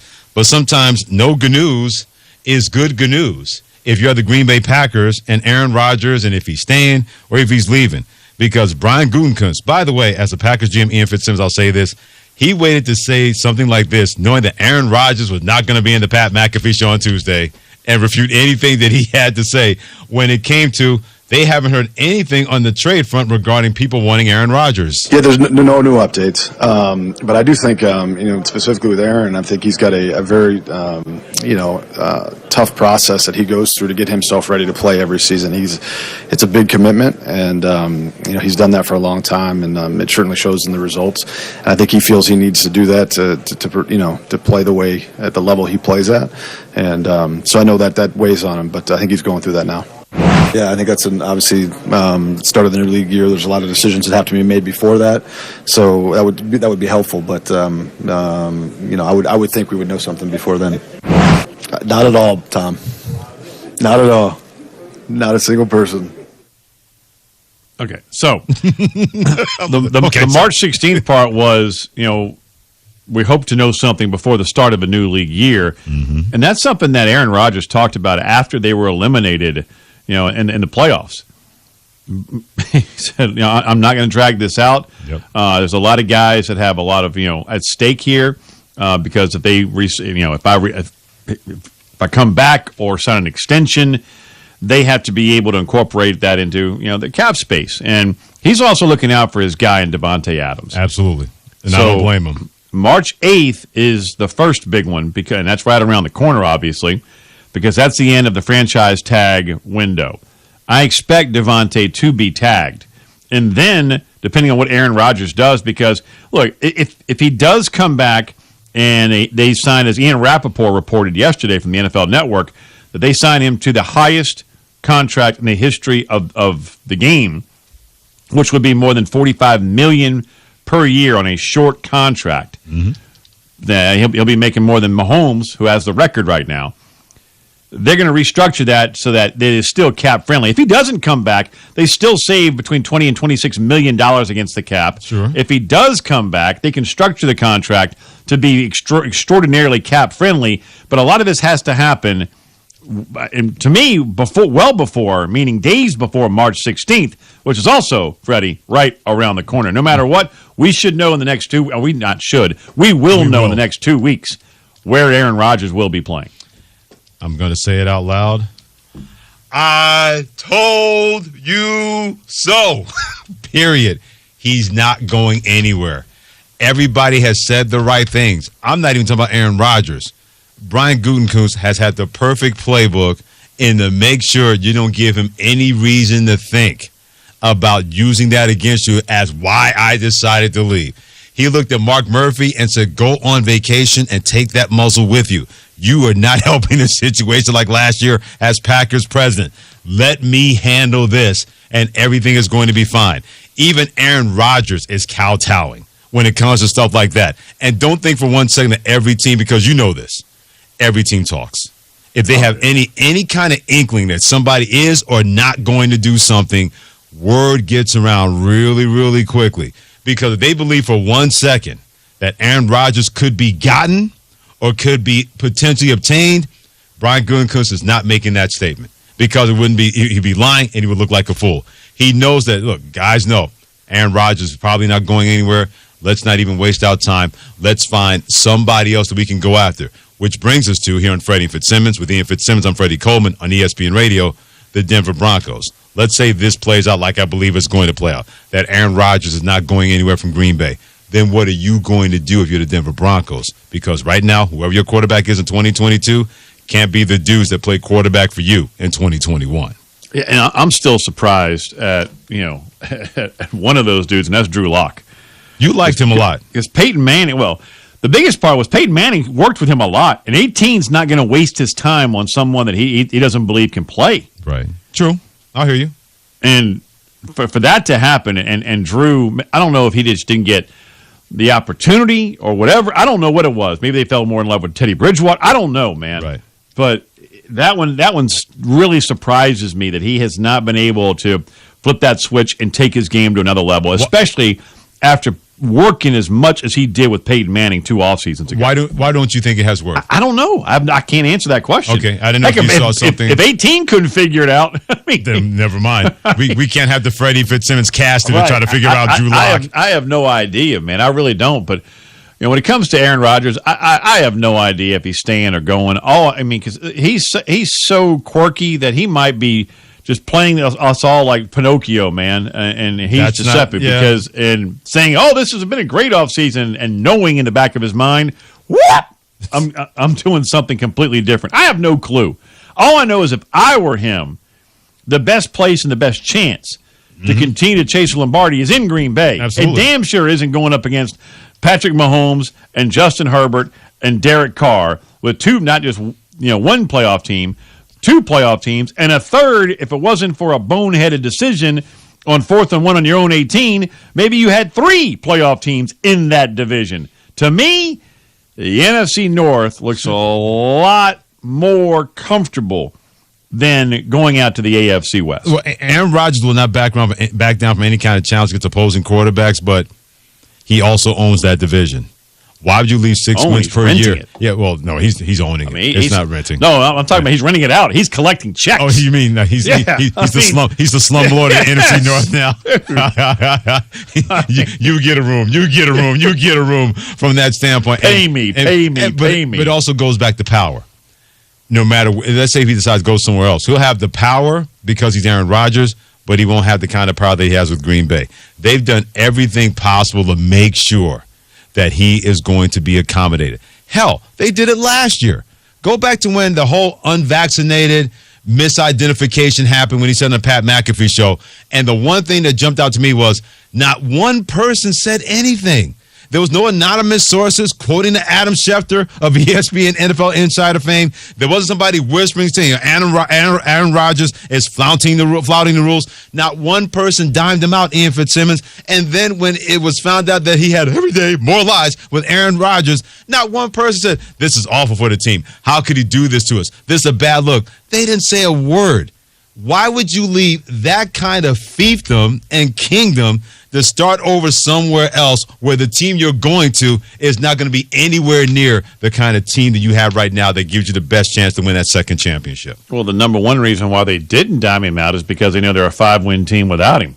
That's number one. And even go before that, he wanted Randall Cobb back. And Randall Cobb's lost a step. But what'd they do? They gave went him and brought back Randall Cobb. Mm-hmm. Yeah. Yes. I mean, and word is that they're actually going to give Randall Cobb another short-term contract if, Aaron Rodgers wants Randall Cobb back again. And he does, and he will, and he'll be back. Yeah. So this is all going to to me, Freddie, if it's not by March 8th, the end of a tag window, then we're going to know something around March 14th, a couple days before the new league year begins on March 16th. And when Aaron Rodgers does decide whether he's staying in Green Bay, retiring, or trying to seek life elsewhere, which, again, the Green Bay Packers control that because they don't have to trade him anywhere. They do not, yes. They could tell him you're retiring or playing for us. But no matter what happens, that's the first domino that has to fall before anything else happens, in my opinion, whether it's Russell Wilson, Kyler, whatever it may be. Jimmy Garoppolo, whoever it is, right. That first big domino has to fall first. Well, I think that domino's already fallen, and now everybody else has to see exactly what they're going to do with no Aaron Rodgers sweepstakes, in my opinion, that's going to be there whenever that happens. Real quick here on Freddie and Fitzsimmons. He's Ian Fitzsimmons. I'm Freddie Coleman. Oh, they're partying down at Fort Worth. The stockyards are going to be packed tonight down at Fort Worth as TCU takes care of number 6 Kansas, 74-64. Because of that loss, Kansas is now a half game behind Baylor for the regular season championship in the Big 12, and they're barely a half game ahead of Texas Tech, who is at 12-5, and they won tonight. The final weekend of the Big 12 is going to be very interesting with TCU taking down number 6 Kansas 74-64 tonight in a massive, massive upset. Second half about to begin between number 10 Wisconsin and number 8 Purdue. Wisconsin leading that game 33-28. You can catch that game right now on ESPN. Freddie and Fitzsimmons presented by Progressive Insurance. Say when you bundle auto, home, or motorcycle insurance, all you got to do is visit Progressive.com. That is Progressive.com. In 30 minutes, we're going to use the A word when it comes to NFL quarterbacks. That's in 30 minutes. And we'll use the W word and the F word when it comes to Major League Baseball and delaying the season. Keep it here on ESPN Radio. Keyshawn, J. Will, and Max. I'm not spreading germs. I'm just telling you straight, business-wise. If I sign Keyshawn Johnson to a 5-year deal, he's in the promotion material. More from the guys Wednesday morning starting at 6 Eastern on ESPN Radio and ESPN2. Cutting the price of your wireless bill feels good. Really good. Actually, it feels great. You should try it out. So cut your bill by switching to Straight Talk Wireless. Now offering our $45 Silver Unlimited plan with 5 gigabytes of hotspot and nationwide 5G on America's largest, most dependable networks. The $45 Silver Unlimited plan from Straight Talk. Straight Talk Wireless. No contract, no compromise. A month equals 30 days. See terms and conditions at straighttalk.com. 5G capable device required. Actual availability, coverage, and speed may vary. Is your job leaving you just over broke and out of hope? Maybe this is your year to get into IT. Go to mycomputercareer.edu and take the free career evaluation today. You can start your new life in months, not years. Best of all, we've slashed tuition, and financial aid is available to those who qualify. Attend classes day or night, live online from the comfort of your home. Go to My Computer Career and fill out the free career evaluation. It's not rocket science. It's mycomputercareer.edu. At Mr. Sparky, we're America's on-time electrician. Flickering lights and hot switches can be annoying, but they can also signal a major problem, or worse, an electrical emergency. So play it safe and leave it to the experts at Mr. Sparky. Trust our team of professional, clean, and friendly electricians. We'll get it done right and get it done safely. You don't have to put up with any malarkey. Call 888-8-SPARKY. Independently owned and operated, licensed in the respective state or county. This is Wes Neighbors talking to Chris Haygood of Bob Wallace Appliance. Chris, what sets you apart from other appliance dealerships? Wes, these appliances are going into the most used room in your house, your kitchen. The way we have these appliances displayed, it's easy for you to visualize how they'll look in your home. Wes, what sets us apart is the people. They're well trained. In fact, they live and breathe these appliances. And if you need service, you'll really appreciate our parts department. Contact Bob Wallace Appliance at 256-533-2121. You've got to experience Toyotathon at Bill Penny Toyota. They've got the selection with over 700 new Toyotas to choose from. And they've got the extras with Bill Penny perks and a 10-year unlimited warranty. So get on over to Bill Penny Toyota today and experience Toyotathon. Bill Penny Toyota in Huntsville and online at BillPennyToyota.com. Bill Penny's Toyota 10-year unlimited warranty is valid through the 10th year of ownership. Valid on new vehicles only. See dealer for details. Normally, when you call a roofing company, all you hear is, you need a new roof. Not when you call Fleming Roofing and Restoration. Since 1965, the folks at Fleming have been focused on what you need, whether it's an easy repair or a full roof replacement, commercial or residential. And when it comes to storm damage, you want Fleming on your side. They know all the ins and outs of insurance claims and will guide you through the entire process. Log on FlemingHSV.com and book your free estimate today. Fleming Roofing and Restoration. We show up. And on ESPN Plus. Hey, I'm Field Yates, host of First Draft. Join me and Mel Kiper Jr. You see him in the right game, you think he could be QB1 or should be QB1. And Todd McShay. Once he does, and I assume he will, I think he's got a chance to be a really good starter in the league. And a reminder, this year, every Monday, 2 p.m. Eastern Time, we come at you live. You want to watch on the ESPN YouTube page? You want to watch on the ESPN app? You want to watch on Twitter? Live content every Monday, 2 p.m. Eastern Time, or find us wherever you get your podcasts. Wednesdays have become my favorite day of the week for one thing. The Mad Dog, Christopher Mad Dog Russo, is with your boy. Be with us starting at 10 a.m. Eastern on ESPN and the ESPN app. Keyshawn, J. Will, and Max. Kyler Murray needs to put a statement out so he can try and win back the fan base and now put the poison all on the team by saying, look, they're doing me wrong. More from the guys Wednesday morning starting at 6 Eastern on ESPN Radio and ESPN2.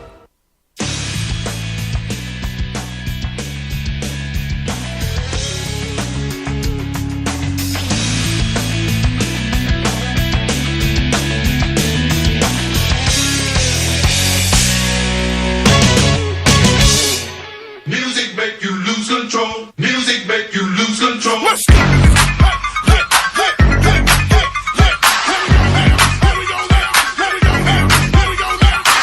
20 minutes from the real truth about Ja Morant of the Memphis Grizzlies. That's in 20 minutes here on Freddie and Fitzsimmons. He's Ian Fitzsimmons. I'm Freddie Coleman on ESPN Radio, the ESPN app, Sirius XM Channel 80, as well as tune in. Hit us up on Twitter at Coleman ESPN and at Ian Fitz ESPN, like this one from my man Ryan Klein using the F word when it comes to Major League Baseball delay. He says, I find it funny that fans will still watch Major League Baseball even though all the owners and players all they care about is money. I do not care if baseball comes back. Owners and players do not care about fans. Hashtag greed. There's nothing funny about an $11 billion enterprise, and $100 million is the sticking point why Major League Baseball is not going to start on time. And Tony Clark, the players union rep for Major League Baseball players, is sick of it. The reason we're not playing is simple. A lockout is the ultimate economic weapon. Let me repeat that. A lockout is the ultimate economic weapon. In a $10 billion industry, the owners have made a conscious decision to use this weapon against the greatest asset they have, the players. But the group won't be intimidated. I've seen more unity over the last few years than at any time in our recent history. Our guys care deeply about the game, care deeply about the fans, and care deeply about our player fraternity. And they are focused on improving the rights and benefits for today's generation of player and for the generations to come. Needless to say, we remain committed to the bargaining process and getting back on the field as soon as possible. When did he become Morpheus? Well done. I mean, right? I mean, does he not sound like Lawrence Fishburne from The Matrix? His voice inflection? Mm-hmm. He really does. A little bit. And everything he said, I'm not going to argue. Look, this whole thing started back on December 1st when the owners took a preemptive strike along with Rob Manfred to lock the players out because they knew that if they didn't then when the old CBA was about to be up, that the players would eventually strike if they didn't get what they wanted in new negotiations, whether that strike would happen in spring training, during the season, whatever it may be. They did not want 1994 all over again. So what do we have now? A mess. Again. Baseball, it's a sad day for baseball. And the biggest part is, and they don't understand this, because I'll tell you this also, Freddie, I would say 8 out of 10 professional football players, basketball players, hockey players, pro athletes in general, they really don't care that much about the fans. They care about playing the game and getting paid. Okay. And it's their right to feel that way. Yeah, absolutely it is. I mean, that's most of them. I mean, so that's number one. Number two, you have billionaires versus millionaires. Who normally wins these battles? Oh, the billionaires. They have more resources, more money, just mo. But the worst part is that I don't feel like either side gives a damn. Well, that's why, and it goes back to the W word. They're both trying to convince fans that the other side is wrong in this situation. The owner's trying to say the players is your fault, the players like owners is your fault. Either way, that blame game is driving fans away. More and more fans, especially the younger and younger, you talk to fans about sports. Yeah, I mean, they've lost a ton of the millennial generation. And you brought it up earlier. I don't know if they had any of the millennial generation. And then the younger one right now, where my kids are, I mean, they used to love baseball. Now it's, I mean, I can't pick my older daughter up from school. What happened with baseball today, Dad? They get a deal done? No. It moved on. I mean, quickly. It was, and that to me is something that the players are not hearing and the owners are not hearing. How long have we talked about this, Freddie? For about a month? The silence should be a roar in their ears, and it's not. There is no angst. There is hardly any concern that baseball games are going to be missed. Why? Because there's so many other avenues of entertainment out there, whether it's sports or TV streaming. I mean, there are so many different avenues that can also gobble up your entertainment budget. The owners should be paying attention. The players should be paying attention. But all they're doing is paying attention to tea times. Ian Fitzsimmons, that's him. Freddie Coleman, that's me. I'm Freddie and Fitzsimmons. A delay in Major League Baseball to the start of the regular season. Part of Straight Talk, brought to you by Straight Talk Wireless. Here's something that I thought about when it comes to what you just said, and it struck me in terms of Major League Baseball on opening day. The owners are hoping that when it gets to May, if it gets to May, that the players will cave. The owners don't really care about the first couple of weekend series, first couple of weeks Major League Baseball season, because that's not a big money maker towards them because of so many things going on. NCAA tournament, NBA playoffs, NFL draft, college football, spring football. There are other things that catches people's attention outside of opening day. But then when the spotlight is supposed to be theirs, when it goes into May and June, they are hoping, because players won't be getting paid. Not one player is getting paid during this lockout and missing the first 2 weeks of the Major League Baseball season, first two series of Major League Baseball season. They're hoping that money itch is going to grab them because that's the only way you're going to get the owner's attention. Tony Clark said, we're going to stand united. It's easy to say that now on March 1st. Wait till guys start missing checks. Absolutely. Then all of a sudden, people got their hands in their pocket. Get your hands out of my pocket. When people got their hands in their pocket, all of a sudden guys get really weird very quickly when they're losing money. And wives the owners and girlfriends start paying. Anybody. You got to pay the babysitter. You got to pay the dog sitter. You got to pay the gardener. You got to pay all these people. Want to go on vacation. Right. And revenue's not coming in, even though you saved some bank, but you're not adding to that bank. Baseball owners are hoping right about after that first couple of series that have been missed, and you start missing a game check during the regular season, they're hoping that enough guys in the Players Union are going to say, you better fix this, Tony Clark, and fix it fast because I do not want to miss any more paychecks that are going to stay out of my pocket. Well, I'll tell you this, Freddie. I threw the remote, and I haven't done that in a long time, and I quickly pivoted from the window and the TV to the couch to throw it. Smart. When Rob Manfred said, and I quote, earlier today, announcing that we're missing games. The concerns of our fans are at the very top of our consideration list. Man, there's not a bigger bunch of BS that's ever been uttered. Are you kidding? This is from a league-initiated lockout, and he's the commissioner of said league. Yeah. Get out of here. Yeah, you know what it is? And it goes back to they're trying to put the baseball in somebody else's hands and say it's not our fault. they're the ones that don't want to pay players more money. The players want a little bit more of it because the players, they see that number, $10 to $11 billion that Major League Baseball is worth. And they're saying, you guys going to quibble with us over $100 million? That's what we're doing. When you wiped out a lot of minor league baseball in minor league towns where you've taken salaries out of the little people that relied on that for a part of their living. And the same thing now at the beginning of the season where plenty of people rely on these part-time or full-time jobs that are not going to be getting their paychecks. Vendors, a ticket. Yeah, you're Absolutely. right, dude. Spot on. Yeah, great point. So to trampoline your point, when he said that, no one had to say it was disingenuous. They knew he was full of it from that standpoint. But he also has power of church and state because he's representing the owners, and they believe they can outlast the players. Yep. That's why you can find it funny that fans will still watch, but there's a lot of wrong going on, and it's not just on one side or the other, although they're trying to put it out there to make sure you find what side that you're going to be on. And that's why Straight Talk Wireless, no contract, no compromise. What is the real truth about Ja Morant of the Grizzlies? We'll get to that truth next on ESPN Radio. Keyshawn, J. Will, and Max. Kyler Murray needs to put a statement out so he can try and win back the fan base and now put the poison all on the team by saying, look, they're doing me wrong. More from the guys Wednesday morning starting at 6 Eastern on ESPN Radio and ESPN2. So the dream was to build your very own law practice. Be your own boss, call all the shots. But have things like billing, HR, timekeeping, and all the other management stuff turned your dream into a nightmare? Take charge of your practice with Lexicon.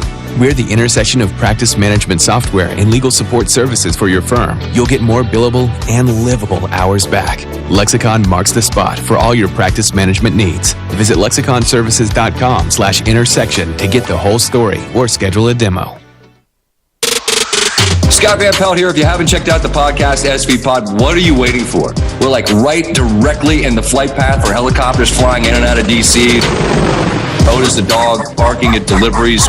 High-level intellectual conversation. Some gambling talk, talking with athletes, celebrities, musicians, and more. Also, we got my guy Stanford Steve riding shotgun, trying to keep me out of the ditches. Download and subscribe to SV Pod wherever you get your podcast. We certainly appreciate it. Rate, review, subscribe, all that good stuff.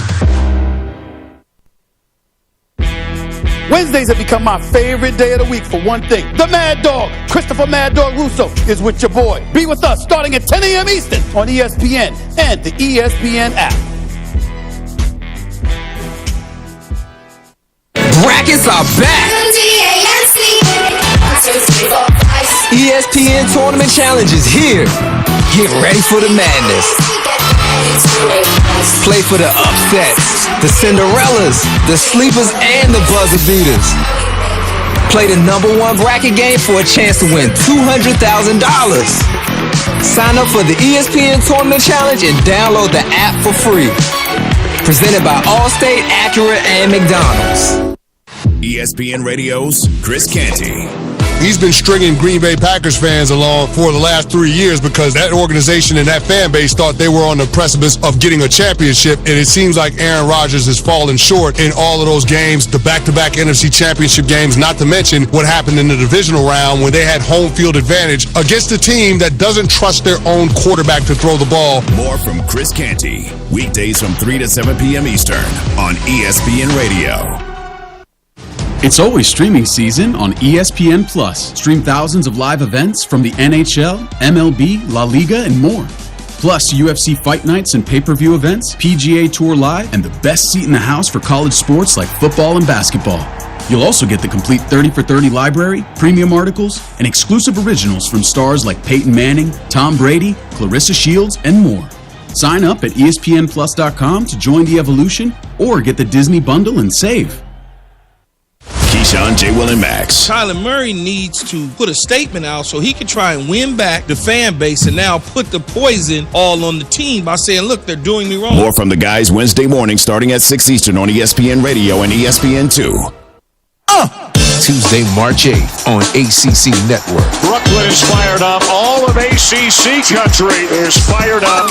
Another chapter of the nation's most storied conference tournament will be written. Live from Barclays Center. You never seen it like this before? We welcome you to the ACC tournament. The 2022 New York Life ACC Men's Basketball Tournament. First round Tuesday, March 8th at 2 Eastern on ACCN.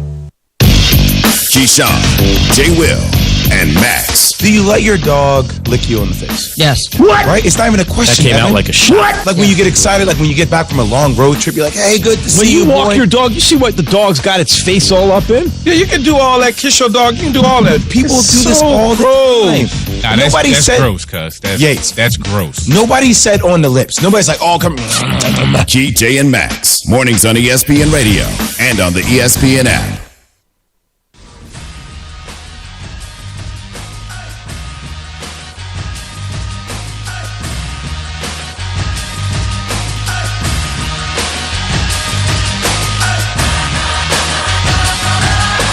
This is SportsCenter. Hello there, I'm Mark Robbins. Major League Baseball will not begin its regular season as originally scheduled on March 31st. The Players Union rejecting baseball's latest proposal for a collective bargaining agreement on Tuesday afternoon. In reaction to the rejection, Major League Baseball canceled the first two series of the season for each team. 91 games off the total for Major League Baseball for all teams involved. It's not quite the Saturday of a few days ago when 7 of the top 10 teams in college basketball were beaten, but so far tonight's been pretty interesting as Kansas ranks 6th. Part of the losses on Saturday, and tonight at TCU. Miles out front. Mike, screen from Court. Left elbow, jumper Miles. Got it! Doing a great job right there. Got the screen, got the shot he wanted. Miles now with 19. The call on Learfield. TCU got a 10-point win at home over the Jayhawks. That is 2 straight losses for Kansas. Another upset for you. Nebraska on the road beats number 23 Ohio State 78-70. Cornhuskers' 3rd win in conference play this season. Right now, number 10 Wisconsin with a 9-point lead in the second half at home over number 8 Purdue. You can catch the rest of that one the last 13 minutes on ESPN. And in the NBA, Boston over Atlanta 107-97. Toronto beats Brooklyn 109-108. Washington knocks off Detroit by 3. In the NFL, Jimmy Garoppolo will have shoulder surgery soon, be sidelined until the summer. Keyshawn, J. Will, and Max. Kyler Murray needs to put a statement out so he can try and win back the fan base and now put the poison all on the team by saying, look, they're doing me wrong. More from the guys Wednesday morning starting at 6 Eastern on ESPN Radio and ESPN2.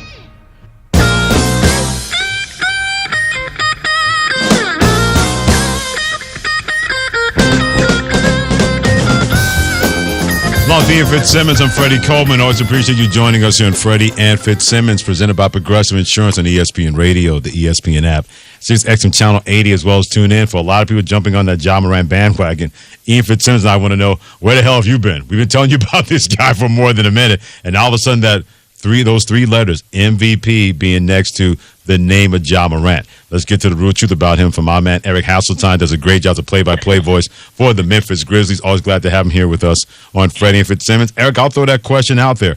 When people want to hear about Ja Morant, they see the highlights. But for those who haven't seen him until lately, what is the real truth about this young man in the Grizzlies?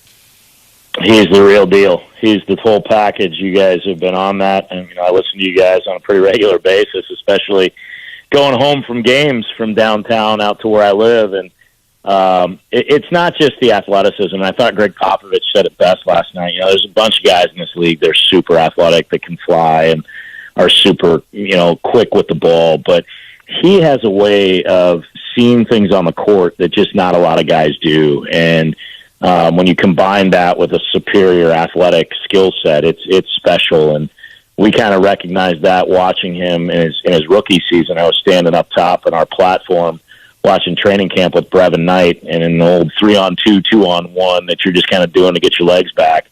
He pulled a rebound as one of the guys that was on the 2 side, then going back 2-on-1, went down the court in the blink of an eye. And I looked over at our television analyst, Brevin Knight, who played in the league for a decade. I looked at him with the eyebrows raised, and he looked at me and shook his head. He said, wow. And that's pretty much it every night with him. And he's just got all these gifts, but he works as hard as anybody. So it's fun to watch him make his teammates better. It's fun to watch him now in his 3rd season realize when it's time for him to take over a game and try to be the alpha dog, and the team has accepted that. And it's just fun to watch these guys overall, and he's the clear-cut leader now, and there's no one that has any issue with that whatsoever, because just as much success as he wants to have himself, he wants that for his teammates as well. Eric, what does it also say about him that last night, in the second half, I mean, teammates just feeding him, helping him get to that 50 burger. What does that say about how his teammates view him? Ian, I'll tell you what, I've been with this team for 21 years. I was in Sacramento for about, almost 4 before that. So it just makes me old, but I've seen a lot of cohesive teams. I've seen a lot of good teams. I've seen a lot of bad teams too, with some of the years here in Memphis.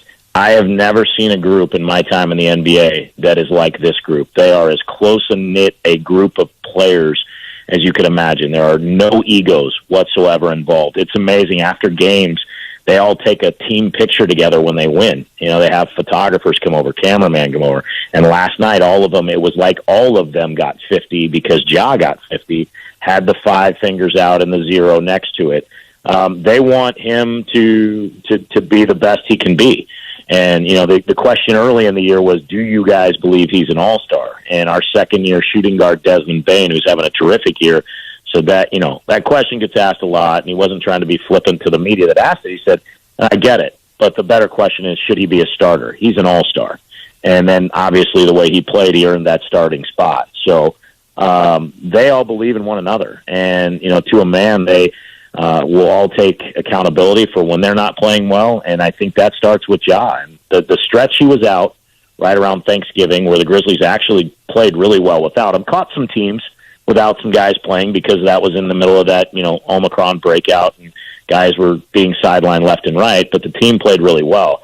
What it was they had a meeting and said, our defense is not here. And Ja was one of the first people to say, part of it's on me, because they thought at the time it seemed like that they could just go outscore anybody, and they could. I mean, they have that type of offense, but what they were failing to realize is if you don't play defense, it's hard to outscore anyone in this league, as talented as players are. So they ticked up the defensive intensity. Ja was there every day when he wasn't able to play, learning where they needed to be better defensively, and it just kicked in. They went from dead last in the league in every defensive category you can imagine and all the analytics, and now they're in the top 5. And that's a big turnaround when 20 games of the season you were at the bottom. And it started with him, and his teammates understand that he works as hard as anybody, and that shows them by leading by example that that's what is expected of this whole group.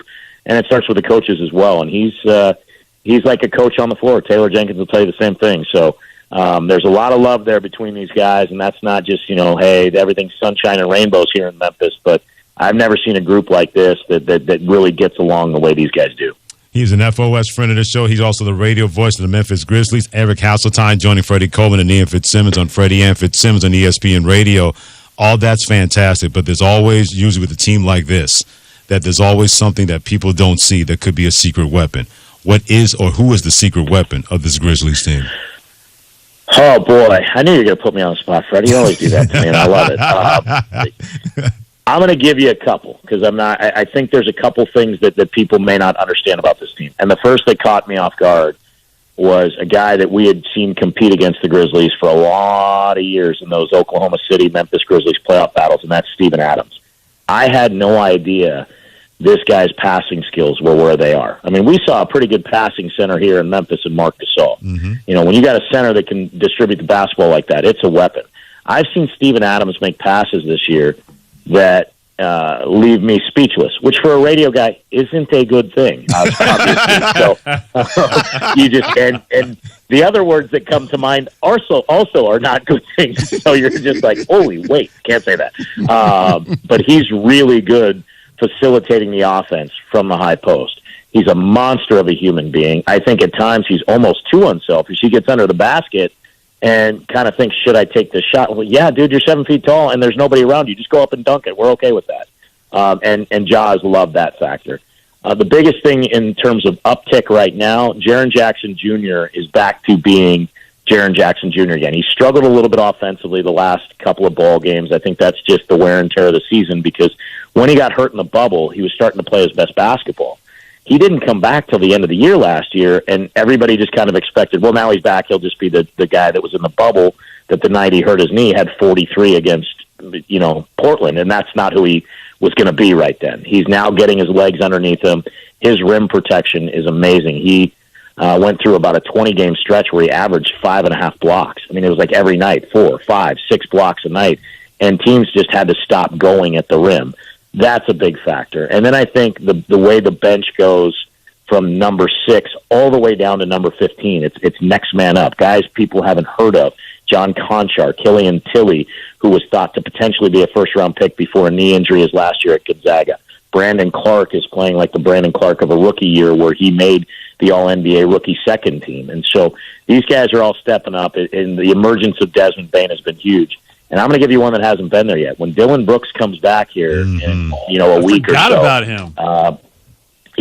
That's going to add a perimeter defender that can really let Zaire Williams not have to take that pressure, the rookie out of Stanford. He's developed by leaps and bounds since day one, but he's still just not physically strong enough to hold off some of these guys like DeMar DeRozan that are big, strong guards and big, perimeter players that can kind of overpower him at times. When Dylan comes back and bolsters that depth even and more, and Dylan's clearly on board with the pecking order of Ja's the alpha dog, and Dylan's going to be who he was and was playing terrific basketball, that's going to give the Grizzlies an extra weapon. So where a lot of people wondered why they stood pat at the trade deadline, you're getting back a guy that you probably couldn't have gotten in the trade deadline, that type of talent. So it's going to be fun to watch. So it's a long answer to a great question, but there's a lot to it with this group because they're so deep and their bench can go so many different directions. Eric, how do you sum up just the first half that Ja Morant had last night? Where, what do you go, 12 of 15 for 29, a dunk over a 7-footer, and a freak show like Larry Bird, Michael Jordan, McDonald's commercial shot? That's a great reference right there, and I love that. It was sensational is the best word I can use. It was also a point where I may have blown out a couple of vocal cords on the dunk because it happened so fast with him. And then you listen the next day and you're like, God, I sound like a moron. But people are saying, hey, it sounded great. And he just gets it and goes in 2 steps. I'm like, well, he's going to try to dunk on him. And he just jumped from about 8 feet away. And you fear a little bit the ground isn't forgiving. No. And big guys don't like to get dunked on. And you can get hit hard and land hard. And then he just kept going. And I was like, oh, my gosh. Which is obviously amazing. That's the most athletic dunk of his career. And he dunked over Aaron Baines once upon a time and jumped over Kevin Love but missed the dunk. The pass that Steven Adams threw, I told people today that asked me what was more impressive, and I said, well, the dunk is more impressive to me, but the pass was incredible because to throw a basketball 94 feet isn't as easy as people think. That ball is not like aerodynamic to go a long way. This isn't a football where guys that don't have a great arm can throw it 30 yards because it's built to penetrate and go. This ball just kind of flutters, and Ja looks at him and says, throw it, and he throws it, and he catches in midair, and I'm like, he's not going to try this in my head, and I'm trying to stay just a half step ahead. He's going to try it, and he did it, and it was remarkable. It looked like something was going to be special to me when the Spurs tapped the ball away. It went to the backcourt, and Ja just walks in calmly to a 35-footer and just drains it with confidence, and then comes back the next time and drains another one. And I just thought, well, if he's making threes, the Spurs are in for a lot of problems tonight, and certainly they were, and it was a lot of fun to watch. Eric, always a pleasure to catch up with you, my brother. You know how much we love your work and continued success, and this team is a threat, which means you could be ready for a nice long run in the playoffs, so have at it and keep at it, and thanks for joining us, partner. Hey, thanks for always having me and always the support, you guys. I hear you all the time, and it's a lot of fun for us here in Memphis to get that national attention, and this group deserves it. They played really hard. It'll be a fun run, to say the least. No doubt about that. Thanks a lot, Eric. Appreciate you. Thanks, guys. Yeah, well-deserved. Great stuff about Eric Hasseltine. Does a great job as the radio voice of the Memphis Grizzlies. Hit him on Twitter at Eric Hasseltine. Joining us here on Freddie and Fitzsimmons. Ian Fitzsimmons. Hit him on Twitter at Ian Fitz ESPN. I'm Freddie Coleman. Hit me on Twitter at Coleman ESPN. We're going to use this A word when it comes to maybe your quarterback of your NFL team. This is ESPN Radio. It's Greeny, and we are busy looking at the NBA stretch run. So much left to be decided, and what might be the most competitive postseason of all time takes shape. We'll talk about it. It's Greeny, starting 10 a.m. Eastern on ESPN Radio and ESPN+. Keyshawn, J. Will, and Max. Kyler Murray needs to put a statement out so he can try and win back the fan base and now put the poison all on the team by saying, look, they're doing me wrong. More from the guys Wednesday morning starting at 6 Eastern on ESPN Radio and ESPN2. It's Greeny, and we are busy looking at the NBA stretch run. So much left to be decided, and what might be the most competitive postseason of all time takes shape. We'll talk about it. It's Greeny, starting 10 a.m. Eastern on ESPN Radio and ESPN+. This may sound mad, but Coach K is saying goodbye to Cameron. Mike's been fantastic at the game of basketball. And it's round 2 of one of college basketball's greatest rivalries, North Carolina and Duke. It is an unbelievable rivalry, and we are lucky to be a part of it. Experience Sonic Blockbuster. Oh, how sweet it is! Saturday primetime presented by H&R Block. North Carolina takes on number 4 Duke, Saturday at 6 Eastern on ESPN. Wednesdays have become my favorite day of the week for one thing. The Mad Dog, Christopher Mad Dog Russo, is with your boy. Be with us starting at 10 a.m. Eastern on ESPN and the ESPN app. Keyshawn, J. Will, and Max. Myles Garrett says he's standing by Baker Mayfield, kinda. He'll believe in Baker Mayfield until such due time that the Browns don't believe in Baker Mayfield anymore. So what you do as a teammate, you worry about yourself until such due time that you realize that ain't working at the quarterback spot. Key, J, and Max. Followed by Greeny. Mornings on ESPN Radio and on the ESPN app. Wednesday on Bart and Hahn. As the baseball lockout leads to canceled games, Rob Manfred actually said the concerns of the fans are at the very top of the owner's consideration list. Sure, Rob, just like you said, the baseball wasn't juiced at all in 2019. That's Wednesday, 12 o'clock Eastern, ESPN Radio, ESPN+. Packer and Durham. Come on in. Star Power coming your way. Have a chat.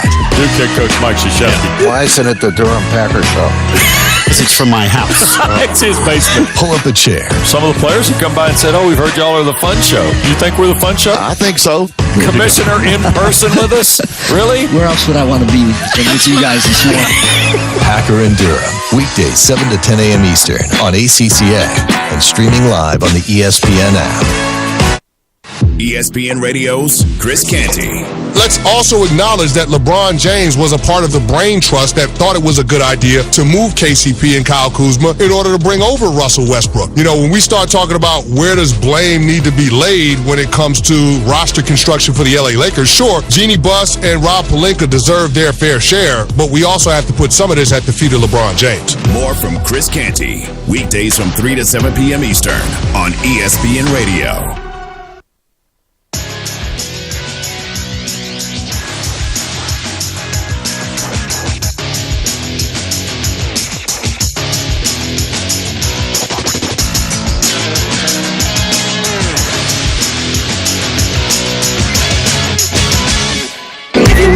Inside of me,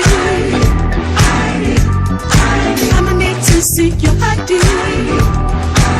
You're 15 minutes away, meaning 15 minutes away from getting the news of the day in case you missed it here on Freddie and Fitzsimmons. He's Ian Fitzsimmons. I'm Freddie Coleman on ESPN Radio, the ESPN app, Sirius XM Channel 80, as well as tune in. You can hit us up anytime you want. Reach us at 888-SAY-ESPN, 888-729-3776.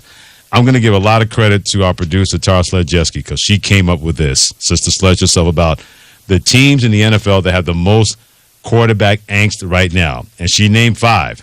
The Indianapolis Colts, of course, especially based on what the general manager, Chris Ballard, said about Carson Wentz and his future. I don't have a direct answer for you. We're working through it. Jim, Mr. Irsay, and Frank and I will sit down over the next 10 days and figure out where it's going. But ultimately, we'll do what's best for the team, for the Colts, both in the short term and in the long term. One of the 5 teams she named, including the Colts, Carolina Panthers, Tampa Bay Buccaneers, Denver Broncos, and the Washington Commanders. And Ian, you even said, wait a minute, that was it? Yeah, I mean, she's spot on. Terry, you are spot on with those, without a question. But I'm going to also throw in a playoff. Time out, because I can't take the credit for this. Okay. This is an article that Mike Sando wrote in The Athletic. Okay. That I just put on the doc. Okay. I don't want to take any of the credit. Okay. She's the humble person. Nothing wrong with that. I love the honesty. Humility is good. Give credit where credit is due. No doubt. But I'm going to throw in several other teams. Okay. And half of them are playoff teams. Pittsburgh. You desperately need a quarterback. You mean you're not a believer in 5'4" Mason Rudolph? Unless he's gotten a heck of a lot better since the last time we saw him. And I covered him a lot at Oklahoma State. Mm-hmm. I could not have been more incorrect. And it is so hard to evaluate quarterbacks coming out of college. You just don't know they're going to do at the next level. Especially coming out of catch and throw, which is now, over the last 3-4 years, has really been implemented that much more. And maybe that helps Mason because that was not the offense they were running in Pittsburgh. No. So maybe we'll see more RPO, read, react, type system that Matt Canada has run a lot, their offensive coordinator who came from college. But bottom line is, no, I'm not sold on Mason Rudolph. And I was when he was at Oklahoma State. But Pittsburgh needs a quarterback. Sure. Tampa Bay needs a quarterback. Mm-hmm. I mean, Bruce Arians is talking about, Blaine Gabbert. And you and I talked about this last week. If B.A., who has developed and coached some of the best quarterbacks to ever play this game, and he can, resurrect Carson Palmer's career coming out of Oakland to where he was an MVP candidate and taking the Arizona Cardinals to the NFC Championship game, I'm going to trust B.A.'s opinion on Blaine Gabbert. Okay. But they are still looking for a quarterback. Maybe it is Blaine, maybe it isn't. Yeah. San Francisco. Is it porn star Jimmy coming off surgery, or are you ready to turn everything over to a team that went to the NFC Championship game and was that close to going to the Super Bowl again? Yeah. Are you ready to turn that over to Trey Lance? I find it very curious. We have not heard a lot from the San Francisco 49ers about moving on from Jimmy Garoppolo. New Orleans, another team, one game away from making the playoffs. That's a Super Bowl-type defense that they have. And so you talk about quarterback angst. There's another one right there. So you can go 10, 12 teams right now that are either that close to the playoffs or were in the playoffs that are still looking for the most important position in sports. I'll give you another team. I'll give you two teams that will have quarterback angst even though they don't need a quarterback. The Tennessee Titans and the Cleveland Browns. Because if you're the Tennessee Titans with Ryan Tannehill, they like him. They used to like him. They may not like him as much now, especially after what happened against the Cincinnati Bengals.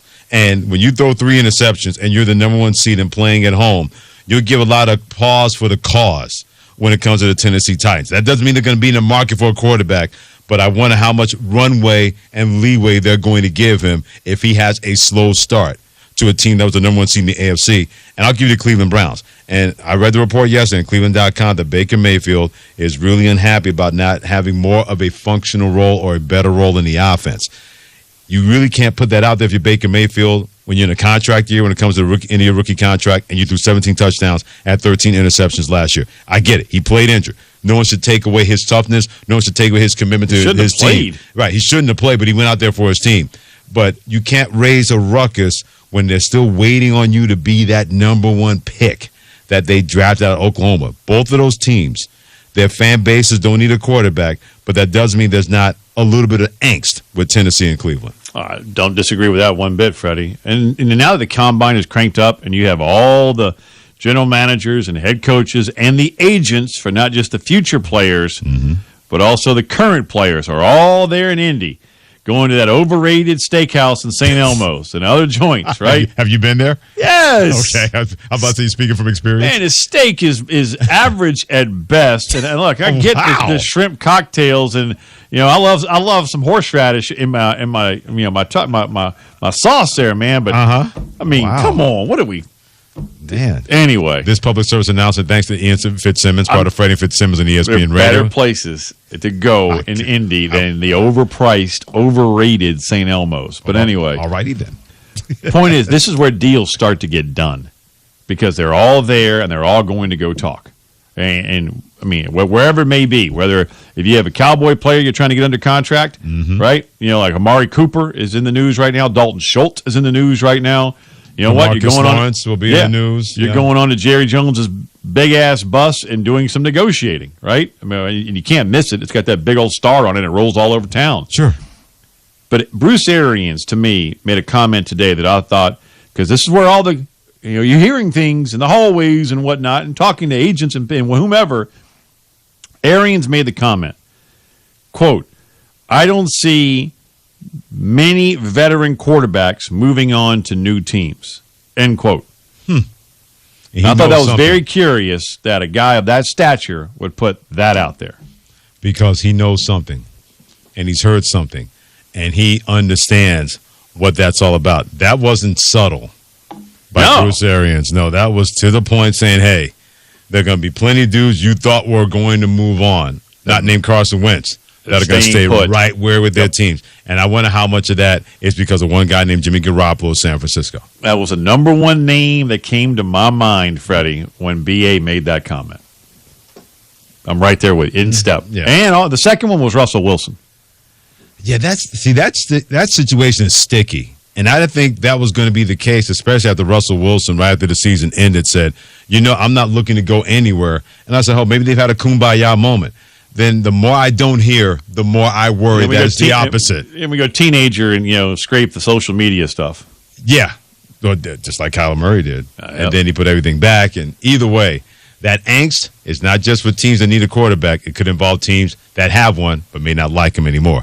You may not like the news, but you'll get the news without one thought next to it. That's next on Freddie and Fitzsimmons. Keyshawn, J. Will, and Max. John Morant. The stuff he does on a nightly basis, the bang he had on Jakob Porter last night, he just does something every single night that is a highlight reel. More from the guys Wednesday morning starting at 6 Eastern on ESPN Radio and ESPN2. Get help managing your money for the life and years ahead. With Fidelity Income Planning, we'll look at what you've saved, what you'll need, and build a straightforward plan to generate income, even when you're not working. A plan that gives you the chance to grow your savings and create cash flow that lasts. Plus, you can start, stop, or adjust your plan at any time without the unnecessary fees. Talk to us today so we can help you go from saving to living. Fidelity Brokerage Services, member NYSE SIPC. Cutting the price of your wireless bill feels good, really good. Actually, it feels great. You should try it out. So cut your bill by switching to Straight Talk Wireless, now offering our $45 Silver Unlimited plan with 5 gigabytes of hotspot and nationwide 5G on America's largest, most dependable networks. The $45 Silver Unlimited plan from Straight Talk. Straight Talk Wireless. No contract, no compromise. A month equals 30 days. See terms and conditions at straighttalk.com. 5G capable device required. Actual availability, coverage, and speed may vary. We're back on Wednesday, and we'll let you know if the Lakers get back on track. And I'm going to tell you why the Raiders would be ridiculous to not give Derek Carr an extension. Keyshawn, J. Will, and Mac. Wednesday at 6 a.m. Eastern on ESPN Radio. The Boston Bruins, led by David Pastrnak. David Pastrnak lights the lamp. Enter the Fortress to take on Jack Eichel and the Vegas Golden Knights. Vincent Eichel, and he scores! That's a huge goal for Eichel. ESPN Hockey Night presented by Expedia. Bruins Golden Knights, Thursday at 9 p.m. Eastern on ESPN. All for hockey. 'Cause you ain't seen nothing yet. Keyshawn, J. Will, and Max. Kyler Murray needs to put a statement out so he can try and win back the fan base and now put the poison all on the team by saying, look, they're doing me wrong. More from the guys Wednesday morning starting at 6 Eastern on ESPN Radio and ESPN2. The complete 30 for 30 library is exclusively on ESPN+. Maya Moore stepping away from basketball to fight for justice. My last name is Lee, Bruce Lee. Stream over 100 documentaries featuring the biggest names in sports, with titles including The Tuck Rule, Be Water, Lance, You Don't Know Bo, and more. The award-winning 30 for 30 library, streaming exclusively on ESPN+. Sign up now at ESPNplus.com or get the Disney bundle, including Disney Plus, Hulu, and ESPN Plus to stream the best movies, shows, and sports. From the Combine. The central storyline of this Combine and a sea of storylines about to unfold. To free agency. Jarvis Landry, he's at a point in his career where he should look to team up. To the NFL Draft. We focus in on the quarterbacks. The draft is generally defined by those guys. The NFL season never ends. Don't miss the very latest news from the National Football League every morning with Keyshawn, J. Will, and Max. And continues all day right here on ESPN Radio. Exclusively on ESPN Plus, UFC 272, Saturday. A welterweight showdown between former friends turned bitter rivals. You say that you don't love me, I'm guessing I'ma be okay. Jorge Masvidal takes on Colby Covington. UFC 272, Saturday at 10 p.m. Eastern. Buy it at ESPNplus.com/PPV. Wednesdays have become my favorite day of the week for one thing. The Mad Dog, Christopher Mad Dog Russo, is with your boy. Be with us starting at 10 a.m. Eastern on ESPN and the ESPN app. Hello, Billy. You definitely have one of the funniest shows on the radio and on TV, and half your callers don't even know it. Paul Feinbaum, weekdays at 3 Eastern on the ESPN. WZZN, Union Grove, Huntsville, Alabama. Alabama! Your home of the Crimson Tide Sports Network. This is SportsCenter. Hello there. I'm Mark Robbins. The Major League Baseball season is now on hold as the Players Union rejected the owners' latest collective bargaining agreement proposal. And today's deadline is come and gone, and as promised, the owners have started to cancel games on the regular season schedule. The first two series for each team. That's 91 games total, and the owners say the players won't be paid for games not played. The two sides have gone home for now. ESPN MLB analyst Eduardo Perez says there was a lack of effort to get a new bargaining agreement in place so this season can begin on time. At the end of the day, there's no baseball, and for them to say that there was no lack of effort, I think it's insulting to the fan.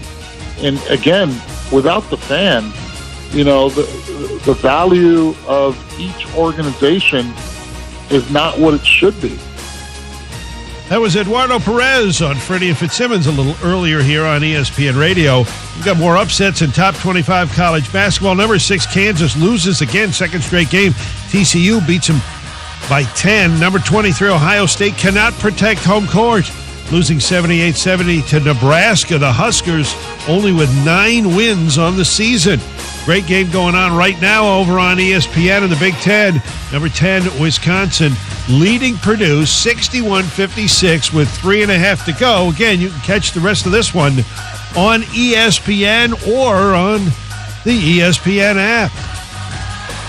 Keyshawn, J. Will, and Max. John Morant. The stuff he does on a nightly basis, the bang he had on Jakob Porter last night, he just does something every single night that is a highlight reel. More from the guys Wednesday morning starting at 6 Eastern on ESPN Radio and ESPN2.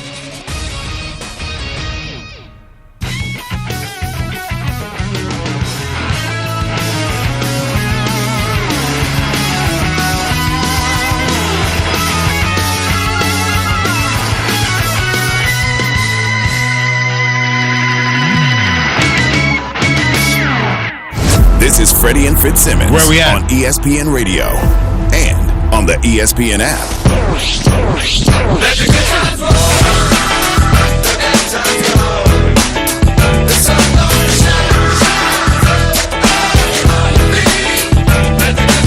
And welcome to the best show on your radio. You know it as the Electric Circus. It's Freddie and Fitzsimmons. Thank you very much. He's Ian Fitzsimmons. I'm Freddie Coleman, presented by Progressive Insurance on the ESPN app, Sirius XM Channel 80, as well as tune in. You're only 15 minutes away, and I would not lie to you. When it comes to find out exactly what is going on with Carson Wentz, maybe not to be an Indianapolis Colt anymore. That comes your way in about 15 minutes. Big news of the day, in case you missed it, the Major League Baseball season is going to be delayed, at least the first 2 series. Management and the Players Association could not come together on an agreement, and many people are howling with laughter when Rob Manfred, the MLB commissioner, said, Good afternoon, everyone. I had hoped against hope that I would not have to have this particular press conference in which I am going to cancel some regular season games. We worked hard to avoid an outcome that's bad for our fans. Did you? Bad for our players. And bad for our clubs. I want to assure our fans that our failure to reach an agreement was not due to a lack of effort by either party. The players came here for 9 days. They worked hard. Mm-hmm. They tried to make a deal, and I appreciate their effort. Okay. Our committee of club representatives committed to the process. They offered compromise after compromise and hung in past the deadline to make sure that we exhausted every possibility of reaching an agreement before the cancellation of games. A lot to unpack there, isn't it? I mean, it's comical. First of all, the first two words he used, good afternoon, what the hell was good about it? That's number one. And then this was not due to a lack of effort. Pardon me, Mr. Commissioner, but this thing started in December 2nd. Yep. You didn't submit your first proposal till January 13th. Exactly. The first meeting didn't take place till January 24th. Because they wanted to wait out the players. That is the epitome. Yeah, they played the waiting game. That is the epitome of lack of effort. Yep. After that, it was all, the Peanuts teacher, man. Wah, wah, wah, wah, wah, wah, wah. I mean, it was done, over, out, finished. Wow. I'm going to leave it right there because you did much more than I could have and said much more than I could have because I'm tired of talking when Major League Baseball is not listening. Yes. They're not listening to each other. They're not listening to their fans, old and young. They're tone bleeping deaf. Amen, Freddie. They don't hear the silence, the lack of angst or concern from anybody out there in the sports world. There is zero, and that should be their biggest concern because without fans, you don't have a game. Yeah. The owners don't understand that the players are the commodity. Sure. That's it. Yep. But the owners look at baseball like it's a boat or an airplane. They can't, I'm not going to take the boat out today. So be it. I don't care. Well, it's a $10 billion boat. But in the words of the great Michael Ray Rich of the New York Knicks, this should be sinking when it comes to Major League Baseball, especially with younger fans. So that was our one thought on that news of the day. But the other news of the day that we need to get one thought on, so let's do it right now on ESPN Radio. It's time for one thought. Not 2, not 3, not 4, not 5. Just one thought. With Freddie and Fitzsimmons. Bring our producer, Tara Sledjeski, a.k.a. Sister Sledge, will Annie up and give you that news. We'll give you one thought on the news of the day, all the stuff that you may have missed right now on Freddie and Fitzsimmons on ESPN Radio. New York Liberty were fined $500,000 for chartering flights to away games during the second half of the WNBA season and for other violations of league rules, including an unsanctioned team trip to Napa, California. A source confirmed that to ESPN on Tuesday. The flights were brought by team owners. Chartering typically isn't allowed in the WNBA out of fear it would create a competitive advantage for teams whose owners could afford bankrolling such costly arrangements.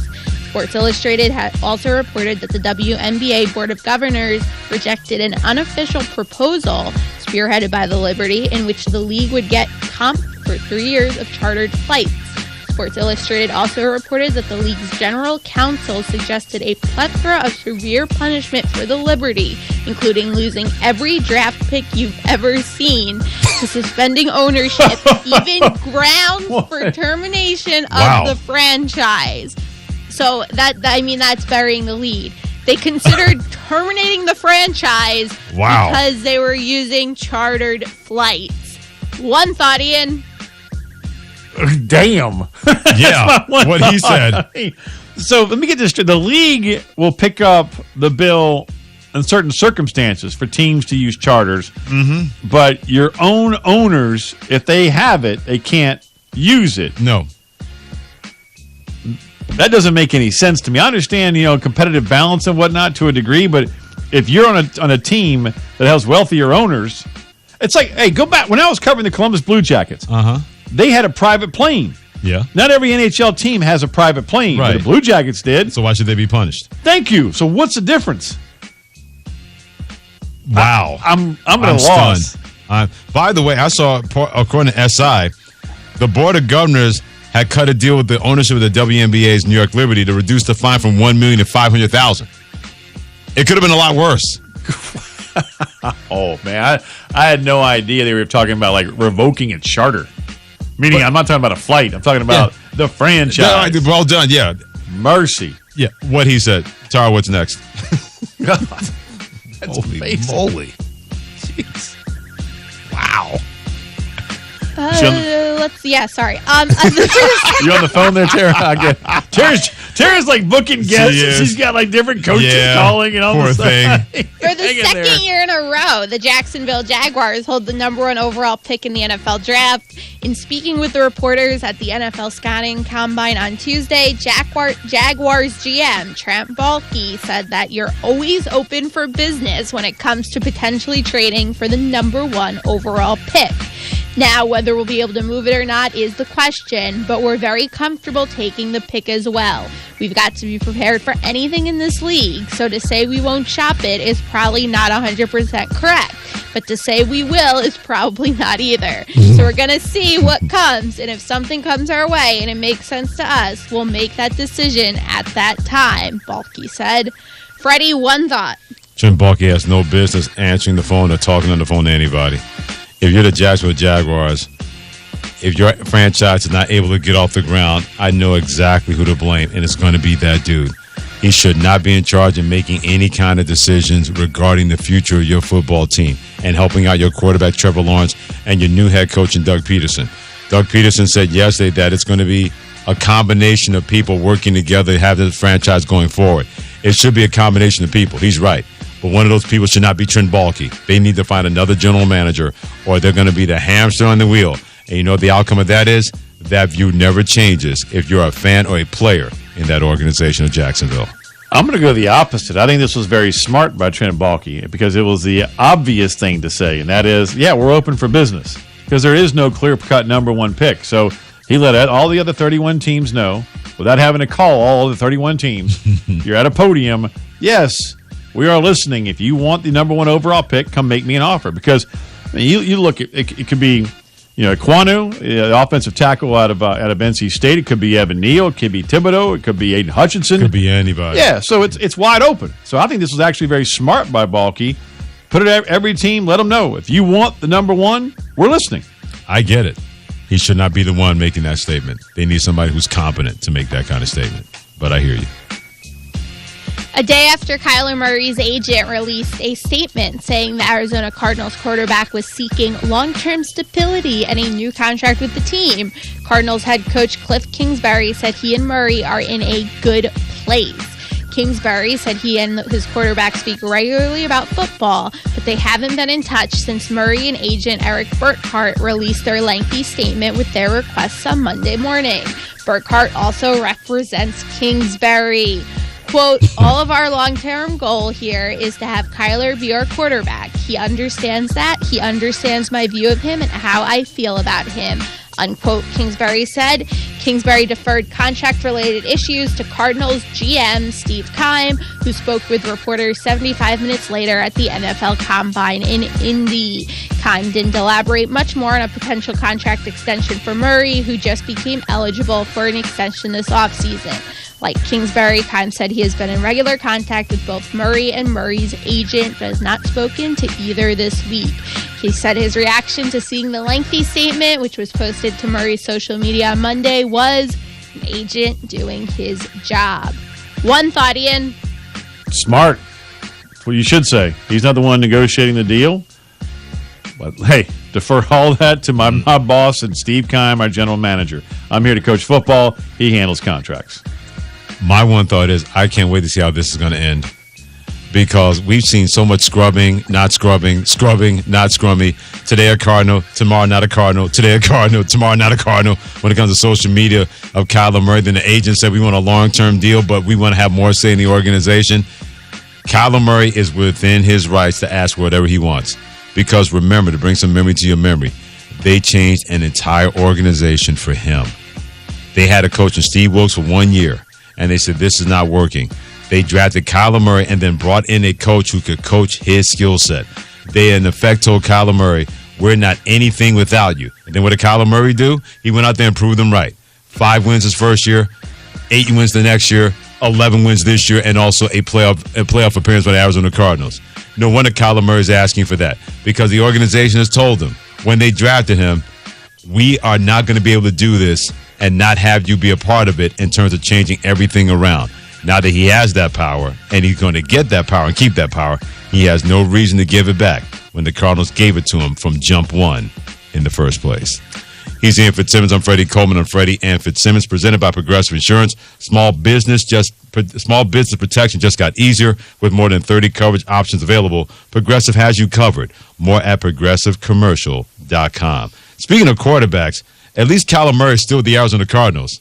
Carson Wentz will not be able to say the same about staying with the Indianapolis Colts. That's next.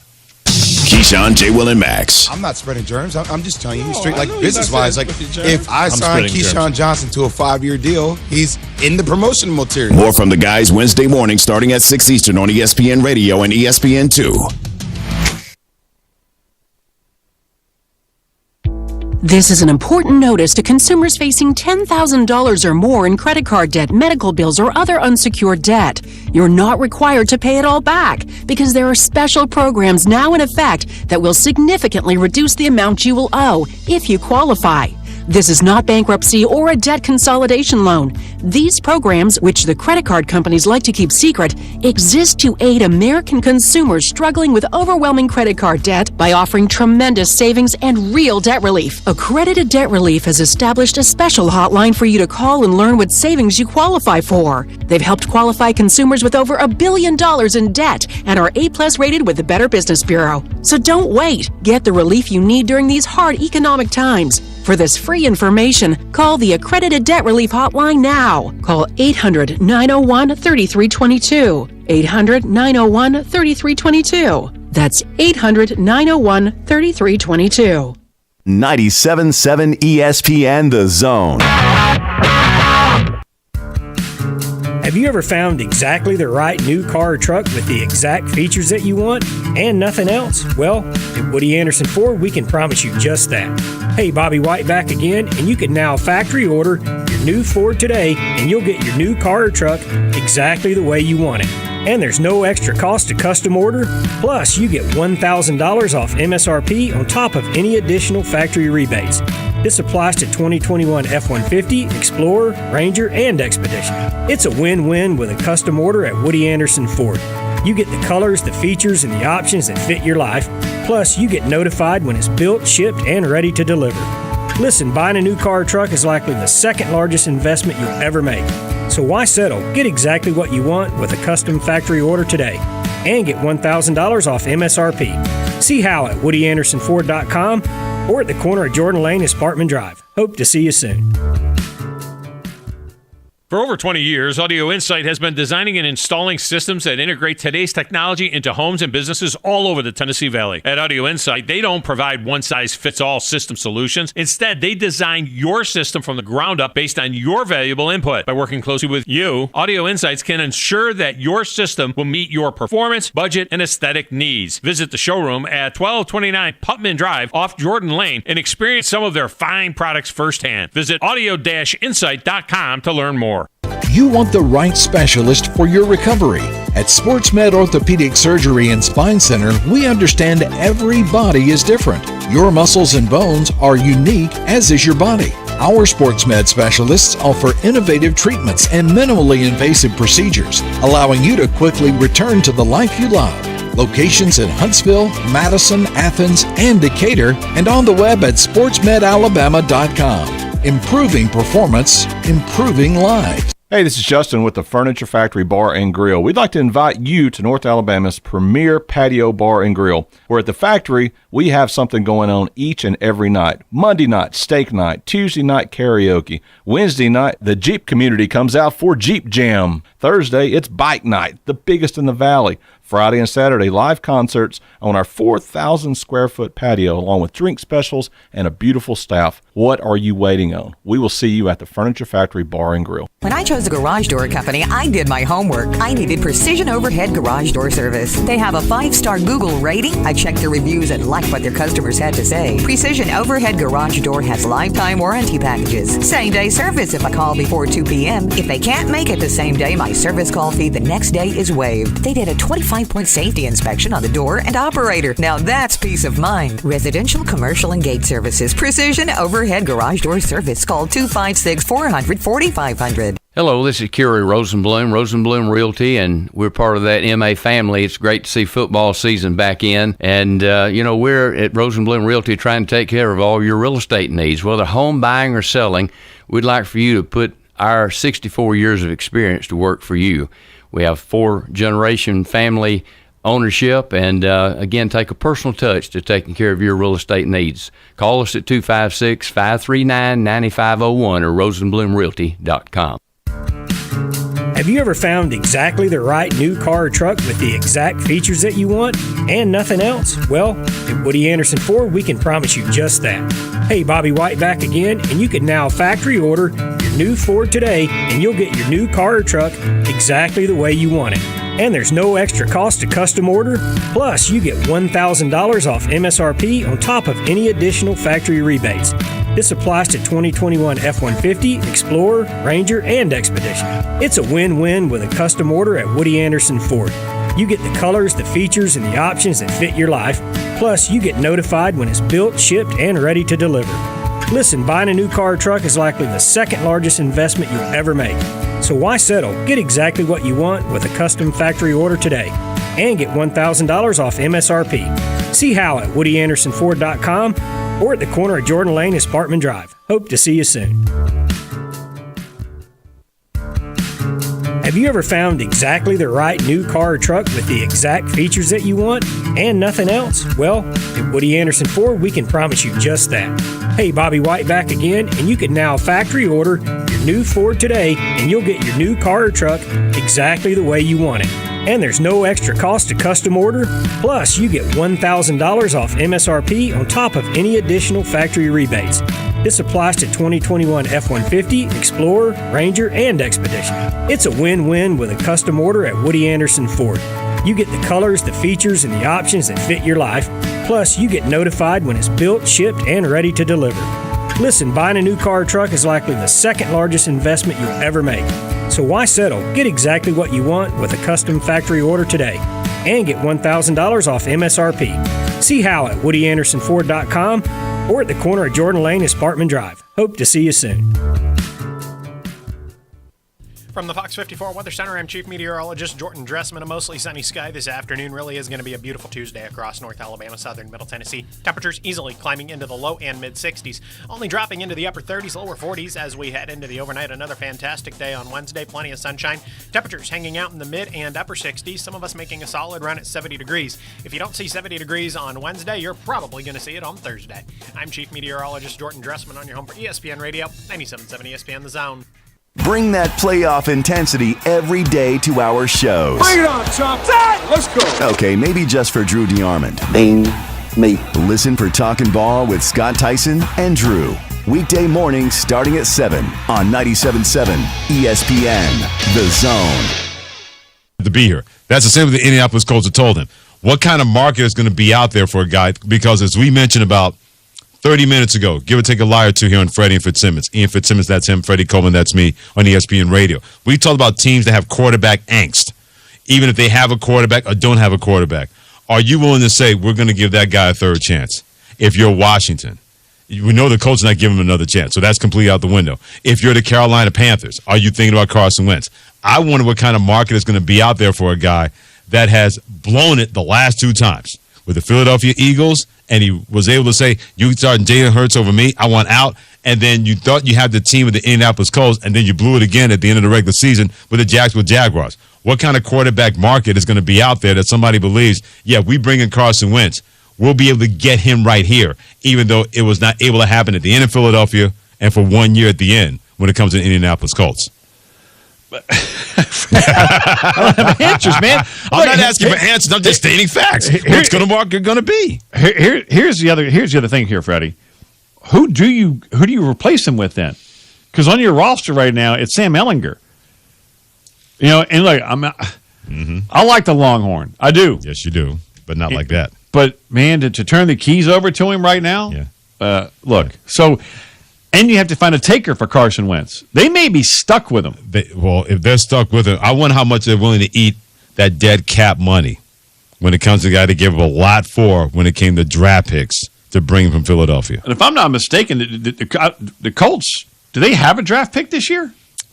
I will look it up. I don't think so, man. I'm going off the top of my head. I will look it but up. I don't believe. I mean, they gave a ton away, and I'm almost positive if they do. I know they don't have a first rounder. No, they don't. As a matter of fact, the Colts do not have a first rounder. They do not. I'm looking at it right now. So when is there? I mean, I'm almost. Do they have? They don't have a lot. If they do have any. All right, let me find out. Keep talking. But I'll get back to you. That's the thing. The bottom line is they don't have a ton of equity, right? No, they don't. As far as this year. Yep. Mm-hmm. And if it's not Carson, then who's it going to be? Because it's not on your roster. That's true. And that's why when Chris Ballard made that statement, he already has a plan B in place in terms of he's going to go get somebody. Or maybe it is Ellinger. Maybe they said, you know what? No. They saw him every day. Who knows? I don't think it's him at all. I think it's somebody no like idea. I think it's somebody like Jimmy Garoppolo. That's who they're going after. And again, San Fran's got to part ways with him. Now, the last time we saw Garoppolo, he was giving a massive hug to his general manager, John Lynch, right? And it was mutual respect there. That told me that they are parting ways with porn star Jimmy. Yeah. But now all of a sudden, now they're saying, Trey Lance isn't ready quite yet. Uh-huh. Do they bring Jimmy Garoppolo back for one more run to get Trey Lance ready? I don't know. I don't know either. And maybe the 49ers know, or maybe they don't know. Maybe they're in that same kind of spot when it comes to that. But either way, if you are that team and you don't trust that you can find the right kind of package with Jimmy Garoppolo and you don't believe that Trey Lance is going to be ready, then there's no way you can make that work out for them. There's no way you can do that from that standpoint. The Colts don't have a pick in the 2022 draft. Not at all. I just saw that right now. Yeah. They will be without a first round pick. Wow. So I guess they can take the draft off. I thought it was slim and none, and it actually is none. 100% none. They can take off the draft this year. They pulled the New Orleans Saints. This team has not been able to take off in terms of going the other way, even though Steph Curry has not been with this program for a while. We'll talk to their coach next. Keyshawn, J. Will, and Max. Kyler Murray needs to put a statement out so he can try and win back the fan base and now put the poison all on the team by saying, look, they're doing me wrong. More from the guys Wednesday morning starting at 6 Eastern on ESPN Radio and ESPN2. So the dream was to build your very own law practice. Be your own boss, call all the shots. But have things like billing, HR, timekeeping, and all the other management stuff turned your dream into a nightmare? Take charge of your practice with Lexicon. We're the intersection of practice management software and legal support services for your firm. You'll get more billable and livable hours back. Lexicon marks the spot for all your practice management needs. Visit lexiconservices.com/intersection to get the whole story or schedule a demo. Hey, this is Bomani Jones. What's your favorite podcast? Let me tell you why that'll be number 2 after you listen to mine. 3 times a week, I'm going to challenge you to keep up with me as I discuss topics from the latest in technology and music, and people getting dunked on. Also, you'll get the very best analysis of the games, and we watch them with encyclopedic level historical connection. Plus, we have got a community of guests that you'll feel like are your closest friends in no time. Listen and subscribe to The Right Time with Bomani Jones Podcast, wherever you get your podcasts. 97.7 ESPN The Zone. Have you ever found exactly the right new car or truck with the exact features that you want and nothing else? Well, at Woody Anderson Ford, we can promise you just that. Hey, Bobby White back again, and you can now factory order your new Ford today, and you'll get your new car or truck exactly the way you want it. And there's no extra cost to custom order. Plus, you get $1,000 off MSRP on top of any additional factory rebates. This applies to 2021 F-150, Explorer, Ranger, and Expedition. It's a win-win with a custom order at Woody Anderson Ford. You get the colors, the features, and the options that fit your life. Plus, you get notified when it's built, shipped, and ready to deliver. Listen, buying a new car or truck is likely the second largest investment you'll ever make. So why settle? Get exactly what you want with a custom factory order today and get $1,000 off MSRP. See how at WoodyAndersonFord.com or at the corner of Jordan Lane and Sparkman Drive. Hope to see you soon. You've got to experience Toyotathon at Bill Penny Toyota. They've got the selection with over 700 new Toyotas to choose from. And they've got the extras with Bill Penny perks and a 10-year unlimited warranty. So get on over to Bill Penny Toyota today and experience Toyotathon. Bill Penny Toyota in Huntsville and online at BillPennyToyota.com. Bill Penny's Toyota 10-year unlimited warranty is valid through the 10th year of ownership. Valid on new vehicles only. See dealer for details. I'm attorney Gary Lackey. You know, you'll hear people say we're like a family, but here at the Lackey Law Firm, that's really true, not just a saying. I'm Justin Lackey. With my father and my sister, we have a special connection to each other. I'm Jennifer Lackey. At the Lackey Law Firm, when we take on your case, you become part of our family. You really do. And we'll always do whatever it takes to get everything you deserve. If you're injured, you worry about getting well, not about paperwork or insurance companies or figuring out how to get to your lawyer's office. I'll come to you. We worry about your case so you don't have to. When you've been injured, we know that your case is probably the biggest thing going on in your life. More important than almost anything else. And it's important to us too, for one simple reason. Family takes care of each other, and at the Lackey Law Firm, we'll take care of you. The Lackey Law Firm. The Lackey Law Family. 1-800-4-RIGHTS. No representation is made that the quality of the legal services to be performed is greater than the quality of legal services performed by other lawyers. From the Fox 54 Weather Center, I'm Chief Meteorologist Jordan Dressman. A mostly sunny sky this afternoon. Really is going to be a beautiful Tuesday across North Alabama, southern Middle Tennessee. Temperatures easily climbing into the low and mid-60s, only dropping into the upper 30s, lower 40s as we head into the overnight. Another fantastic day on Wednesday, plenty of sunshine. Temperatures hanging out in the mid and upper 60s, some of us making a solid run at 70 degrees. If you don't see 70 degrees on Wednesday, you're probably going to see it on Thursday. I'm Chief Meteorologist Jordan Dressman on your home for ESPN Radio, 97.7 ESPN The Zone. Local sports is covered right here. Well, appreciate what you guys do for sports, but also for high school sports and taking time to talk to us. That means a lot, and appreciate what you guys do, and appreciate you having us on. 97.7 ESPN The Zone. Hello there. I'm Mark Robbins. The Baseball Players Union rejected the owners' latest offer for a collective bargaining agreement on Tuesday afternoon, and the owners, in response to the rejection, as promised, canceled the first two series of the regular season for every team. The two sides don't have another bargaining session scheduled. And ESPN MLB insider Tim Kirchin is extremely worried about the state of the game because he says the owners want to win this negotiation. I love the game more than anyone, but people out there don't love baseball like they did, say, 20 years ago. And now we're looking at a potential long lockout that could cancel a whole bunch of games. 2 months ago, I had a source tell me, look, the owners are going to do what they want to do. And if they play 140 games, they're going to be fine with that. We're going to start on May the 1st. That's what I was told 2 months ago by someone who kind of knows. That's ESPN's Tim Kirchin. There was some really great basketball, college basketball tonight. Tremendous game in the Big Ten that just ended. Number 10, Wisconsin, holding off Purdue 70-67. That's considered an upset. Wisconsin was the underdog. You want another one? How about TCU at home over number 6, Kansas by 10, and Nebraska on the road, winning just 8 games coming in all season, beats number 23, Ohio State, 78-70. In the NBA, Boston over Atlanta by 10. Toronto beats Brooklyn 109-108. And Washington gets a victory, beating Detroit by 3. NFL Mitchell Trubisky signs a 1-year deal to back up Josh Allen in Buffalo.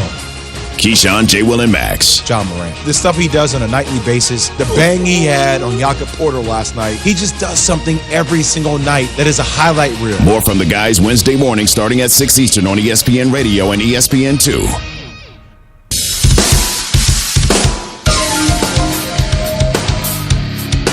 I guess we can stop calling Davidson the house that Steph Curry built because that Bob McKillop guy, Ian Fitzsimmons, has done a pretty damn good job as a head coach before Steph got there and after Steph has got there. They're in one of the toughest mid-major leagues in the country. And Davidson finishing 1 game ahead of VCU for the regular season championship. Always a pleasure catching with Bob McKillop, the head coach of the Wildcats of Davidson, joining us here on Freddie and Fitzsimmons on ESPN Radio, the ESPN app, Sirius XM Channel 80, and tune in. Coach, I put it out there. Of course, I'm being tongue-in-cheek, but not really because you've been terrific before you got there. You've been terrific after you got there. But what has it really meant that you've been able to continue this at Davidson in that conference and you're in the regular season championship this year? Well, I've spent 33 years here. Steph only spent 3. You only got 3 decades on him, Coach. Exactly. Yeah.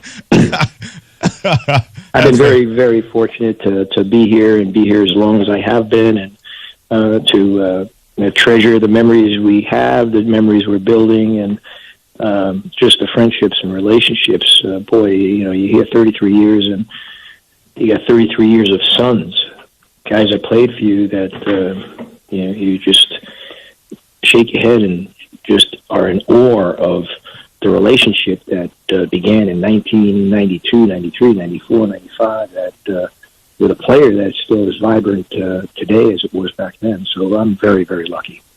When you go back to when you first started at Davidson 33 years ago to now, what's the biggest change that you've had to make as a coach? You're winning. That'll do it. Well, sort of tongue-in-cheek response, but the real response is that I came here to climb the corporate ladder. I came here to get the next big job. I didn't come here to lay my roots into the ground here and commit myself to the players that were here. And I got slapped in the face and knocked to the ground and buried in the dirt. And I learned that when it's all about yourself, you're gonna lose. And I started to understand the word care. And I cared about players, which unfortunately I did in those first 2 or 3 years.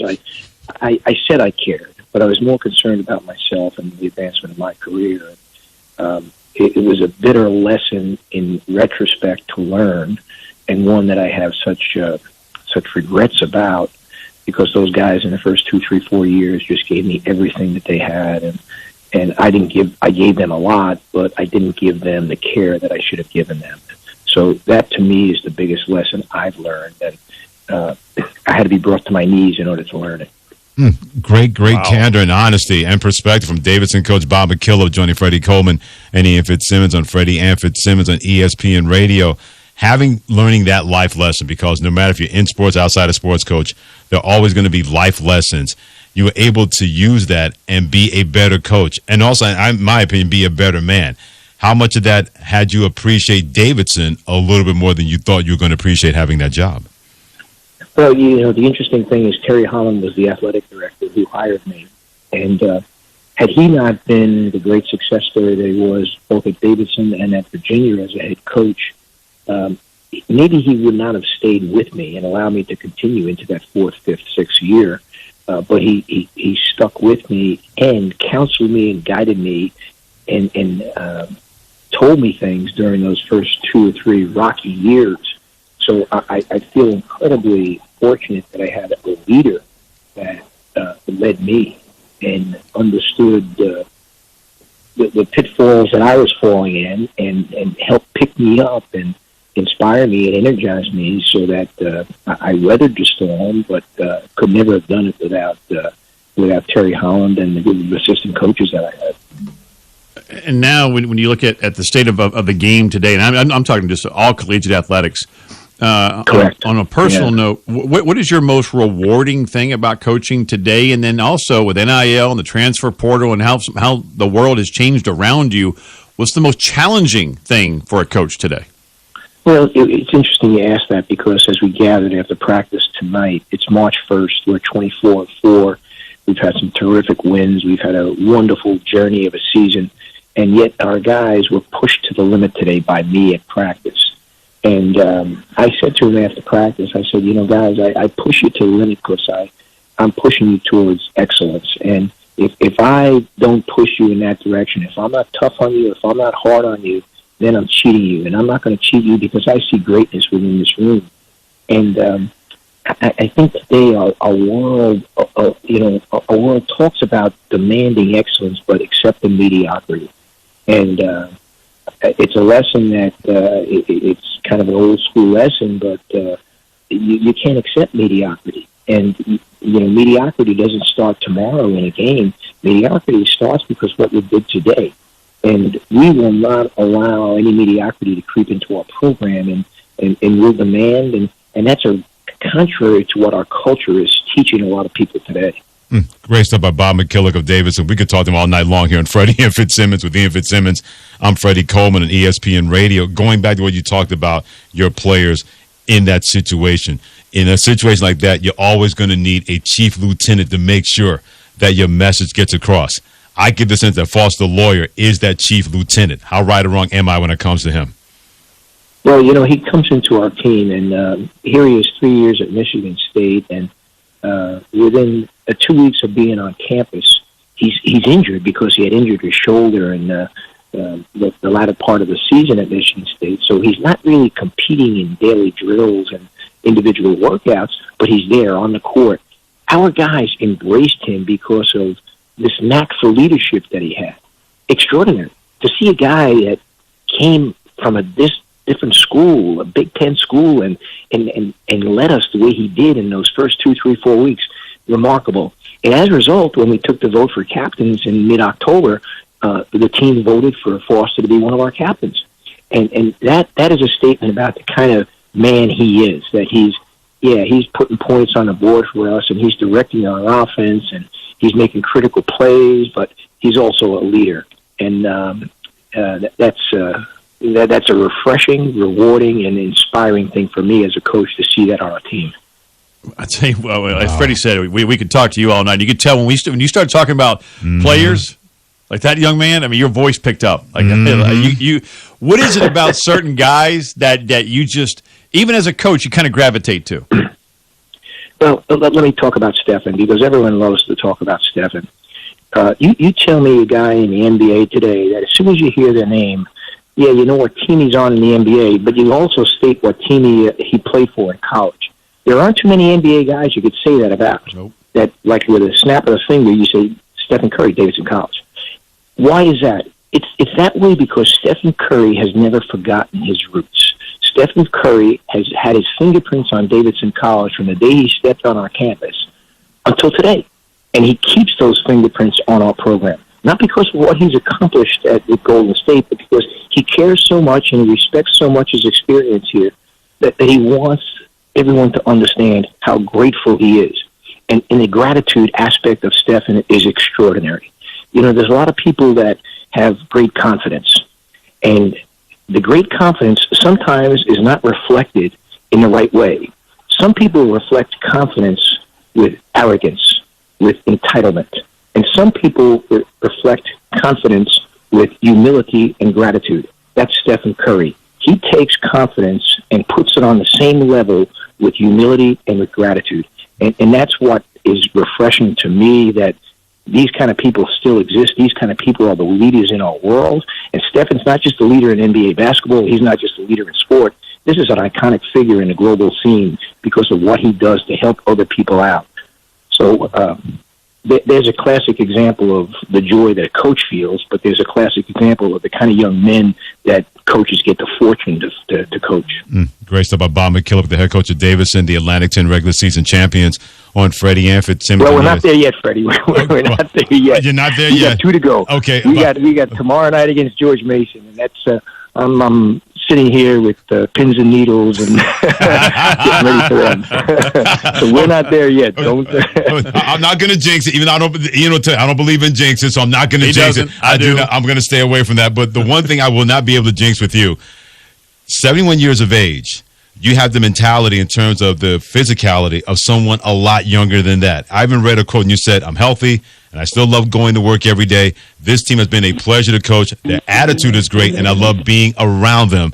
What has it been like that at 71 years of age when we've had Roy Williams retiring last year? We got Mike Krzyzewski retiring at Duke this year, and you still get that kind of pleasure that you're not looking forward to retirement from Davidson basketball? You got to meet my wife.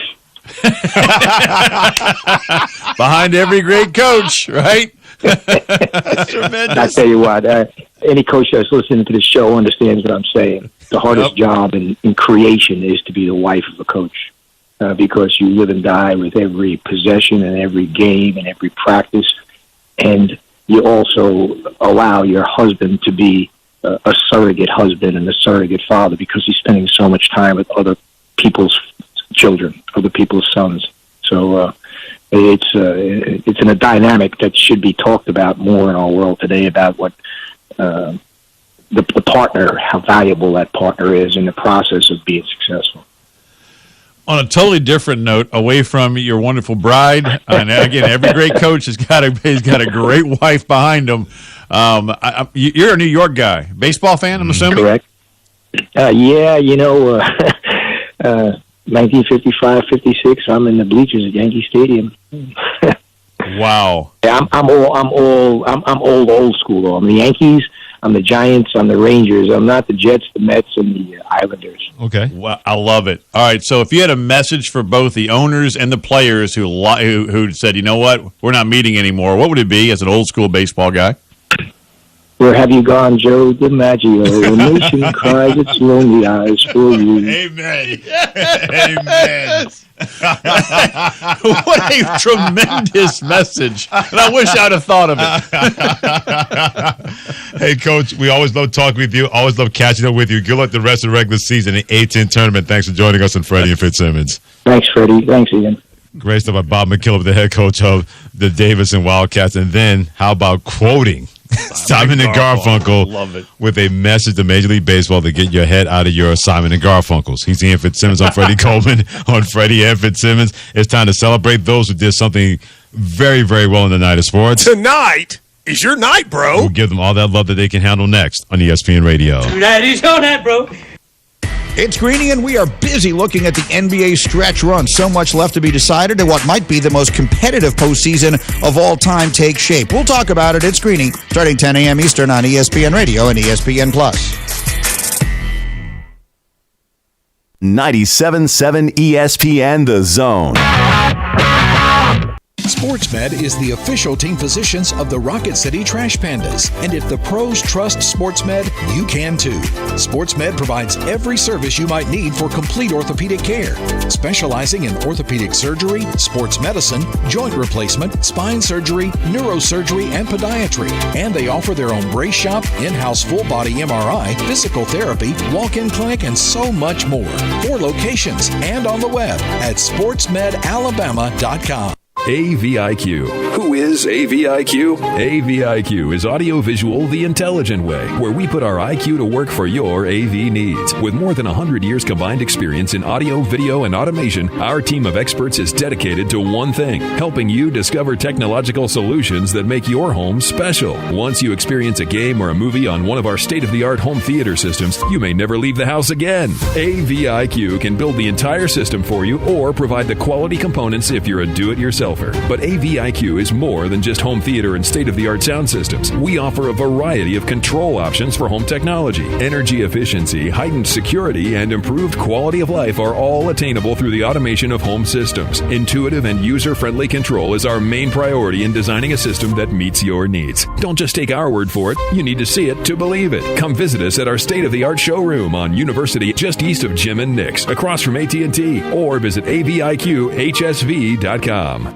Here in the South, we like our traditions, like Alabama football and tailgating on fall Saturdays. And the best way to start your tailgate? Visit Brooks & Collier to see North Alabama's largest selection of premium grills and smokers. Big Green Egg, Blaze, and Traeger. Everything you need for that perfect tailgate. Check out our rubs and seasonings. We have a full wall to please any taste palate. Visit Brooks & Collier at 813 Meridian Street or at brooksandcollier.com. An Alabama tradition for 75 years. Roll Tide. Hi, my name is Dan Aldridge. I'm here to let you know about the Aldridge Law Firm and the soon-to-be-announced Legal Town Center. I've been practicing law in Alabama since 1984, and I also practice in Tennessee. And I'm from North Alabama, and I'm here to represent you and take care of your legal needs.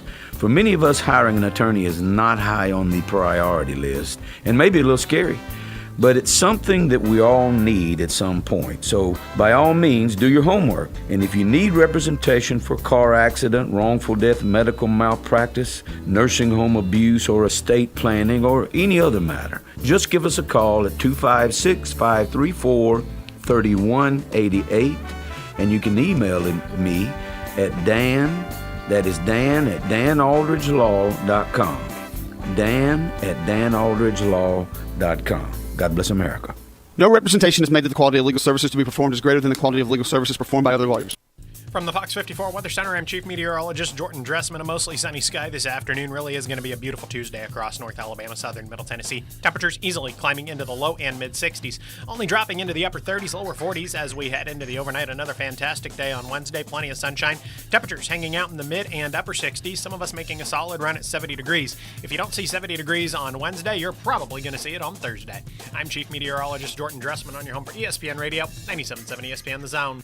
We cover all the SEC schools, including Western Union and Venmo. I want that money! You know, 97.7 ESPN The Zone. XM Channel 80 as well as tune in. It's time to give love to those when they do something great in the world of sports each and every night. They want that love. They need that love. They get that love like this. Fans have spent the night grinding their teeth. Don't grind your teeth, man. In anticipation of their team getting a victory. No mercy. We highlight the stars that helped them get it in tonight's edition of That is your night, bro. Mhm. That is your night, bro. Damn right. Yeah, it's your night, bro. Remember the Boston Celtics stunk in November and December? That seems so long ago. Unfortunately, the Atlanta Hawks, who stunk in November, December, January, February, found out in March. 87-82, Boston by 5, 9:07 to go. Horford moves to Tatum against Bogdanovic's right side. Tatum left-hand dribble behind the Horford screen, going to launch the three. Crowd will tell you. Never stepped over, never challenged on that shot. Sean Grant and Cedric Maxwell will tell you with the call on 98.5, the Sports Hub in Boston. 107-98 over the Atlanta Hawks. And by the way, they entered the game at full stream, meaning the Boston Celtics, but Jaylen Brown left with a right ankle sprain after having an awkward fall during a drive into the lane. He did not return, but Jason Tatum had his back with 33 points. They've won 8 of their last 10, 33, 8, and 7 for Tatum. Mon frere Jason. Tonight is your night, bro. Mon frere Jason, well done. What is going on with the Golden State Warriors? In one word, defense. In another word, what? Towns has it, left side of the floor against Wamp. Toscano Anderson backs him down into the paint. Turns in the restricted area. Goes up strong. Off glass. Counted for 2, and he drew the foul. And Towns with a flex of the right arm, showing off that bicep, the strength, the muscle he's shown here tonight. 33 points, 9 rebounds for Cat. 8:30 WCCO with the call. The Golden State Warriors lose to Minnesota 129-114. By the way, the Timberwolves are 5 games over 500.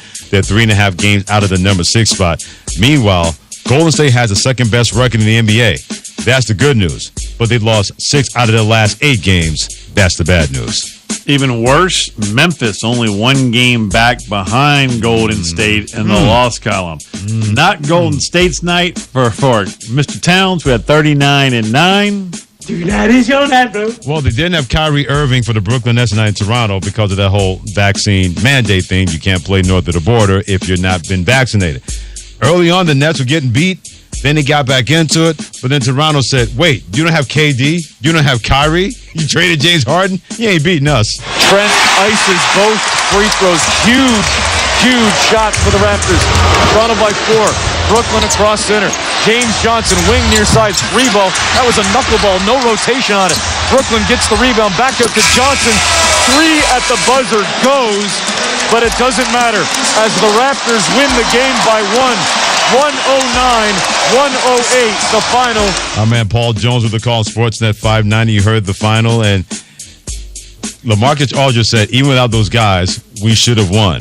But you look at the Brooklyn Nets, only 1 game above 500 at 32-31. Gary Trent Jr. had 24-7. But tonight, the real winner tonight is our man BT, our associate producer tonight.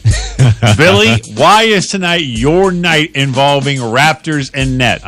Come on, don't play coy. You know why Billy tries. Why? Who's a Philadelphia 76ers fan? Full disclaimer.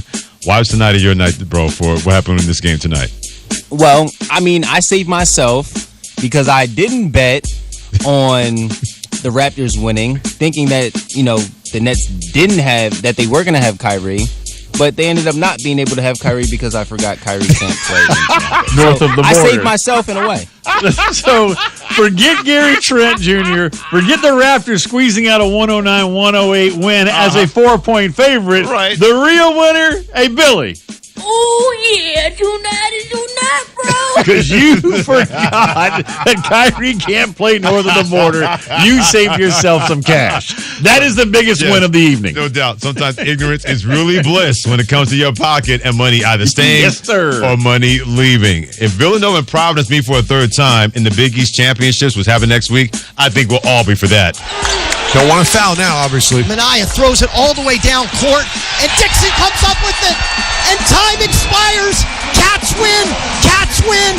Cats win! Final score, Villanova 76, Providence 74. Cats win! Cats win on Fox Sports Philadelphia. The call Villanova wins at 76-74. Providence did not have their best player. They had already clinched the Big East regular season championship. Villanova goes 2-0 versus Providence this year. If we get a par 3, I think we'll be all for that in the Big East tournament. And Nova, you could tell, they were, let's just put it out there, they were pissed. That's the way the UConn game ended. A questionable call. Hey, that's the big one for Nova tonight. And I'm with you. Let's have this several times because it wasn't Villanova's night. It wasn't Providence's night. It was our night. Tonight is your night, bro. No doubt about that. Well said by you. Well, Kentucky playing on the road, playing at home against Ole Miss, and many people wondered after losing over the weekend, would Kentucky be right for an upset? In a word, nah. Washington, that's a point. Angles left, gives it to Sheboy. Free throw line jumper, good. Brooks late to get out on Oscar. That's the second time, and Oscar drained them both. It's 18 for Sheboy. Oscar Sheboy may be the leading candidate for Player of the Year in college basketball. It's going to be a race to the finish because of that. You heard the call on JMI Sports.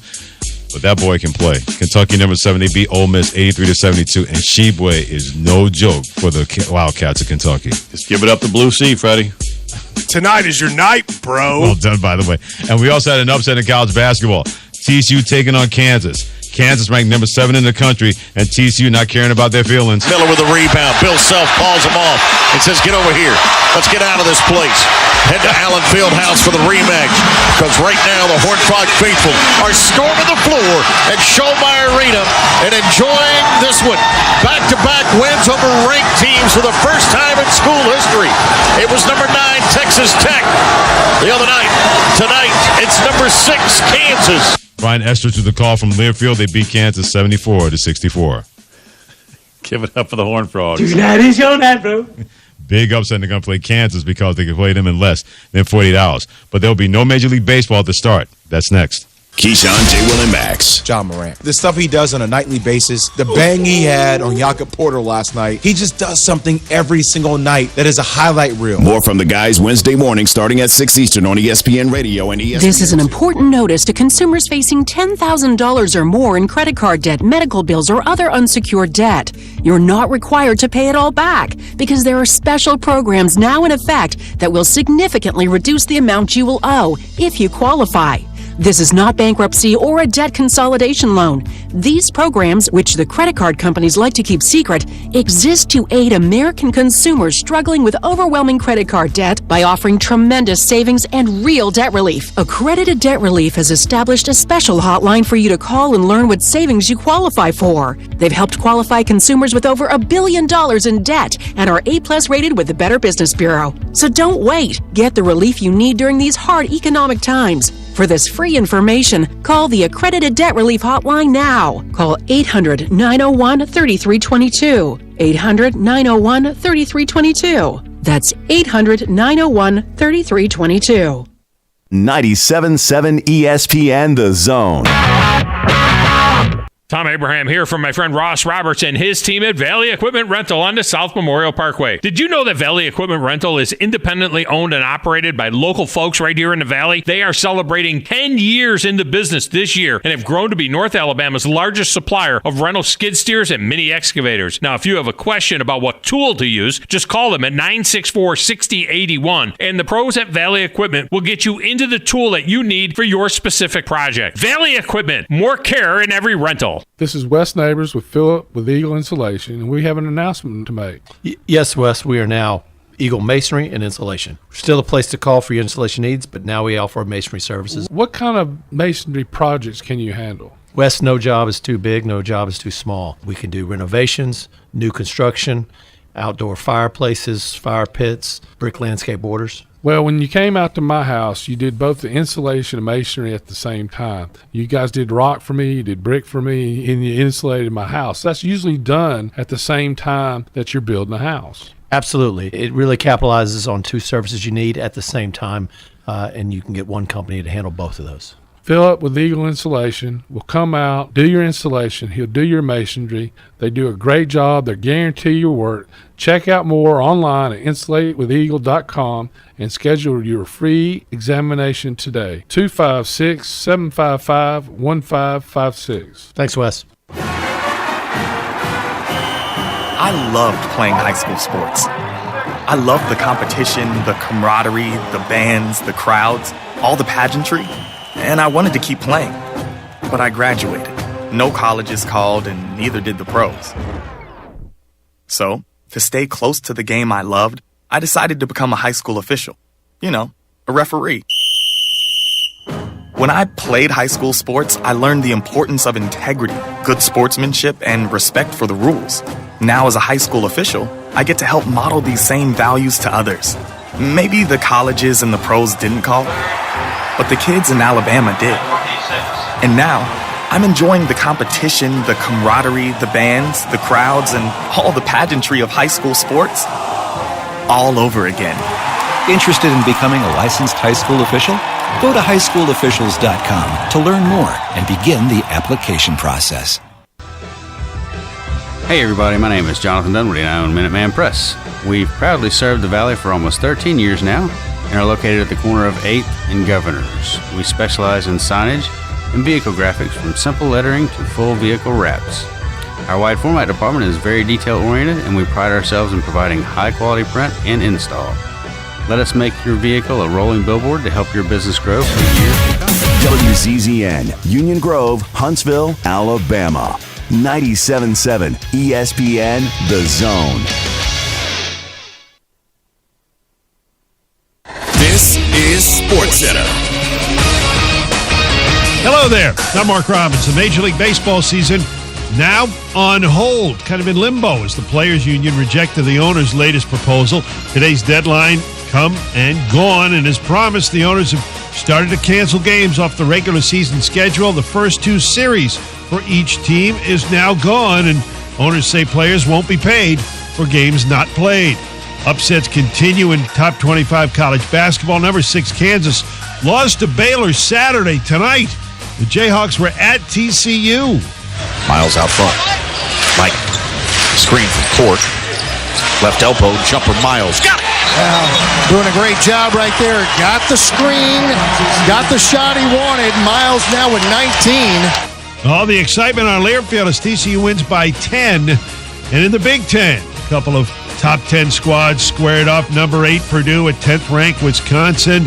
And the Boilermakers tied it with under 10 seconds to go. And then Wisconsin hit a bucket, a 3 with 1.5 seconds to go. And Wisconsin gets the win, 70-67. Badgers clinch a share of the Big Ten regular season championship.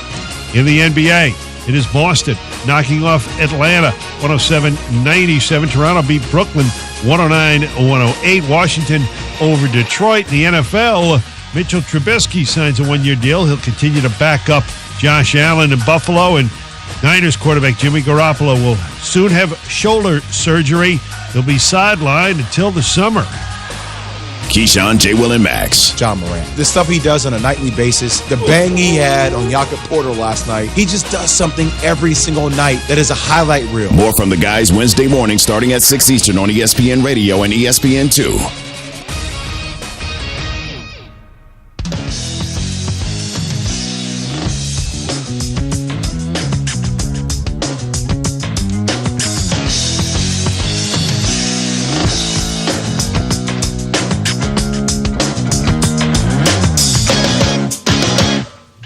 This is Freddie and Fitzsimmons on ESPN Radio and on the ESPN app.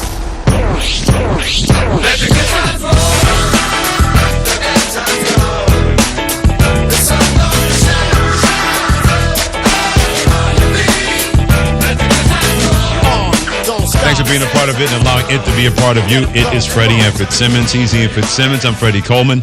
on ESPN Radio, the ESPN app, Sirius XM Channel 80, as well as TuneIn. It is the best show on your radio, which is not Major League Baseball used to be able to say when it comes to radio TV, but not no more. The first two series of the regular season, they are not going to happen because the players and Major League Baseball could not come to an agreement. That led the leader of the Major League Baseball Players Association, Tony Clark, to say, the reason we're not playing is simple. A lockout is the ultimate economic weapon. Okay, and he was very succinct with that. Let's bring the man who played in Major League Baseball, also coached in Major League Baseball, now does a great job as a Major League Baseball analyst for ESPN. He is Eduardo Perez joining us here on Freddie and Fitzsimmons. Eduardo, you're very sharp about matters like this, especially when it comes to your sport. They were not able to come to an agreement. The first two series of the year will be canceled, Major League Baseball. Your thoughts are what? Terrible. I think it's a situation where we're in day 91 of this since the lockout began on December 1st, Freddie, and to all of a sudden be able to say that the last 10 days we grinded it out. Well, there were 80 days before that. What happened then? For 43 days, there was no contact whatsoever. What happened there? It's unfortunate, and I want to always think and feel that people have the best interest at heart, not only for the players, the owners themselves, but for the fans, for the employees, for the people, the vendors that depend on those 81 home games, for them to be able to put food on the table, for the restaurants, the hotels, the economics of the last, for now, I could say 3 years of spring training where it's been affected by COVID, by entrance to the stadiums last year as COVID was still around at the beginning, and it was limited both in Florida and Arizona. So yeah, as a fan, I am disappointed. I'm disappointed in the lockout. I'm disappointed that an agreement wasn't able to be had and made, and I'm disappointed that the first week of the season is now not going to be played. This is my lifelong love affair with the game. I've had it. I've seen it as a son of a major leaguer, as a broadcaster, as a coach, and I will still love it when it comes back. But my goodness, we need baseball, and the players need baseball, and the fans, more than anything, need the game. What was your reaction when you saw the commissioner of Major League Baseball, Rob Manfred, say that this lockout and now missing the start of the season was, quote, not due to a lack of effort, end quote? Well, I think by saying that the 90 days that have passed by, there was lack of effort. There was lack of effort for 43 days before they sat and they talked. Mm-hmm. There was lack of effort by not having that urgency of taking it down, and waiting for the last 10 days. And it was the last 2 days where they made an effort and they stayed in the room, locked in, and going back and forth. As I followed on Twitter, Evan Drellick and Chelsea Janes and Jesse Rogers, as they were doing their best to tell us what was going on over there. At the end of the day, there's no baseball. And for them to say that there was no lack of effort, I think it's insulting to the fan. And again, without the fan, the value of each organization is not what it should be. And because the viewership is important, and I care about that greatly, genuinely. And I think it's very important that that they get back and start talking on Thursday, as the commissioner said, and feel that sense of urgency so we don't miss more than just 1 week of the season. Former Major Leaguer, now ESPN Major League Baseball analyst Eduardo Perez. Hit him on Twitter at Perez Ed, joining Freddie Coleman and Ian Fitzsimmons on Freddie and Fitzsimmons on ESPN Radio. I'm going to go back to what you said about in terms of getting back together on Thursday. Why would they not just continue to talk Tuesday through Wednesday? Why not try to stay and get it right, Eduardo, instead of resuming on Thursday? I think the hotel booted him out. If I could hug you right now, I would. I think they all want him to stay. Well done. Points. We've got stoppage? We're not playing games. Get the hell out of here. By the way, how are you guys doing? No, but in reality, it's frustrating. It really is. You know, when the commissioner stood up on that podium and was smiling, I'm not smiling about this. I love the game, man. And to me, I'm so passionate about it. I love waking up and looking at the box scores from the late games that I wasn't able to stay up and see. I love waking up and be able to do the talk show. I love going to sleep thinking about baseball. It's what I do. It's who I am. And now we have to wait longer. We went through, after going through what we did in 2020 and only having 60 games in a season, waking up early in the mornings and doing the KBO, because that's the passion and love that we have for the sport and the passion and love we have for the fans. And now to be able to say that we're not going to be able to broadcast the game, as much as I was dreaming about calling that first game, it was in Philly against Houston, and doing the Sunday night games. Look, I care about that little kid that is listening to his dad or his uncle or his grandfather or his mom or his aunt or his grandmother explain to him or her about not only the player but the game, what just happened in that moment. To me, this is what the game's about. And, everybody talks about the game's too long. We need more action. Look around. Stop looking at your phones and look around, and you'll see action, not only between the lines, but you'll see action to your right and to your left when you see the communication that the parents are having with their kids, or the buddies stealing a little bit of the popcorn from the other kid. Those are things that I went through as a child, and it is something that I love seeing at a ballpark. So, for people who don't know, I mean, Eduardo spent literally 2 decades in this game as a player and as a coach. Go back to your playing days.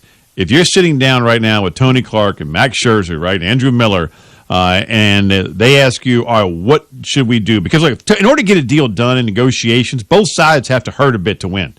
Both sides have to give in order to be able to win. What would you tell them?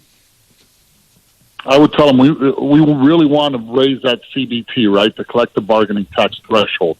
That's what we really want to do. It's at $220 now, from what the owners offered, and they offered it for 3 consecutive years until it started going up.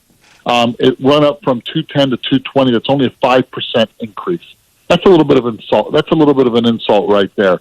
So what do we have to give to at least get more of that? Well, we don't want the league to go to 14 teams in a playoff, because 14 teams coming in with 30 teams already in the league, it could have become mediocre. Could they just settle for average? I would say take the 14 games. Take the 14 teams. Take it. Why? Because it's worked with the NFL. NFL, how many playoff teams get in with 30 teams?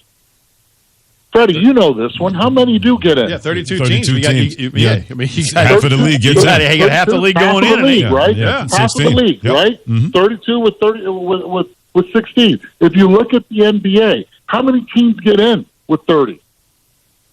You're looking at 16. That's an easy concession. I mean, it is an easy concession. So then it's an easy concession. So why wouldn't they do it? Fighting so much? Why are we fighting so much about 12 with 14 when the thing that makes people nervous, and it always makes people nervous, if it's in sports, if it's in politics, if it's in business, whatever it may be, is change. And there's going to have to be some change. And you're going to have to be able to give and take a little bit. I would love to see, at the end of the day, the best position players in the game in the playoffs. Last year, position by position, there were only 17 games played by star players in the postseason. Austin Riley played 16 of them because he went all the way to the World Series and they won. Aaron Judge played the other one. So 17 games total with the star players. Vladimir Guerrero Jr., 0. Shohei Ohtani, 0. You can go on and look at the top players in the premium positions, from Marcus Semien to who the top players were They did not make the postseason. Wow. Mike Trout was hurt last year. He didn't make the postseason. Bryce Harper didn't make the postseason. Position by position, I want to see those guys in the play. Those are the marketable guys, right? This is a sport just like NBA, just like the NFL, just like hockey that is up and coming again and starting to gain popularity. It's because it's now being marketed in a different way. We need to market these guys year-round and longer, and we need to market them in the postseason as well. So what if we give them two more teams in the postseason? I'm all in with that. Yeah. Wait, 14 of 32 in the NFL. CBT, let's do it. Yeah, you got 14 of 32 in the NFL, making nearly half the league. You've got 20 of 30 in the NBA with the play-in tournament, and maybe, Eduardo, that's what you do is you have you kind of copy what the NBA did. Yeah. If you go to 14 and have a play-in type tournament like the NBA just did. Yep. Well, you can do that, definitely, but there's always going to be competition in September where schools begin, and sometimes the attendance dwindles, especially teams are out of it. If it's a 500 team, you're not out of it yet in September. If you're a 500 team in September now, you're pretty much almost right there on the bubble, but you're out of it more than anything. You have to have an excellent run down the stretch. And people by that time have already picked up and started projecting on their fantasy teams.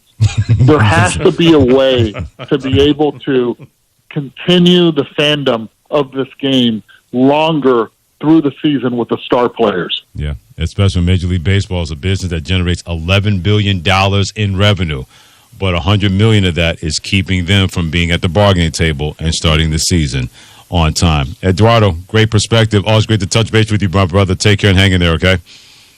All right, make sure you check out. Yes, or you'll be checked out on your own whether you like it or not. Eduardo Perez, ESPN Major League Baseball analyst. Hit him on Twitter at Perez Ed, joining us here on Freddie and Fitzsimmons. Don't forget about the ESPN Daily Podcast. Bring you a deep dive into a single story from one of ESPN's hundreds of reporters, presented by Supercuts. Download, subscribe, and review ESPN Daily, available wherever you enjoy your podcasts. So what is it like to pull an upset over a team that you're going to have to play 48 hours later? That coach joins us next if you keep it here on ESPN Radio. Keyshawn, J. Will, and Max. I'm not spreading germs. I'm just telling you straight, like business-wise. Like, if I sign Keyshawn Johnson to a 5-year deal, he's in the promotion material. More from the guys Wednesday morning starting at 6 Eastern on ESPN Radio and ESPN2. Progressive presents Forced Metaphors about bundling your home and auto. In sports, 3 goals is a hat trick. And when you bundle your home and auto with Progressive, you get a hat trick of great savings and round-the-clock protection. So you might be thinking, wait, that's 2 things. A hat trick is 3. But in this metaphor, great savings counts as 2 goals, and so does round-the-clock protection. So it's like 4 goals, and that's more than 3. It's basic math. Forced Metaphors. Presented by Progressive. Bundle and protect today. Progressive Casualty Insurance Company and affiliates. Discount not available in all states or situations. Is your job going nowhere? It's a new year. Time for a new career in IT. My Computer Career has slashed tuition. So what are you waiting for? Attend classes day or night, live online from the comfort of your home. Hands-on learning and lifetime career services help you succeed. And you could start your career in months, not years, even with no experience. Go to mycomputercareer.edu and take the free career evaluation today. It's not rocket science. It's mycomputercareer.edu. 97.7 ESPN The Zone. 2 Maids and a Mop. That's all you need to know to clean house. 2 Maids and a Mop is an award-winning company, bonded and insured. Hire them for yourself, or they have gift cards if you want to make someone else's day. Find out more online at 2maidshuntsville.com. A maid service worth talking about. 2 Maids and a Mop take care of everything. They supply all the cleaning equipment needed. Call 256-883-6243. The only finger you'll need to lift is the one to call them. This is Wes Neighbors talking to Chris Haygood of Bob Wallace Appliance. Chris, what sets you apart from other appliance dealerships? Wes, these appliances are going into the most used room in your house, your kitchen. The way we have these appliances displayed, it's easy for you to visualize how they'll look in your home. Wes, what sets us apart is the people. They're well trained. In fact, they live and breathe these appliances. And if you need service, you'll really appreciate our parts department. Contact Bob Wallace Appliance at 256-533-2121. Want to try something different for breakfast, lunch, or dinner? Then why not head on over to City Cafe Diner? They have the largest menu in the area with traditional breakfast like pancakes and omelets, comfort foods like burgers and shakes, and specialty items like homemade Greek delicacies. And their entire menu is served any time of day. So make plans to dine with City Cafe Diner today, just west of the Parkway at 2003 Drake Avenue. City Cafe Diner, where no one leaves hungry.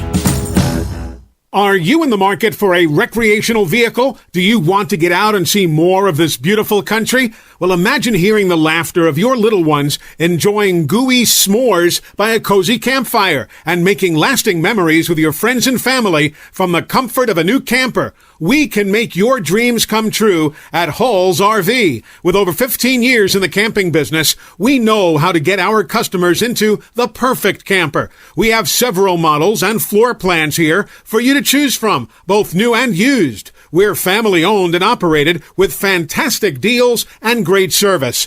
Everyone wants to work with people they can trust, so come on down to Hall's RV and get the deal of a lifetime. We'll treat you right and get you on the road in the camper of your dreams. Visit us on Highway 431 in Albertville. Hall's RVs, where we sell fun. Or see us on the web at www.hallsrvsales.com. Tom Abraham here from my friend Brian Hamaker and his team at North Alabama Mortgage. Look, buying a home is the biggest purchase you will make in your life, and it can be a bit intimidating, so you want people that can help walk you through the mortgage process and get you the best deal possible. That's what North Alabama Mortgage does, and they do it in Alabama, Tennessee, and Florida, from first-time purchases to refis, conventional, VA, FHA, and USDA loans. They have the solution at North Alabama Mortgage. Visit NorthAlabamaMortgage.com to learn more. That's NorthAlabamaMortgage.com. Coach Nick Saban. Helping children is very important to Miss Terry and me. As parents, it saddens us to know that there are more than 5,000 children in foster care in Alabama. These children need loving, nurturing families to care for them. We ask you to join the team and become champions for children by opening your heart, opening your home, and becoming a foster or adoptive parent.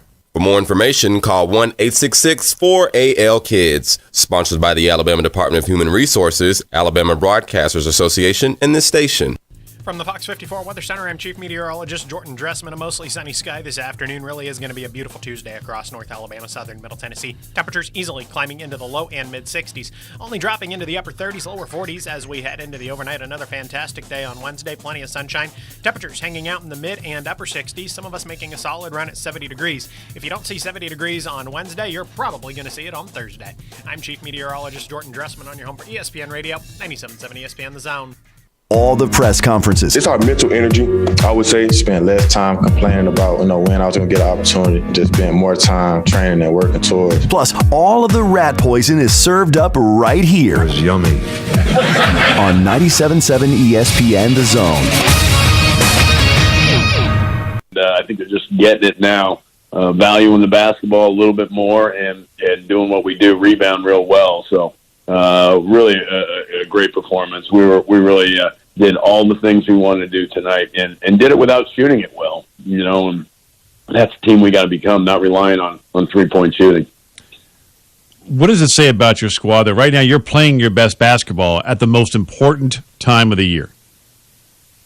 Yeah, I mean, we had some guys go down with injuries early in the year. We kind of had to restructure our lineup and develop some other guys, and I think it's just the process. And you've seen great improvement from our guard play. Was terrific the last 2 games. Mike Miles was terrific. Damian Francisco Farabella. And then our big guys are all new to college basketball, really, especially the Big 12 level, and they just keep getting better, and they work so hard. So I'm just excited for our guys because they really played with great discipline, great trust, and great camaraderie these last 2 games. 20 seconds left. You play Kansas again on Thursday night because this game got postponed from New Year's Day because of COVID-19. Right. What is that going to be like playing them 48 hours later? Yeah, there's no question about it. We're gonna, what we're gonna do is just get on the plane tomorrow, fly out there, do some stuff at their place. I guess we'll get the practice gym, and obviously, we know what they do, and we'll get some work done and be ready on Thursday. Quick turnaround, but we've been doing that 3 games a week for the last 2, so we're ready. I know you'll be ready. Hey, Coach, congrats on the win. Good luck playing Kansas again in less than 48 hours, and thanks for joining us on ESPN Radio, and you take care. All right, thank you. Jamie Dixon, the head coach of TCU, joining us here on Freddie and Fitzsimmons. Ian Fitzsimmons, that's him. Freddie Coleman, that's me. And how weird is that? A great win for them. They outplayed Kansas. Yeah, no doubt about that. You beat Texas Tech. You outplayed Kansas after Kansas coming off over the weekend losing to Baylor. And I can't even imagine what the Big 12 Conference Tournament is going to look like. Quarterfinal Friday is going to be out of control. Dude, just sign me up. That's it. Amen. Just sign me up. And I'll tell you this, TCU punched their ticket. Back-to-back top 10 wins. Yeah. They're in. That's very fair, especially in the nation's best conference this year in the Big 12. You're able to take down Kansas, and they beat Kansas on the road 48 hours later. They're really going to be in that large team. They're not winning that. I clearly understand it because Kansas saw the court storming. Yeah, that's going to be a quick turnaround in their minds as well when it comes to KU. But, man, you got Kansas, Baylor, Texas Tech, Texas, TCU. Good luck playing like Oklahoma and West Virginia will be a first-round game. That's usually a Big 12 semifinal. That could be a first-round game in the Big 12 tournament. Just go back to last night where you had Texas Tech in a fight coming off an L to stay undefeated at home for the first time in 25 years against Kansas State. And it came down to the last minute of the game. Serious. It doesn't matter who you are. It's going to be a fight in the Big 12. And tonight, TCU won a fight over a top 10 team. And usually in the NCAA tournament, there's always that one bracket that I like to call, like in soccer, the World Cup, the group of death. I call it the region of doom. Yeah. We have 4 regions of dooms this year in the NCAA tournament because you can make a case for anywhere for 12 to 15 teams that could have that Final Four. Look, we had a Final Four type game between Villanova and Providence for the second time within 2 weeks involving those two teams. Hand me that every night. And that's what you're going to get starting next weekend. Yep. That is exactly what you're going to get, especially in the Big East, the Big Ten, the SEC, and every night in the Big 12. Well, look at it this way. Conference tournament basketball's already gotten started because the Patriot League started tonight. The Northeast Conference started this week. That makes championship week. Nothing against the big schools. They're going to have a bunch of plethora of teams that are going to get in. But it's those one-bid leagues, the Horizon League, the Patriot League, the Missouri Valley, the A-Sun, that have a lot of talented teams that'll get a chance to show their shine and their sheen part of championship week. That makes college basketball to me. Jay Reynolds and I were talking about this, our Sports All Night anchor. He said that feels like the first round NCAA tournament when it comes to championship week involving especially those one-bid leagues.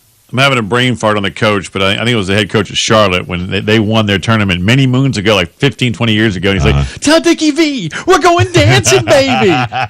He's doing a little two-step right there on the floor. And by the way, I'll praise the Dickie V because it's going to be a weird championship week without Dick Vitale being a part of it. But I'll praise to him to make sure that he recovers sooner than later and get back covering the sport that he loves so much. We know how much you really, really love when it comes to Major League Baseball, but a lot of people have plenty of love for this coach and his team in the tournament. That's next. Keyshawn, J. Will, and Max. Kyler Murray needs to put a statement out so he can try and win back the fan base and now put the poison all on the team by saying, look, they're doing me wrong. More from the guys Wednesday morning starting at 6 Eastern on ESPN Radio and ESPN2. Want to be a fly on the wall at Nat Geo's headquarters? Well, with the Overheard podcast, you can. From smuggled dinosaur bones to man-made glaciers, each episode takes a dive into the curious conversations that occur behind the scenes at National Geographic. Overheard is presented by Geico. Millions of ESPN sports fans count on Geico for reliable car insurance and low, low rates. Visit geico.com, get a quote, and see how much you could save. Geico. 15 minutes could save you 15% or more on car insurance.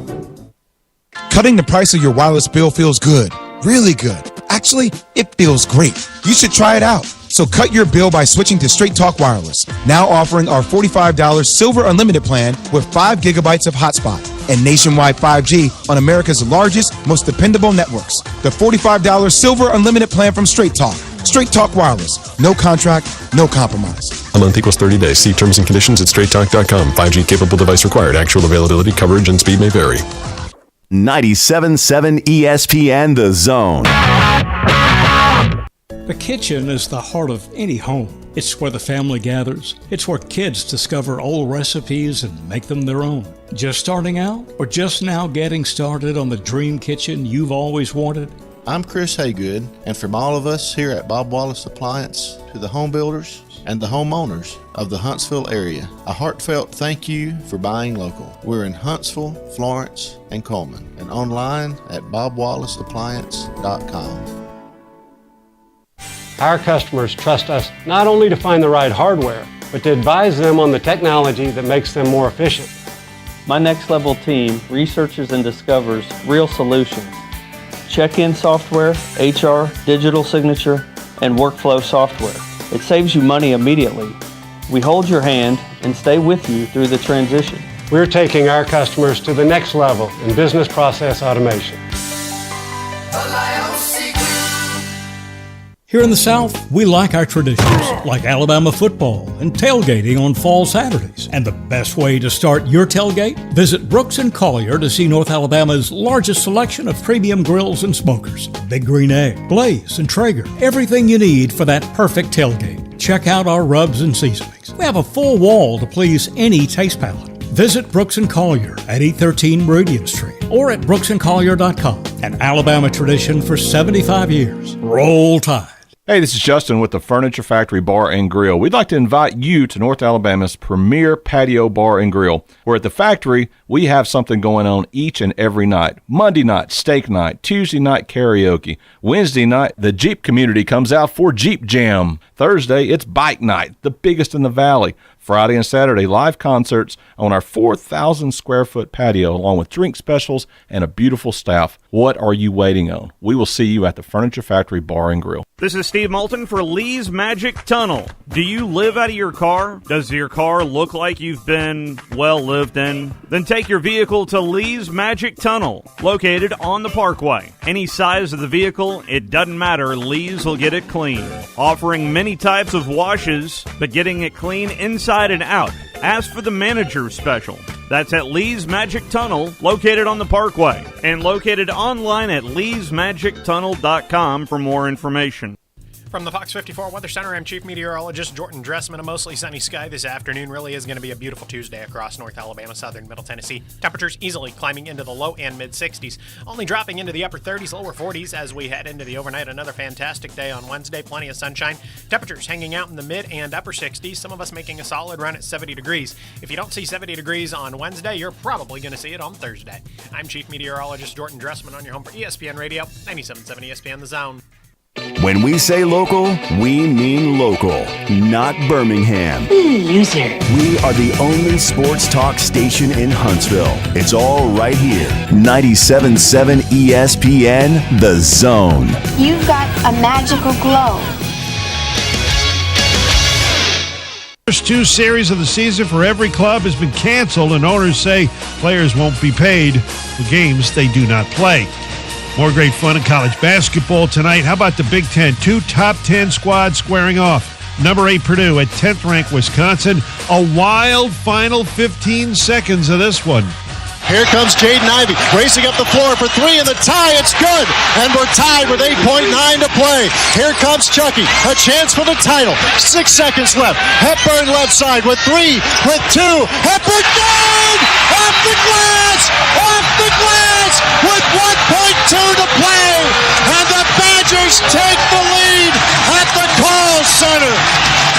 Matt LePay with a call on the excitement on Learfield as Wisconsin does win at 70-67 and clinches at least a share of the Big Ten regular season title. Number 6 Kansas beaten by TCU in Fort Worth by 10, and Nebraska knocks off number 23 Ohio State in Columbus 78-70. In the NFL, Mitchell Trubisky signing a one-year deal with Buffalo. He'll continue to back up Josh Allen. And did you know Cowboys quarterback Dak Prescott had shoulder surgery on his left one? Well, that was revealed today by Dallas head coach Mike McCarthy at the Combine. Keyshawn, J. Will, and Max. Why would I trade Aaron Rodgers in the NFC? And if I were to trade him to the NFC, you're going to have to give up your next 100 draft picks. More from the guys Tuesday morning starting at 6 Eastern on ESPN Radio and ESPN2.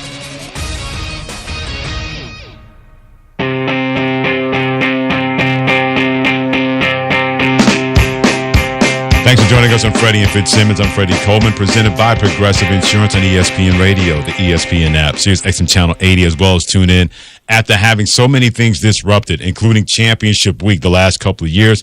It's going to be really cool to have people actually attending championship week events, and keep an eye on the Patriot League. That is going to be a knockdown, drag-out battle to see who gets the bid out of that conference. But Colgate won the regular season championship. As a matter of fact, they were pretty clear of everybody else, finishing 16-2, 4 games clear of everybody else. Matt Langle continues to do a terrific job with this basketball team. He joins me here on Freddie and Fitzsimmons. Coach, I mentioned the last couple of years where everybody's had to go through COVID-19 and disrupting things.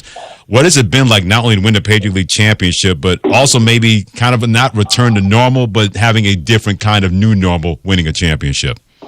Yeah, thanks for asking, Freddie. It's been a crazy couple of years. I mean, last year in the Patriot League, we only played league games. So, save our Army, the 2 military academies, Army and Navy, the rest of us didn't start playing games until January, and we won the league tournament last season and played the NCAA tournament, but only played basically half the season, 16 games. So to have a full non-league was really good for our student athletes to be able to go through a normal campus life with all students on campus, and then a full round robin, albeit some hiccups here and there. Around the new year, we missed 4 games and, kind of reschedule those conference games. So, we played 11 games in February, which is more, I think, than as many as any NBA team. So it's a little crazy still, but I think, all college coaches, for the student athletes to have as normal of an experience as we can remember, was really important. And I know these conference tournaments will be just that as well. I read an article on you not too long ago in which you described college basketball is so fragile. For those who didn't read that, what did you mean? Because we get a sense of what you meant, but what exactly did you mean by college basketball being so fragile? And I get a sense that you didn't mean just on the basketball court. Yeah, well, I mean, there's so many things that impact winning and losing and that everybody focuses on. The NBA, they play 82 games and full playoff series and games. College basketball, I mean, a game can change on a play, and a season can change on a game, and so not that the transitive property always exists, but a season could change on a play. An injury here, the ball doesn't bounce your way, a call doesn't go your way. So many things impact the end result, and these kids work year round and only get 31 regular season games to kind of tee it up. And so, even like a club like ours, we have a great conference season and set all sorts of program records. But one game in the conference tournament, and that all, those dreams can kind of all go in a different direction. So, I think that's what I meant about you got to stay in the moment and pay attention to your details, because it is very, very fragile for sure. The terrific Colgate coach Matt Lingle joining Freddie Coleman and Freddie and Fitzsimmons on ESPN Radio. How much does having the veteran team that you have, where you finished 11-2 last year and everybody returned except for one player, how much of a veteran team kind of helps that fragility not really take over?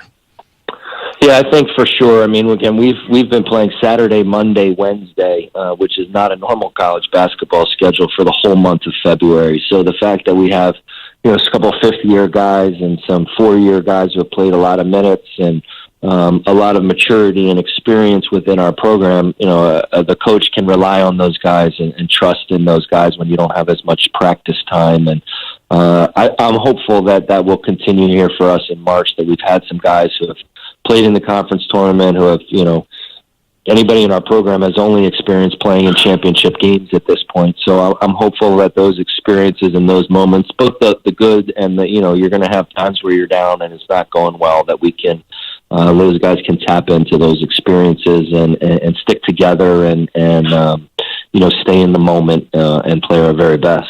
You make a great point in terms of what you've been able to do, because you've won or shared the Patriot League championship the past 4 seasons. You only finished second to Bucknell in 2018. You made 2 NCAA tournament appearances during that span. You really got something special going on in Colgate. What is it like to create really your own program? You've been there 11 years, Coach Lingle, and now Colgate is synonymous with you and vice versa. Yeah, I appreciate you saying that, but I really think it's not about me, and I think that's a big part of what we focus on. We've been able to recruit some talented guys for sure, but some guys who, they're willing to, I would call it sacrifice, but for them it's not really sacrifice in that they genuinely enjoy their teammates having success, and the team, most importantly, having a chance to win. So I know that this group has really been focused on continuing that.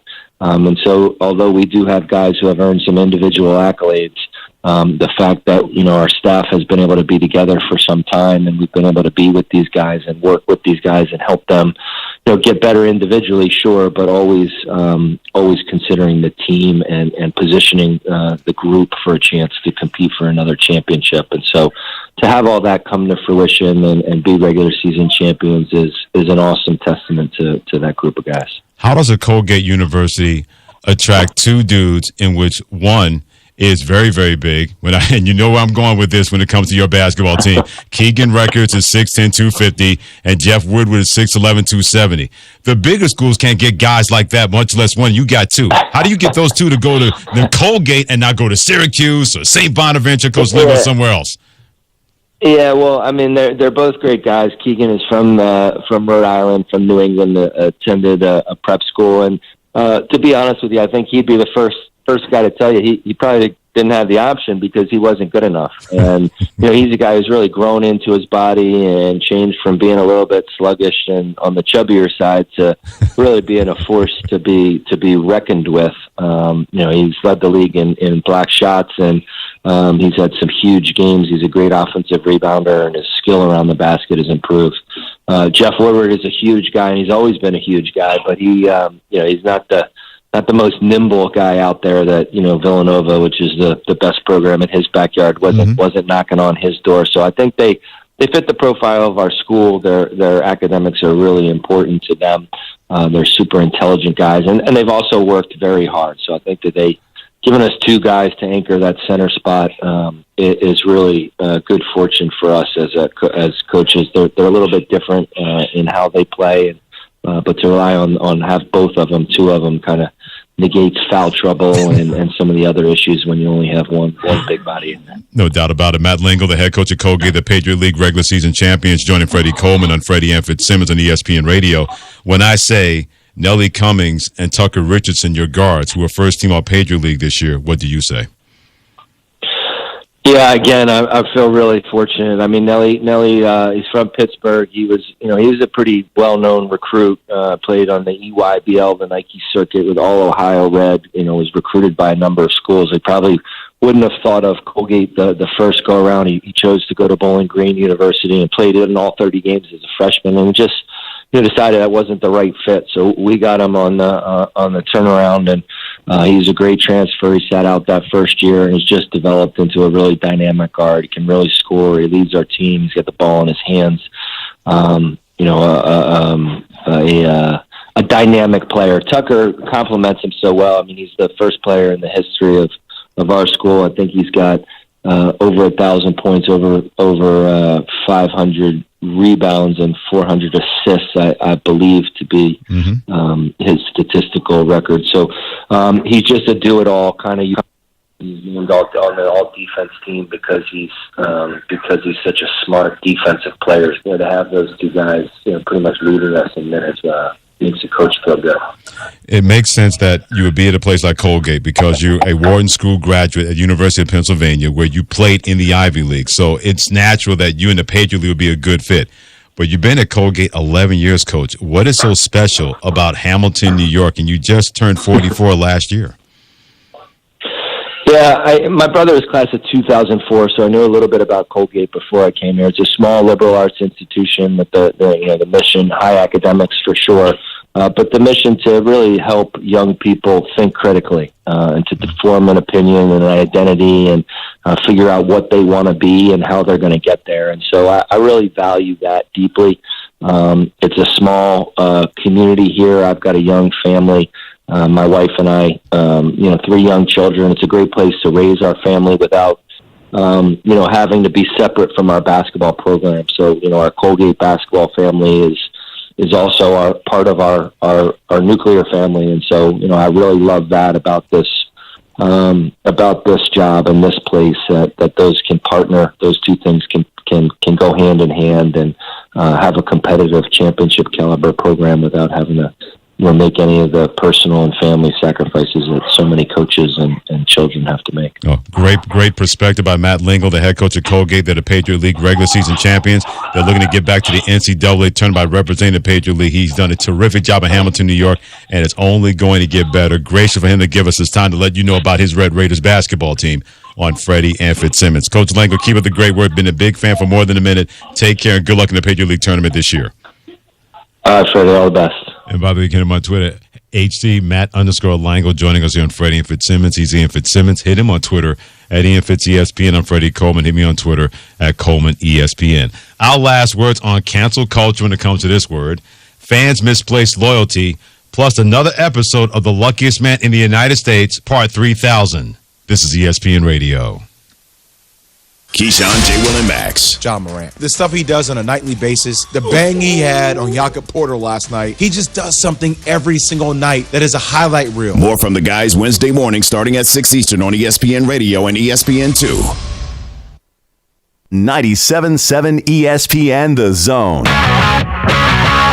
When I chose a garage door company, I did my homework. I needed Precision Overhead Garage Door Service. They have a 5-star Google rating. I checked their reviews and liked what their customers had to say. Precision Overhead Garage Door has lifetime warranty packages. Same-day service if I call before 2 p.m. If they can't make it the same day, my service call fee the next day is waived. They did a 25-point safety inspection on the door and operator. Now that's peace of mind. Residential, commercial, and gate services. Precision Overhead Garage Door Service. Call 256-400-4500.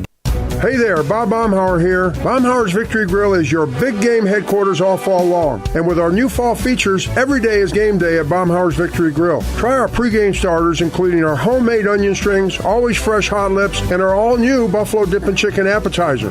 Our main events include incredible chicken, fish, and shrimp selections, always featuring local Alabama Gulf seafood. And don't forget our Sunday Blitz, 11 to 6. Baumhauer's Victory Grill. Legendary fun, legendary food. This is an Alabama legacy moment. Born in Fairfield, Alabama, Willie Mays is one of the greatest baseball players to ever play the game. In 22 Major League seasons, mostly with the New York and later San Francisco Giants, Mays had a 302 lifetime batting average and amassed 3,283 hits, 660 home runs, and an untouchable total of 7,095 career putouts from the outfield. Mays was the National League Rookie of the Year in 1951 and played a significant role in the New York Giants World Series victory in 1954. The most memorable moment in Mays' career occurred in the first game of that series when he made a running, over-the-shoulder catch at the warning track, popularly known as the catch. Mays earned 2 MVP awards, was awarded 12 Gold Gloves, made 24 All-Star Game appearances, and was a first-ballot Hall of Fame inductee in 1979. In 2015, President Barack Obama awarded Mays a Presidential Medal of Freedom. Sponsored by the Alabama Bicentennial Commission, the ABA, and this station. From the Fox 54 Weather Center, I'm Chief Meteorologist Jordan Dressman. A mostly sunny sky this afternoon. Really is going to be a beautiful Tuesday across North Alabama, southern Middle Tennessee. Temperatures easily climbing into the low and mid-60s, only dropping into the upper 30s, lower 40s as we head into the overnight. Another fantastic day on Wednesday, plenty of sunshine. Temperatures hanging out in the mid and upper 60s, some of us making a solid run at 70 degrees. If you don't see 70 degrees on Wednesday, you're probably going to see it on Thursday. I'm Chief Meteorologist Jordan Dressman on your home for ESPN Radio, 97.7 ESPN The Zone. Who wants coffee? Anybody wants coffee? Can you get me off the hook? Type C. The tire's tired. Tom Abraham, weekdays from 10 till noon on 97.7 ESPN The Zone. All lines are open. Feel free to jump in. 256-576-4977.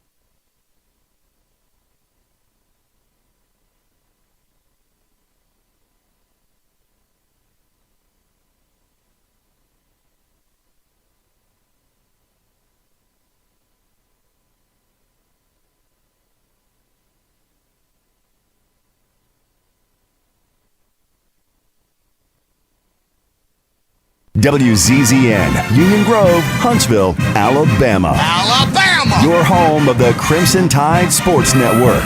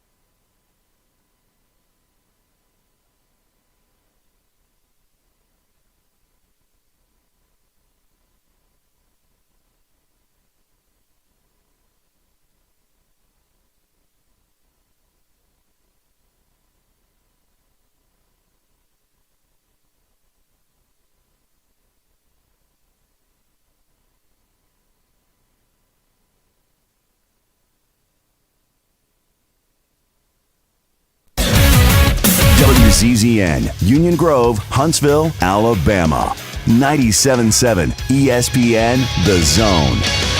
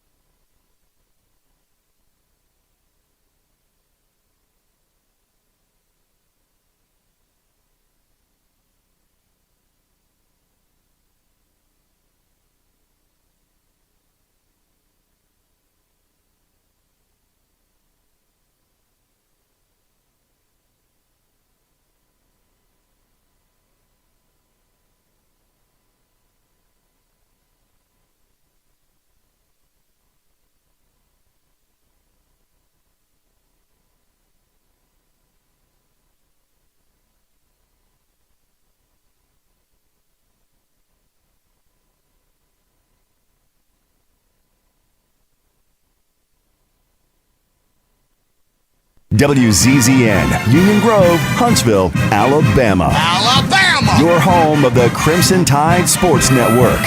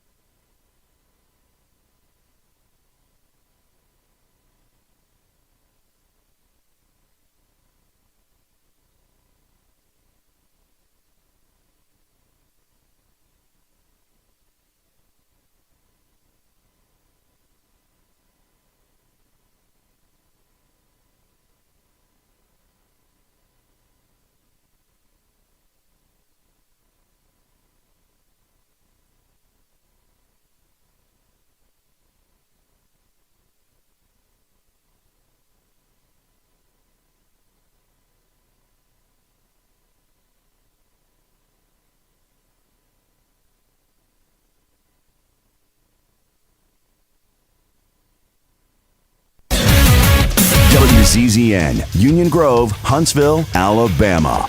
97.7 ESPN The Zone.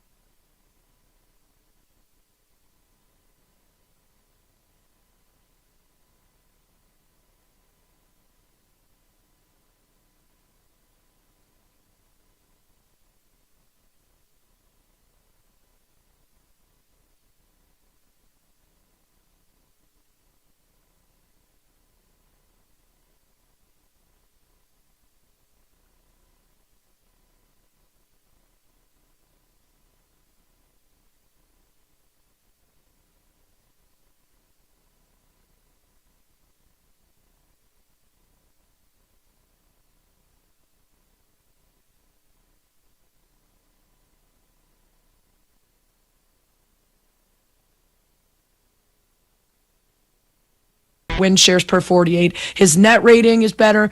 Defensively, he has a better offense and defensive rating than Morant. To me, it's like this excitement about the highlights is great for the game, and it says so much about the future and the sky being the limit for Ja, but we're looking at Embiid doing things that we're just tired of now because we've been talking about it all season. Joel Embiid, certainly one of the front runners for the MVP as well. Ja Morant has entered the conversation, but are the Grizzlies in the conversation?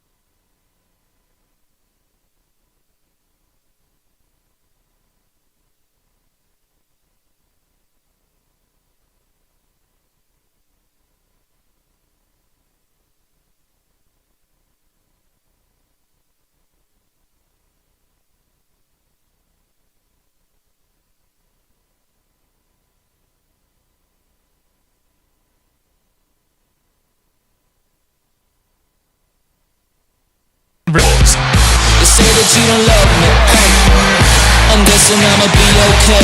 Jorge Masvidal takes on Colby Covington.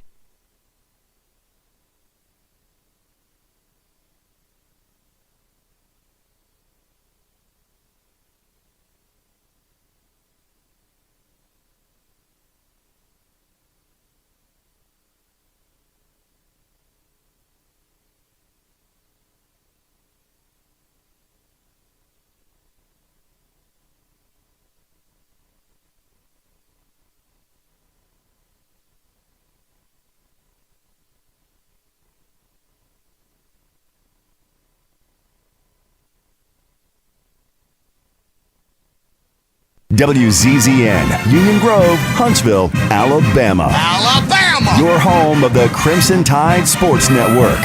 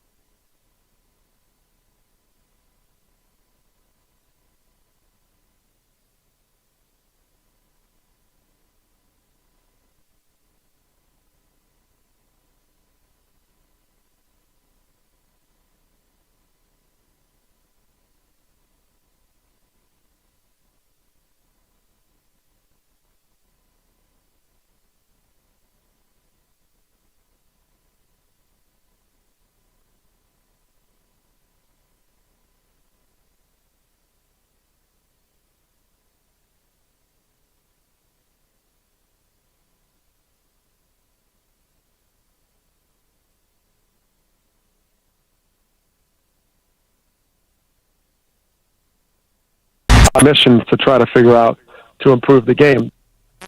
Two sides will not be talking on Wednesday, Thursday at the earliest. Straight Talk Wireless, no contract.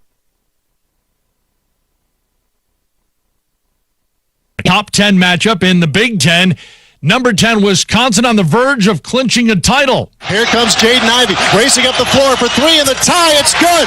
And we're tied with 8.9 to play. Here comes Chucky. A chance for the title. 6 seconds left. Hepburn left side with three, with two.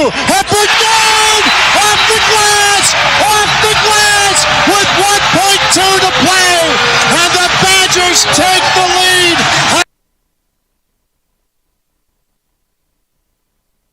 A 67 win over Purdue, winning a share of the Big Ten title, 20th regular season championship for Wisconsin, second win against a top 10 team this season, the most in a single season since 2015 when they won 4 times against top 10 teams. 15th conference win of the season for the Badgers, most under head coach Greg Gard. Huge matchup in the Big East as well. 9th-ranked Providence, number 11 Villanova. Don't want to foul now, obviously. Minaya throws it all the way down court, and Dixon comes up with it, and time expires. Cats win, Cats win, Cats win. Final score, Villanova 76, Providence 74. Cats win. Fox Sports Philadelphia, it's a 2-point win for Nova as they improved to 7-5 against ranked teams this season. 20 points off the bench in the 2-point win over the Friars. As for Providence, they're now 10-2 in games decided by 5 points or fewer. The 2 losses, Villanova. A couple of top 10 teams losing on Tuesday, but they were ranked matchups on the road. Second-ranked Arizona, though, on the road at number 16 USC. Ellis working high, drives on Krisa into the lane, turns, can't shoot. Out to Mobley, open from the free throw line, missed back the rim, no good. Ball of the Arizona rebound. Out to Krisa, Cats will run it. Quickly down to Dalen Terry, slam it home, 2 more, timeout USC. 64-39 Wildcats, 13:45 to go second half. Krisa working his way down left, throw it for Ballo, slam it home. Oh my, Umar's got the backboard shaken. Arizona was out in front early, and they would stay there. A 91-71 win over USC. Arizona, Pac-12 regular season champions. First regular season title since 2018. That year, they lost in the first round of the NCAA tournament as a 4 seed. Number 4, Duke, handing it to Pittsburgh. Keels, Bencaro over to the right. There's Joey Baker off of a screen. Feeds Moore to the top of the key. 12 to shoot. Moore, a handoff for Keels. Jumps up from 3 and rains it down. Keels, a career high now, 27. Trevor Keels with 27 points, 5 of 8 from three-point range. The 5-3 is a career high. Duke, an 86-56 win over Pitt. Learfield with the call. Duke's first conference title since 2010, snapping a streak of 11 straight seasons without a regular season conference title. Its longest streak under Coach K. 7th-ranked Kentucky gets past Ole Miss, 83-72, finishing the season unbeaten at home. They win all 18 of their home games. Houston, a 71-53 win over Cincinnati, their 21st win by double digits this season. Sports Center all night, ESPN Radio. Back to the NBA. The Hornets signing Isaiah Thomas to a 10-day contract. The 33-year-old point guard heads to Charlotte, having lost 11 of 13 and falling to 9th in the Eastern Conference playoff race. Celtics, meanwhile, second largest comeback win this season. They trailed by as many as 17, but they rallied to beat Atlanta 107-98. They also had an 18-point comeback against the Pelicans in mid-January. Timberwolves and Warriors, this one was Minnesota's game. They score a season-high 129 points on Golden State. Win it 129-114. Karl Anthony Towns, 39 points in the win, one shy of matching his season-high, his 35th career 35-point game. 14 more than anybody else in franchise history. Kevin Love sitting in the number 2 spot. Wizards by 3 over the Pistons, 116-113. Kyle Kuzma with a team-high 21 points. 9 rebounds, 6 assists as well. Clippers top the Rockets, 113-100. Sports Center all night, ESPN Radio, from the NBA to the WNBA, where the New York Liberty has been fined. The reason? Airplane. Surely you can't be serious. I am serious. And don't call me Shirley. You know, that never gets old. But the Liberty hit with a fine of $500,000 for, get this, chartering flights to away games. Team owner, Joe Tsai, picking up the tab, and he's an owner who has publicly campaigned for better travel accommodations around the WNBA, but chartering is not permitted.